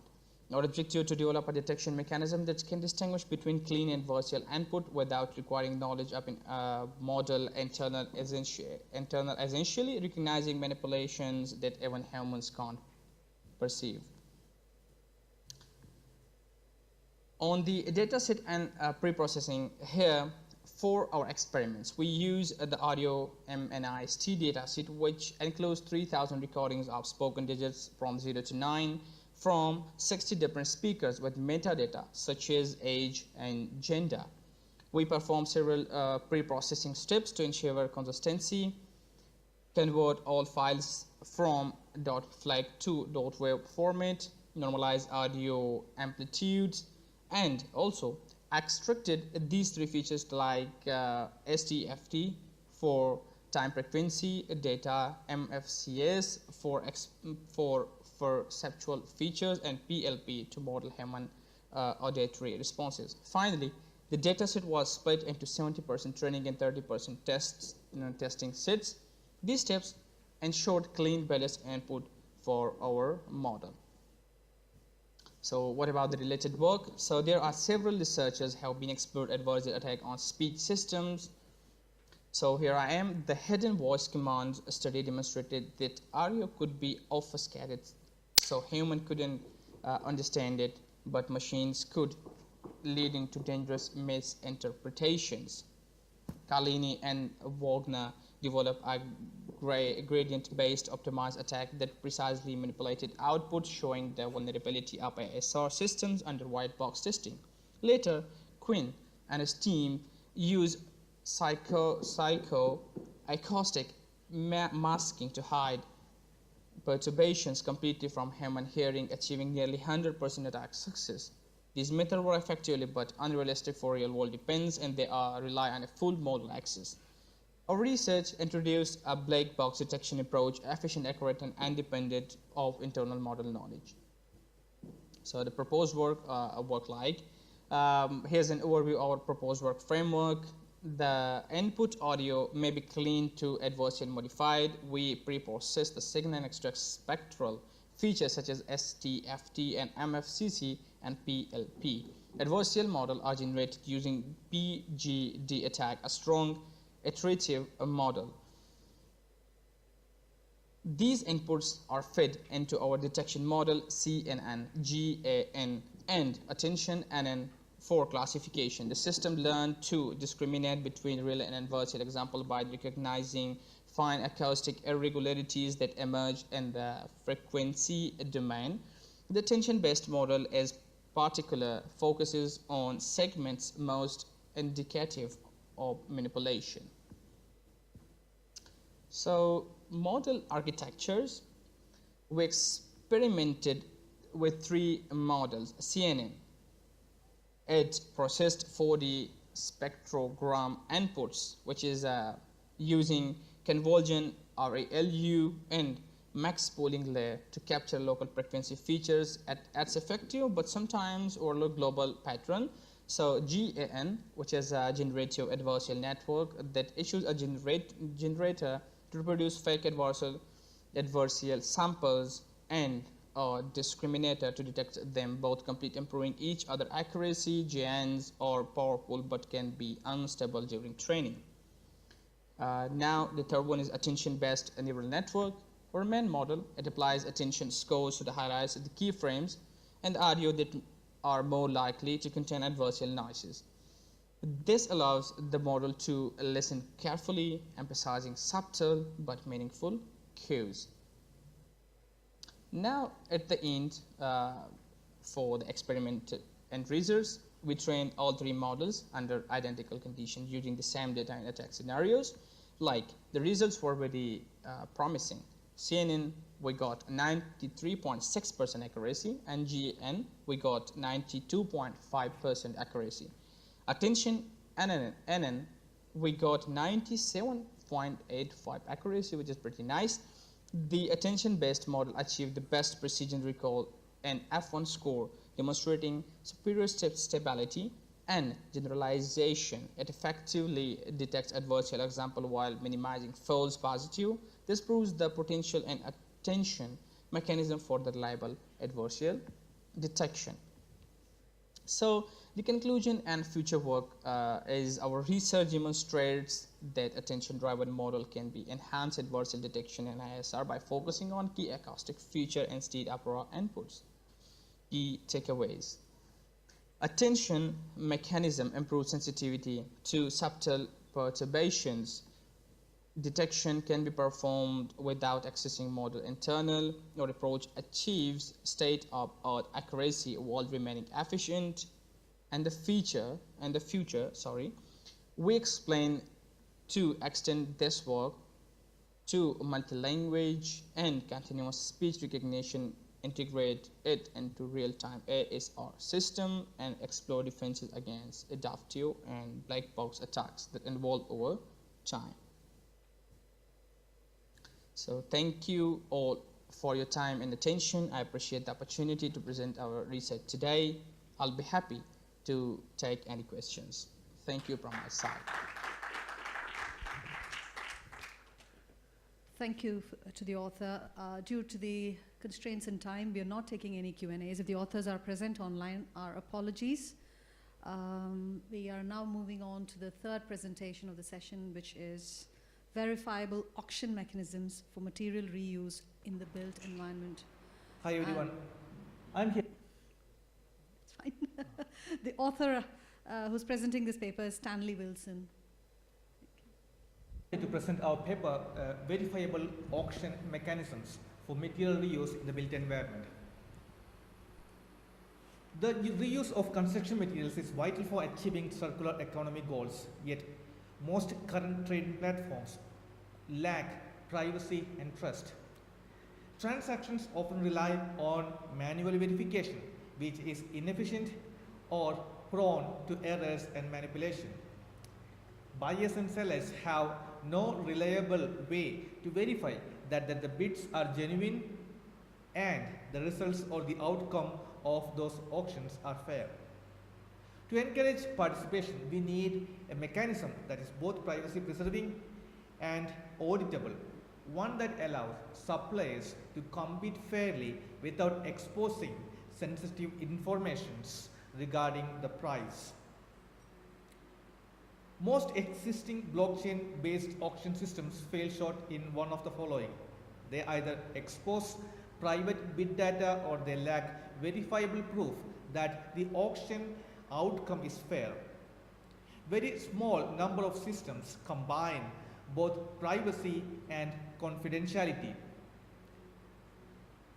Our objective of this work is to design a verifiable sealed reverse auction framework that preserves bid confidentiality using encryption and zero knowledge proofs, that anchors proofs of correctness on chain, and enhances trust and auditability in material reuse transactions. What is meant by sealed and reverse auction? Sealed bid auction means that the bids remain hidden until the deadline to preserve privacy. In forward auction, sellers are the auctioneers and buyers place competing bids, whereas we use reverse auction where buyers make a request for specific product and sellers make offer against each other. So our contribution of this work remain in three ways. First, we introduce a hybrid on-chain and off-chain auction architecture that integrates IPFS, Merkle tree commits for data integrity, and zero knowledge proofs for verifiability. Second, we implement this framework on Polkadot blockchain platform using DOT16 for zero knowledge proof protocol and demonstrate a working sealed reverse auction. We also conduct empirical evaluations to show that our system achieves practical latency while maintaining verifiable fairness. Together this, we demonstrate that privacy preserving verifiable auctions are feasible for the construction environment. For the design, our design principle based on two things, that is balancing privacy, which is keeping sensitive information off chain, and secondly verifiability, that is verifiable states are available on chain. So the system generates zero knowledge proofs, and then which is then stored on the database and the IPFS, and the metadata is further stored on the blockchain.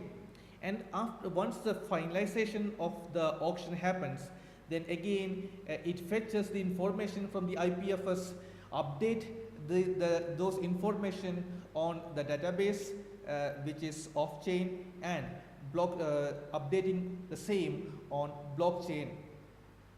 So we use IPFS to store the bits to make sure that we are not using more space, but at the same time space on the blockchain, but at the same time brings decentralization and immutability.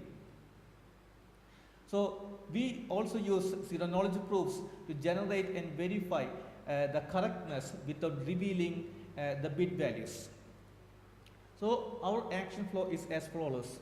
The buyers create an auction, save that information on the database, and then save their metadata, those metadata on the blockchain. When sellers see this, that there is a bid for certain number of products of a specific material or specific product, they apply for that auction, and the sellers, depending on the offer or the details which the sellers provide through IPFS, they can either approve or reject the bids. So when they approve the bid, then they can upload how much of the products they are having, and add the how much of the materials they have, how much they want to charge for that one. Let's say if I place a bid, the buyer wants something for a value of 200, then the sellers cannot place the bids more than 200. They should always bring something below that one.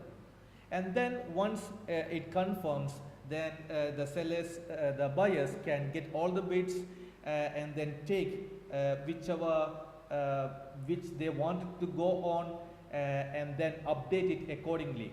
So that in the reverse sealed auction, buyers have the advantage.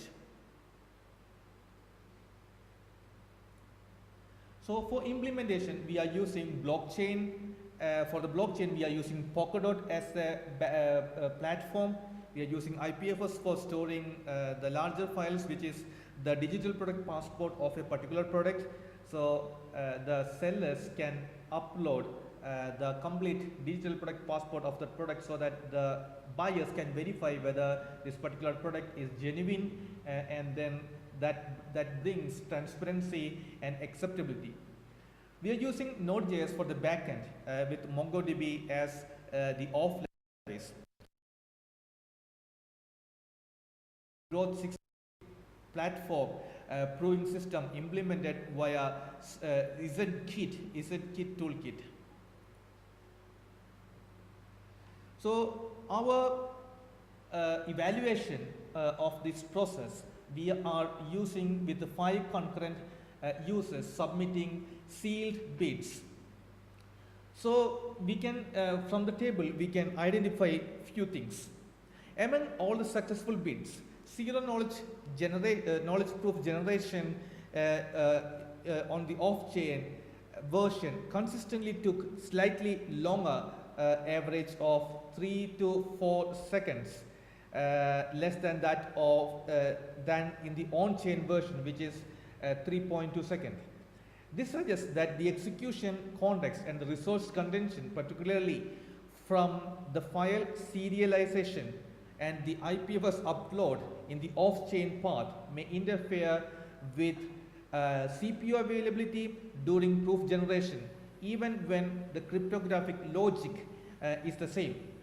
We also notice that without zero knowledge step, both methods exhibit a comparable submission time, which is around 300 to 400 milliseconds, suggesting that the code performance is though the code performance is similar, and the dominant factor is the proof generation under various loads.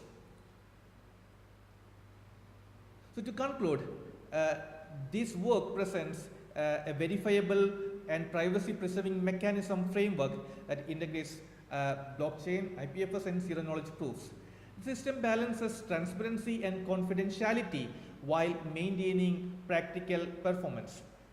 But we also noticed that the system that we have developed, there are limitations. That is, the single-threaded backend limited the concurrency, which led to which led to file input-output collisions during parallel proof generations, which restricts our number of parallel bits to 5. As we see in the previous slide, we have used only 5 concurrent users due to this limitation. We plan to we also plan to for the future works we try to optimize zero knowledge generation through parallelization and batching, expanding the model to support multi-attribute auctions such as sustainability scores or provenance, and test the framework under realistic and high load conditions. We have a YouTube link we have here at the end of this presentation, which will provide a demo of our system that we have developed. Those who are interested, you can watch the complete video, which will give idea about the processes of our auction. Thank you.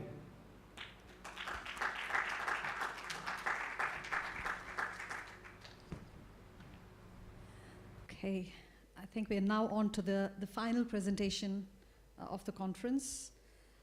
It's titled Attention-Guided SAT Solver Approach for Robust Adversarial Defense in Machine Learning, and the author is Muhammad Zia Rahman. Good morning, everyone. I am Muhammad Zia Rahman, and today I will presenting our research title Attention-Guided SAT Solver Approach for Robust Adversarial Defense in Machine Learning. This work was carried out with Dr. Murad Khan and presented at the CRC 2025. Our research focus on improving the resilience of deep learning model against adversarial attacks using a hybrid attention mechanism and SAT solver. So going through the outline, first I will go through introduction and motivation and technical background behind this work, and like methodology, implementation, model evaluation, and we will go through conclusion at the end of this presentation. So starting with the introduction, the deep neural networks have shown remarkable performance across many domains, but they remain still like vulnerable to adversarial examples, like if small or often invisible perturbation that cause misclassification. So this vulnerability raises concerns in safety critical areas like autonomous vehicle and security system. So our hybrid framework is integration of attention guided like SAT solver, and that systematically identifies and corrects such vulnerabilities and improving model robustness with compromising performance. So the next is like constraints formulation, so and outcome and its application. So in this slide actually we focus on how constraints are formulated in our system. So the SAT solver ensures that generated perturbation remains small and realistic while still altering model predictions. So this produces optimized adversarial example like that can be exposed model weaknesses without degrading the visual quality. So these examples are actually used, its application of this work is like used in systematic robustness evaluation and strengthening model resilience against adversarial attacks. So next I will go through the overview of SAT solver. Actually, SAT solver is an algorithm that is like determine whether the Boolean formula like a formula can be satisfied or like not. So it is capable of solving large scale problems with million of variables and has application in software verification like AI and optimization. So modern solver they use techniques like we call it CDCL, that is conflict driven class learning and management for scalability. We use this thing, and recently machine learning has been integrated into SAT solver to enhance their efficiency and decision making. So, and discussing the motivation and technical background, we illustrate why adversarial robustness is such a critical issue in a pictorial view. So if you check the picture, even a small like perturbation or a small minor change in an image, it is imperceptible for human but can completely mislead a deep neural network. Like little addition of things like minor changes, so it was dark when we add little noise in the center, so it shows like it is ostrich, so it's totally prediction are totally like wrong. In the example other that is shown is here, so subtle variation cause significant classification error in that highlight the need of reliable defense mechanism that can detect and mitigate such manipulation in real world applications. So second example is like an example that is showing the self-driving car behavior that incorrectly decided to turn right and crashes into this guard. So this is the motivation behind this work. So going through the methodology, our methodology actually start with the pre-trained model and labeled input images. So the goal is to generate a mask that changes the model's output intentionally. So we use the attention mechanism to focus on the most influential region, and so we can check the Boolean constraint for the SAT solver. Then solver identifies perturbation that leads to misclassification, so which we later use for adversarial training. So implementation of this work is to evaluate our approach. We conducted 2 experiments. One first experiment is we can call it demonstration or experiment. So first is we use the Cipher 10 dataset to demonstrate proof of concept and generate adversarial examples.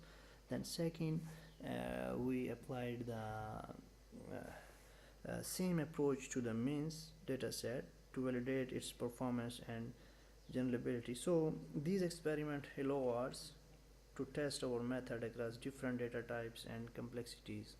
So we divided 2 classes, class 0 and class 1, and all their perturbation including in it. So next one is attention based model. So these slides actually summarize the full algorithm for workflow. First we will initialize the model parameters and compute attention weights to identify key feature in the input. So Boolean constraints ensure that perturbation are small but effective. So SAT solver that computes optimal perturbation which are added to the training data through iterative adversarial through iterative adversarial training, the model gradually become more resistant to attack. So first we will give input image, then there will be SAT solver and attention mechanism, then going through the adversarial perturbation we add, then they show like these are adversarial samples that we use for training the data model. So model evaluation, if we go through model evaluation, our results shows a clear improvement in model robustness and stability. The proposed approach achieved an accuracy of 98.75 as with an and 97.39 precision. Recall rate is 96.56 and F1 score is 98.05 respectively. So this image shows, like, illustrate how our system can generate precise adversarial example that expose weakness without major distortion. These results confirm that integrating attention with set solver leads to stronger and more reliable models. So if we check, we give the given input is 87 and mask, like a model input plus mask, we add the perturbation. So the label, that is predicted label, is 1 and target label was 0. Like after encoding model, we provide a point 8 and 7 and our program can confidently find an adversarial example in this given input. So same like the original image that is on top, that was labeled as a 5, but after applying a mask that is here at bottom, the model predicted it as a 3. So these are the results and model evaluation. So conclusion of this work is the attention guided set solver actually significantly improved the resistance of deep neural networks to adversarial attacks. So by combining logical reasoning with attention based focus, it generates efficient and interpretable perturbations, and we tested means and cipher, and that shows consistent improvement over baseline method. So overall, this approach is a meaningful step for more secure and trustworthy AI systems and real world applications. So this is the end of my presentation, and thank you for here being with me, and I will conclude my presentation here, and I would be happy to take any question or discuss the related future work to secure and robust AI system. Thank you and have a nice day.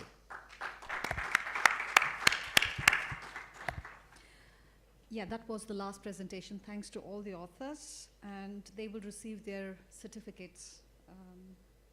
I now call upon Dr. Ismail Al-Radawi. So it's just some closing remarks. I have a couple of slides to highlight some of the achievements over the years. All right, so this conference is obviously now, this year, is co-located with the 7th IEEE International Conference on Blockchain Computing and Applications. Professor Khalid Al-Baqain, he's a steering committee member of the BCCA conference, so it's not new to us. And we did host this conference back in 2023 here in Kuwait, both at KCST and in Jumeirah Beach Hotel. So it was a quite big conference that we had. We had almost 150 papers that were accepted out of 350 submissions. And I think most of us remember that event. It was a very nice event. It was the first time we actually host something outside of the university as well. Marquiza was the star, obviously, of the event organization. I mean, it was kind of hectic for her. So many emails, so many people she had to deal with, both aggressive and non-aggressive, happy. So it was something remarkable. This year, the BCCA conference is running in conjunction with another conference, which is the IMETA conference, the International Conference on Intelligent Metaverse Technologies and Applications, and both conferences are running currently right now in Dubrovnik, Croatia. I think those people, yeah. So the Cerc conference has been listed as a workshop under the BCCA conference in order for the papers that have been submitted to go on into the proceedings of IEEE Explore. So it's still ongoing. We have one more day there running in Dubrovnik. It's going to be the last day is basically the workshops over there. There are 7 technical workshops running under both conferences, the BCCA and IMETA. One of them is Cerc, the one we are running, which is an actual conference, which is the largest workshop under the BCCA conference. And we have another conference that is organized by members from KCST. Professor Khalid Biqain is the steering committee member. I'm an organizer as well. So this is running in, let's call it, the mainland over there. And this is an offshore version of the workshop. There were a total of 259 submissions made to all 3 conferences, being at BCCA, IMETA, and Cerc itself. For Cerc, we had 23 paper submissions, and we have accepted 12 out of the 23, so almost 53% acceptance rate, which is quite good in terms of the first time calling for submissions. And in fact, we were late in the call, so hopefully next year we start giving out the call much earlier, maybe in a month time. I mean, we have to plan ahead for 1 year ahead. In total, there will be 138 papers that will be published in the proceedings. There are 124 registered papers, so here we have 18 extra papers that were invited. Those are invitee papers. And again, 12 papers will be from the Cerc conference. We are planning on having, starting next year, the Cerc conference to run as a stand-alone, in the sense it will be both an academic conference as well as one that allows for people to submit a paper. So we will be collaborating with the IEEE Kuwait section so that we can list this conference as a technically co-sponsored IEEE event. Hopefully this time we can have the Cerc conference increase in size, both in number of days in terms of participants, as well as the quality of the papers. We as well would like to attract more researchers and practitioners in the area of cybersecurity. So we're thinking of also collaborating with the industry in that case, both the ones that are in Kuwait as well as the ones that are in the region, maybe Dubai and Qatar. We did have some sort of collaboration last time when running the BCCA conference here. We had so many invitees from the industry panels, from Duvanet, which is in Europe. We also had some startup companies from Dubai. So hopefully this is something that we can see as well next year. I think that's it. I'm going to give the microphone to Professor Khalid for the closing remarks, and then after that we can hand out the rewards to the organizers. I think you covered everything. Not much to say, except that yes, your plans for expanding the conference match the thinking of the core people who have been a source of inspiration. All the UK colleagues who have come, I have to mention Omar Rana as one of the drivers who has been always with us from day one, and Raj. So we shared this jointly, and probably the success in bringing distinguished UK speakers have been the result of your contribution. Thank you very much. Yes, the idea is to continue the conference, to grow it, and to make sure that it has attraction to researchers to submit papers. We were, as Ismail said, late in this thinking. There were reasons for that, but with you, your contributions, thank you for coming along from UK. You have given us a lot of really inspiration. Yesterday was a fascinating day, and I thought today will be less, but it wasn't. It was, again, a fantastic day. So thank you very much for that. Allow me to thank the team. I was the this is the least contributing to this conference. I always make decisions from far away, but my colleagues have been working hard.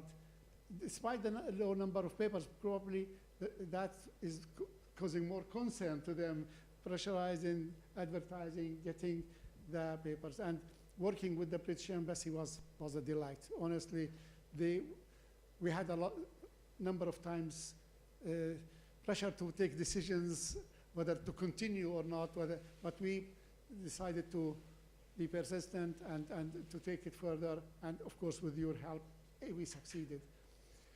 I think I will stop here because everybody's tired and we need to go.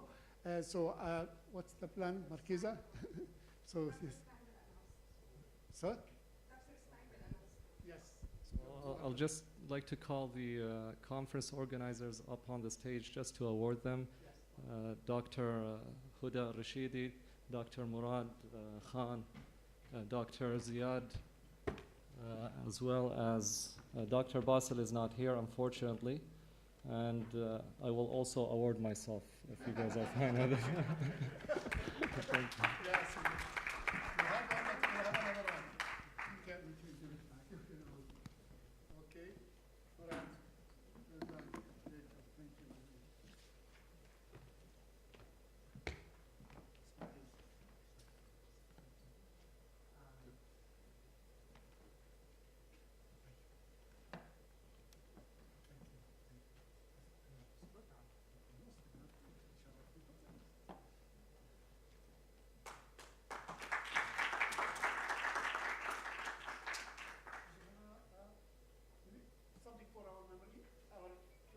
UK, would you come to the stage? Let's have a group photo together. Please. Professor Ali. എല്ലാവരോടും ഒരു photo. What is that?